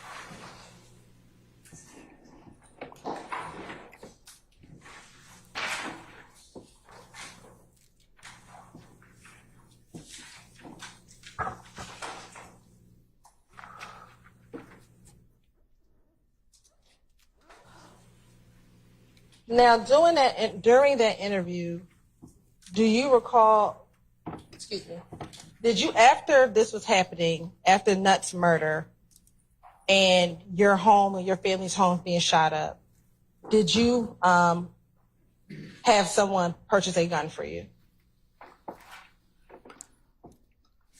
I had someone purchase a gun for me after the homicide investigator said that I had the rights to defend myself. And was that after your car had been shot at on the highway? No, I think it was Investigator Thorpe who told me that. So I don't know when he told me that, but he told me that at one point. And did you purchase that gun yourself or someone else purchased it for you? Well, someone else purchased it. Who? Lady. Let's stay in the question. Did Little D in this, is this a Little D from Cleveland? Let's I'm gonna hold off on the ruling on the objection till she poses the question. Is this the Little D from Cleveland? Yeah. Okay. Did he purchase guns for anyone else that you are aware of? How I supposed to know? I asked that Well, you are actually, aware of. he didn't purchase a gun for me. He had one and I bought it from him. Okay. Do you recall to tell Detective Gaither that he purchased the gun for you from Arrowhead Pawn Shop? That's where he said he got it from. Okay. But it was for you. Do you recall that? I bought it from him. Now, in the shooting on the highway,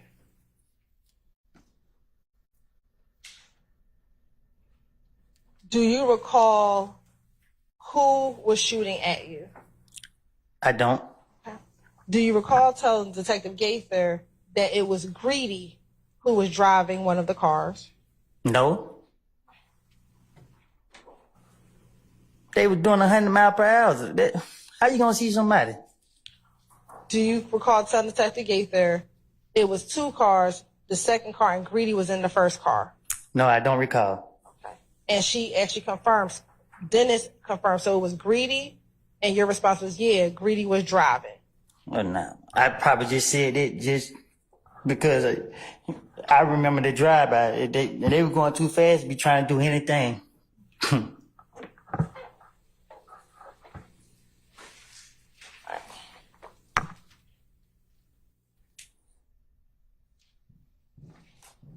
Why would you say it was greedy?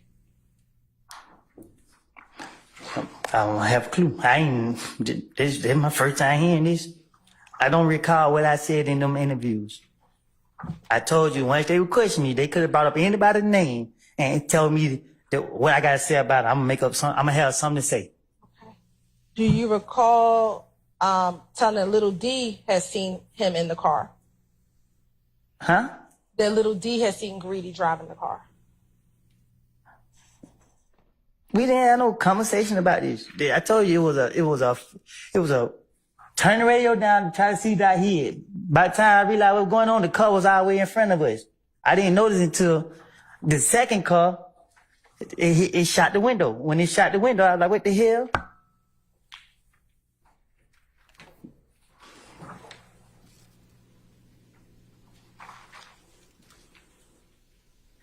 And I don't know if I told the investigator this, but I thought the car that was behind me was the car that set me up. So I don't know what you're getting at with talking about what I told the investigators. Who was in the car behind that you thought set you up?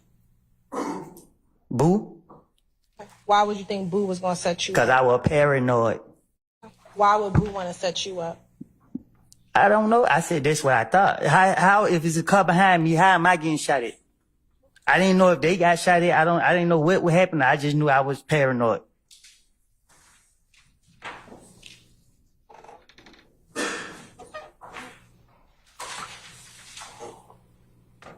When Little D from Cleveland bought the gun for you, did you go with him to the pawn shop? Did I go with him to the pawn shop? Yeah. I can't recall. Okay. Do you recall telling Detective Gaith and Detective Dennis, I can show you the gun I got, the same gun I had when I went right to the pawn shop. My buddy bought it in his name and went right back home. Do you tell Detective Gaither that?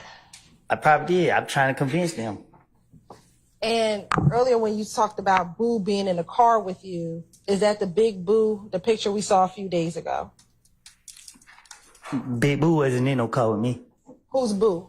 I said he wasn't in no car with me. In the car behind you, when you said it was Yes. Boo in the car behind you.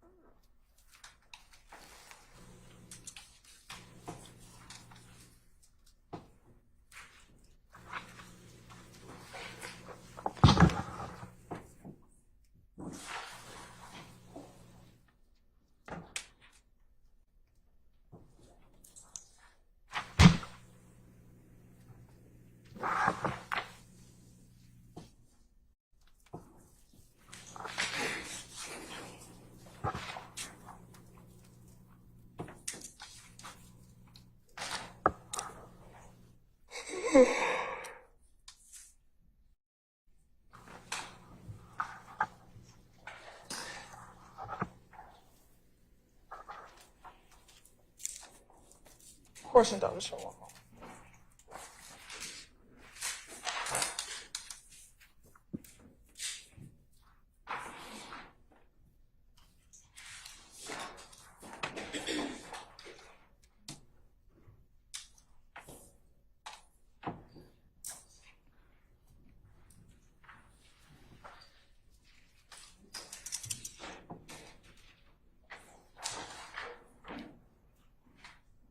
Now,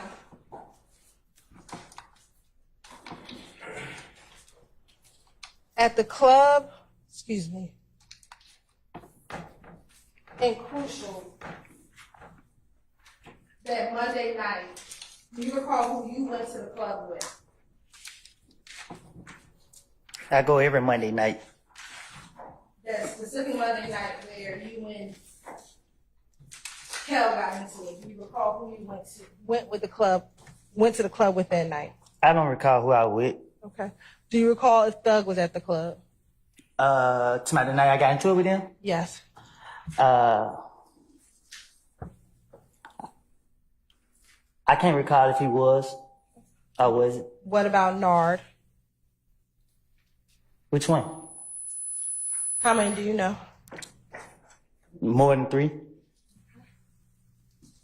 Were any of the Nards there at the night? No, not that I recall. I don't, yeah. What about Yak? Was he present at the club? Yeah, I think Yet was there that night. Was Shannon there? Was he? I can't recall if he was. Was Little D from Mechanicsville there?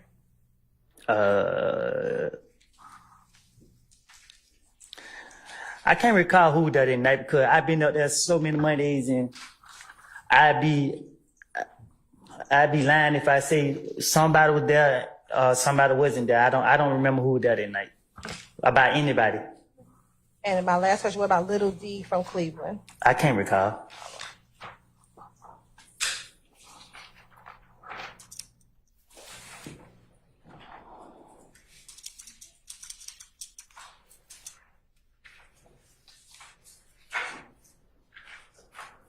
Now, after this interview,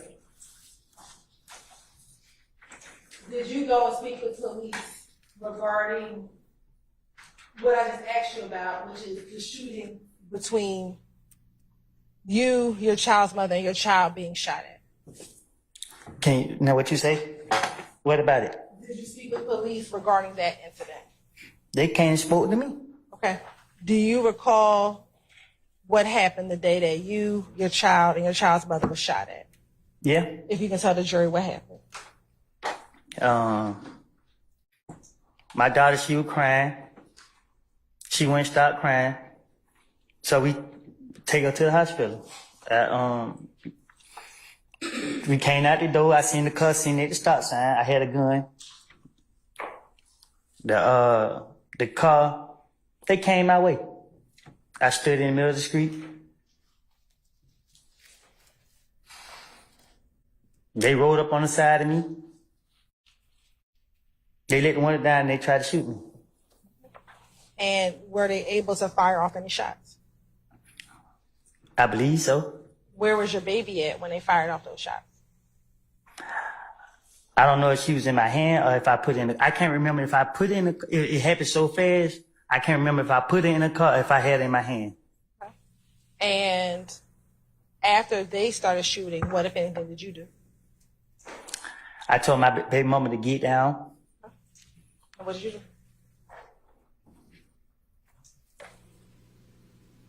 What you mean? When they shot at you, your baby, and your girlfriend, what did you do? I got them up off of us. And how did you get them up off of you? I shot back. Okay. And what happened when they shot back? When you shot back? I kept shooting. Okay. And what happened?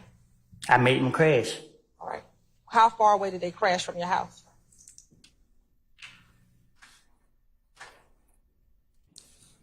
Not far. Was it about the distance that we are? Or was No, it further? farther. Was it back to the end of the courtroom? Probably so. Okay. Once they crashed, what happened? I grabbed my baby and my baby mom and I ran them back in the house. And were y'all able to make it inside the house? Did you go back inside your house or did you go to the neighbor's house? Well, she left her purse in the car. Okay. She left the keys. We couldn't get in the door, so the neighbors let us in. Okay.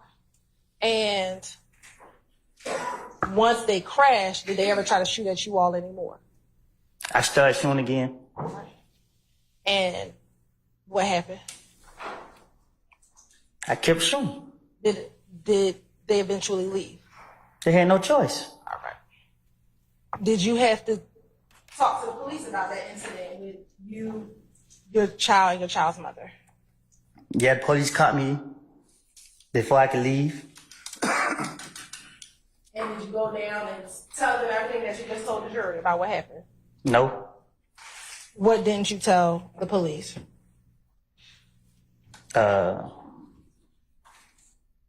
No, I think I did. I don't know. I can't remember exactly what I told them, but I told them that the car pulled on the side of me and tried to shoot me. I think I didn't tell them that, I think I told them somebody else shot back. Do you recall something that you shot back? Yeah, I remember. Cause I remember the other one told me, he asked me, did I shoot? He asked me something. I lied and said somebody else was shooting. And then when Gathering came, I knew that she was I couldn't come up with the name that I said was shooting back was a name that Gathering knew she knew I was lying about. So when she came, I went ahead and admitted that it was me who was shooting because I knew that I couldn't lie on I couldn't put it on the name that I tried to say. Do you recall being interviewed about this shooting twice, like back to back? Can you repeat it? Sure. Do you remember being interviewed about this shooting with you, and I would just say Deshaun and your daughter twice?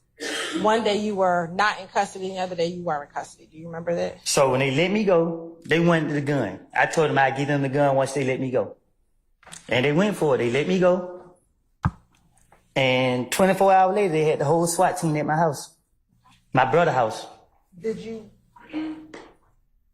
ever give them the gun that you used? No. Okay. Why not? What I look like. Whose gun was it? Clearly mine. Do you recall telling detective that it wasn't your gun? I probably did. Do you know whose gun you said it was? I can't recall. Do you recall telling them that it was Shannon's gun? No, I don't recall what I told him. Now, the first time that you went in to go talk about this incident, do you remember speaking with a Detective Curry? There's so many different polices. I don't know. All the names I know is Thorpe, Gaither, and Dennis. Okay. And the light-skinned lady. I don't know the other people name. All right. When you first went to talk about this incident, was it with Thorpe, Gaither, Dennis, or was it somebody else? With me and my daughter? Yes. When I came out the neighbor house to try to get the door key, I looked over, I ain't seen no police. When I walked out the door, the SWAT team was already right there. And when they got me right there, there was some investigator right there talking to me. But when he looked and seen who I was, he called somebody. Then they went to jumping out the sky, coming out the bushes, every which way. They questioned me right there. I don't know who it was they questioned me.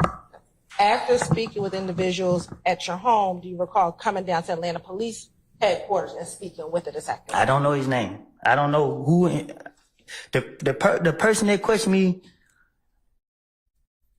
he wasn't Gathering, so he went for what I told him. Okay. And what I'm asking you is, do you remember speaking to that detective down at headquarters at Atlanta Police Department? I remember speaking with him, but I don't really I can't say for sure what I said to him.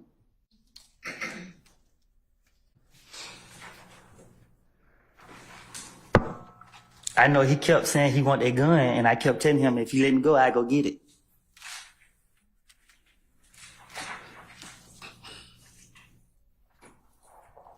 When you had the interview, when you met with that detective, did you meet with, was it you and Deshaun at that interview? Can you repeat that? When you went down to that interview, was it you and Deshaun? Did y'all both go to that interview? Yeah, I made them let her, because why y'all want to question me if it was both of us? Y'all, and I told him, y'all gonna lock me up, just gonna lock me up. And he was like, no, we not locking you up. So I'm like, well, why she can't come if she was a victim too? Okay. So he's like, well, she can come. All right. And did the both of you speak with that detective? I don't think she spoke with him, but because she didn't see nothing.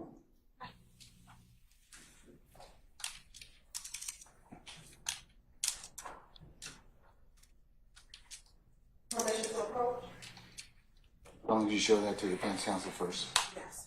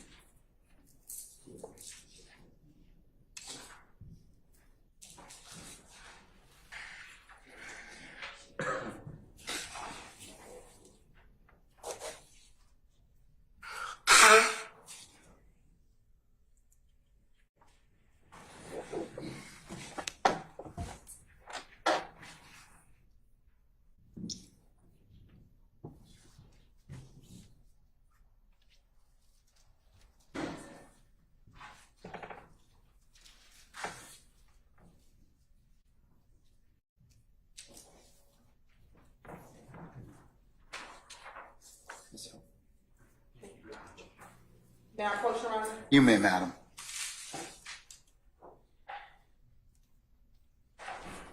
I'm showing you what's been marked as State Exhibit 378, Yankee Charlie 1. Do you see yourself in that exhibit? Yeah, Do you also see Deshaun in that exhibit? yeah, And do you also see the detective in that exhibit? yeah. Your Honor, excuse me, this time say like Tender State Exhibit 378, Yankee Charlie 1. Is that? Any objection to states 378 Yankee Charlie 1? No objection. All right, it's admitted and may be published as you see fit. Publisher. Court's indulgence law.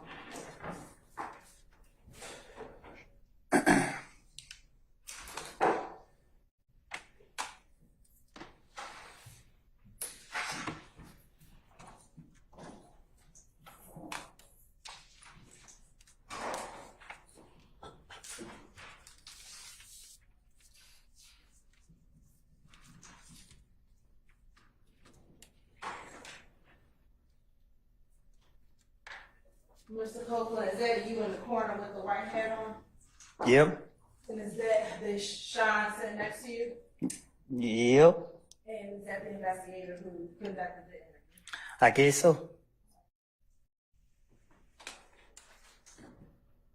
Now, Mr. Copeland, a few moments ago, you said that he wasn't Gator, so he went for what I told him. What did you mean by that? He wanted the gun. Okay, so why would you say that he wasn't Gator, so he went for what I told him? Because I know Gator know, she know me. Okay, and when you say she knows you, what does that mean? She know I'm about to bullshit her. She knows me. And again, watch your language. Oh, my bad, I'm sorry. I object to that comment. It's an adult forum. He can say what he wishes to at this point. What was your answer, sir? She know I'm about to play around. All right. Okay. Now, during the course of this interview, earlier did you say that you told him it was somebody else, or did you tell him it was you who actually did the shooting? When they caught me at the house, I was trying to sneak back out to the car and get the door key. So when the SWAT team seen me, and then he wouldn't let me go back and let them know that they had me. So I had to stay right there. So when the police started coming out the bushes and stuff, they questioned me right then and there. So I told the man who walked up on me, I said it was somebody named Tayshun. Okay. That was when you were still at The house. But when you got to the police department, did you tell him? Before I got to the police department, I think Gator pulled up at the house. I think somebody pulled up at the house that knew who I was. And they kept somebody, Tay who. And I couldn't come up with no Tay that they didn't know. Okay. I wasn't gonna lie on nobody. Like, I wasn't trying to lie on nobody and get them locked up at that time. So I'm just like, I can't lie on this nigga right now. So I went ahead and said it was me shooting. Okay. And after this interview, were you ever arrested for shooting at the car? Yeah, I most definitely was arrested the next day. No. Were you arrested for a probation violation? I was false arrested. They locked me up for not doing community service when I never had community service to do.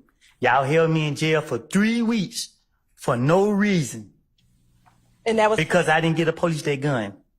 That's what y'all did to me. Okay, but were you arrested for the probation of not doing community service? My probation officer told me she didn't put a warrant out on me and told me there was something that had nothing to do with her. She couldn't speak on it.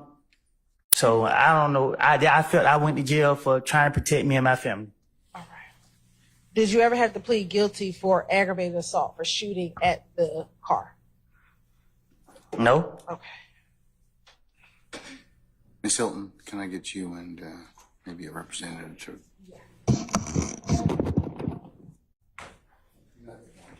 Yeah.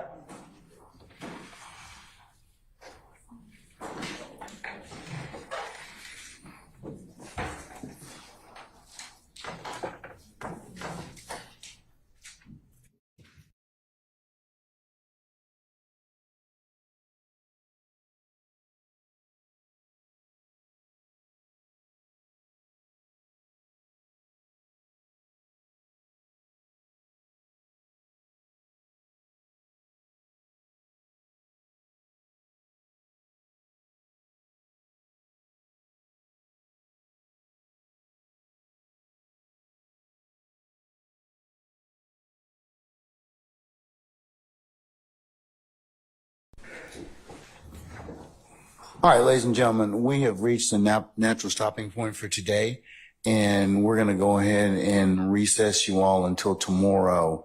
Remember that this Friday I have other unrelated business in the morning, so you won't need to report tomorrow until 12:30, and then we'll start up somewhere around 1 o'clock, and then we'll work until somewhere between 4 and 5 o'clock. Okay.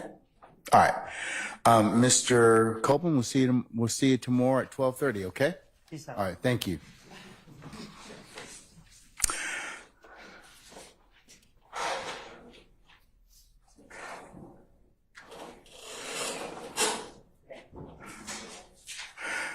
All right, ladies and gentlemen,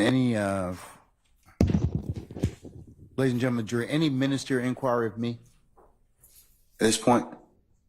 Okay, all right. Let's go through your nightly admonitions, and then we chat here, okay? Remember to leave your notepads in the basket. Do not take them home with you or any other place. Remember, as you are seated back there in your headquarters or jury deliberation room, as you go to come here in the mornings or leave in the evenings, or as you take comfort breaks and lunch and other places where you're together as a corporate body, or even if you're in ones and twos, remember that you are not to discuss this case in any way amongst yourselves. All right. Remember, you cannot recap, review, handicap, or otherwise consider or weigh the testimony of any of the witnesses thus far, or begin any such thing that might be considered your deliberative process. Remember, you can only do that when the court properly instructs you on how to do that at the appropriate time, this matter, okay? Remember as well, ladies and gentlemen, you cannot seek any advice from any third parties or third-party sites, like, for example, any reference materials, Google, any other reference sites that you may think may aid you in your understanding of what you've heard so far. Remember, you can only consider what's been lawfully presented to you within the four walls of this courtroom during the trial of this matter, and you cannot consider any outside sources. Those include any recaps or any other testimony or any other commentary about this trial or anything such as that.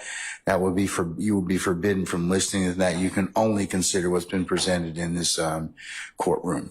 Remember that if any third party should try and reach you by any means, manner of communication, that your duty and responsibility would be to let myself and Sergeant Ingram know immediately. All right, and then remember, ladies and gentlemen, I told you as well that you've heard a number of scenes or you've seen maps of that may depict different things. You cannot go by any of those places. You cannot do any sketches. You cannot take any pictures, and you cannot share any outside information you may or may not know about any of those places with anyone.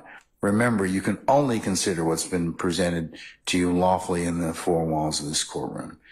And then lastly, ladies and gentlemen, thank you for your patience, and thank you for your attention that you've given and will continue to give to this matter. And unless you have any other ministerial inquiry of me, 12:30 tomorrow, and we'll get started by 1 o'clock, okay? All right. All rise.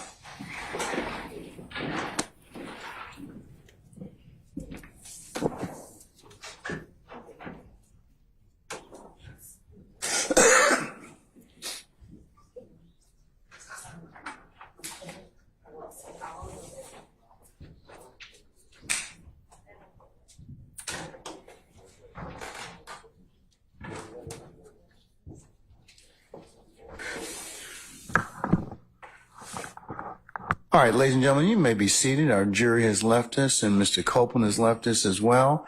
All right. Any ministerial inquiry of me before tomorrow morning at 12:30.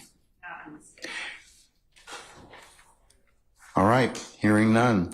Ladies and gentlemen, I'll see you tomorrow at 12:30, okay? All right. We're in recess.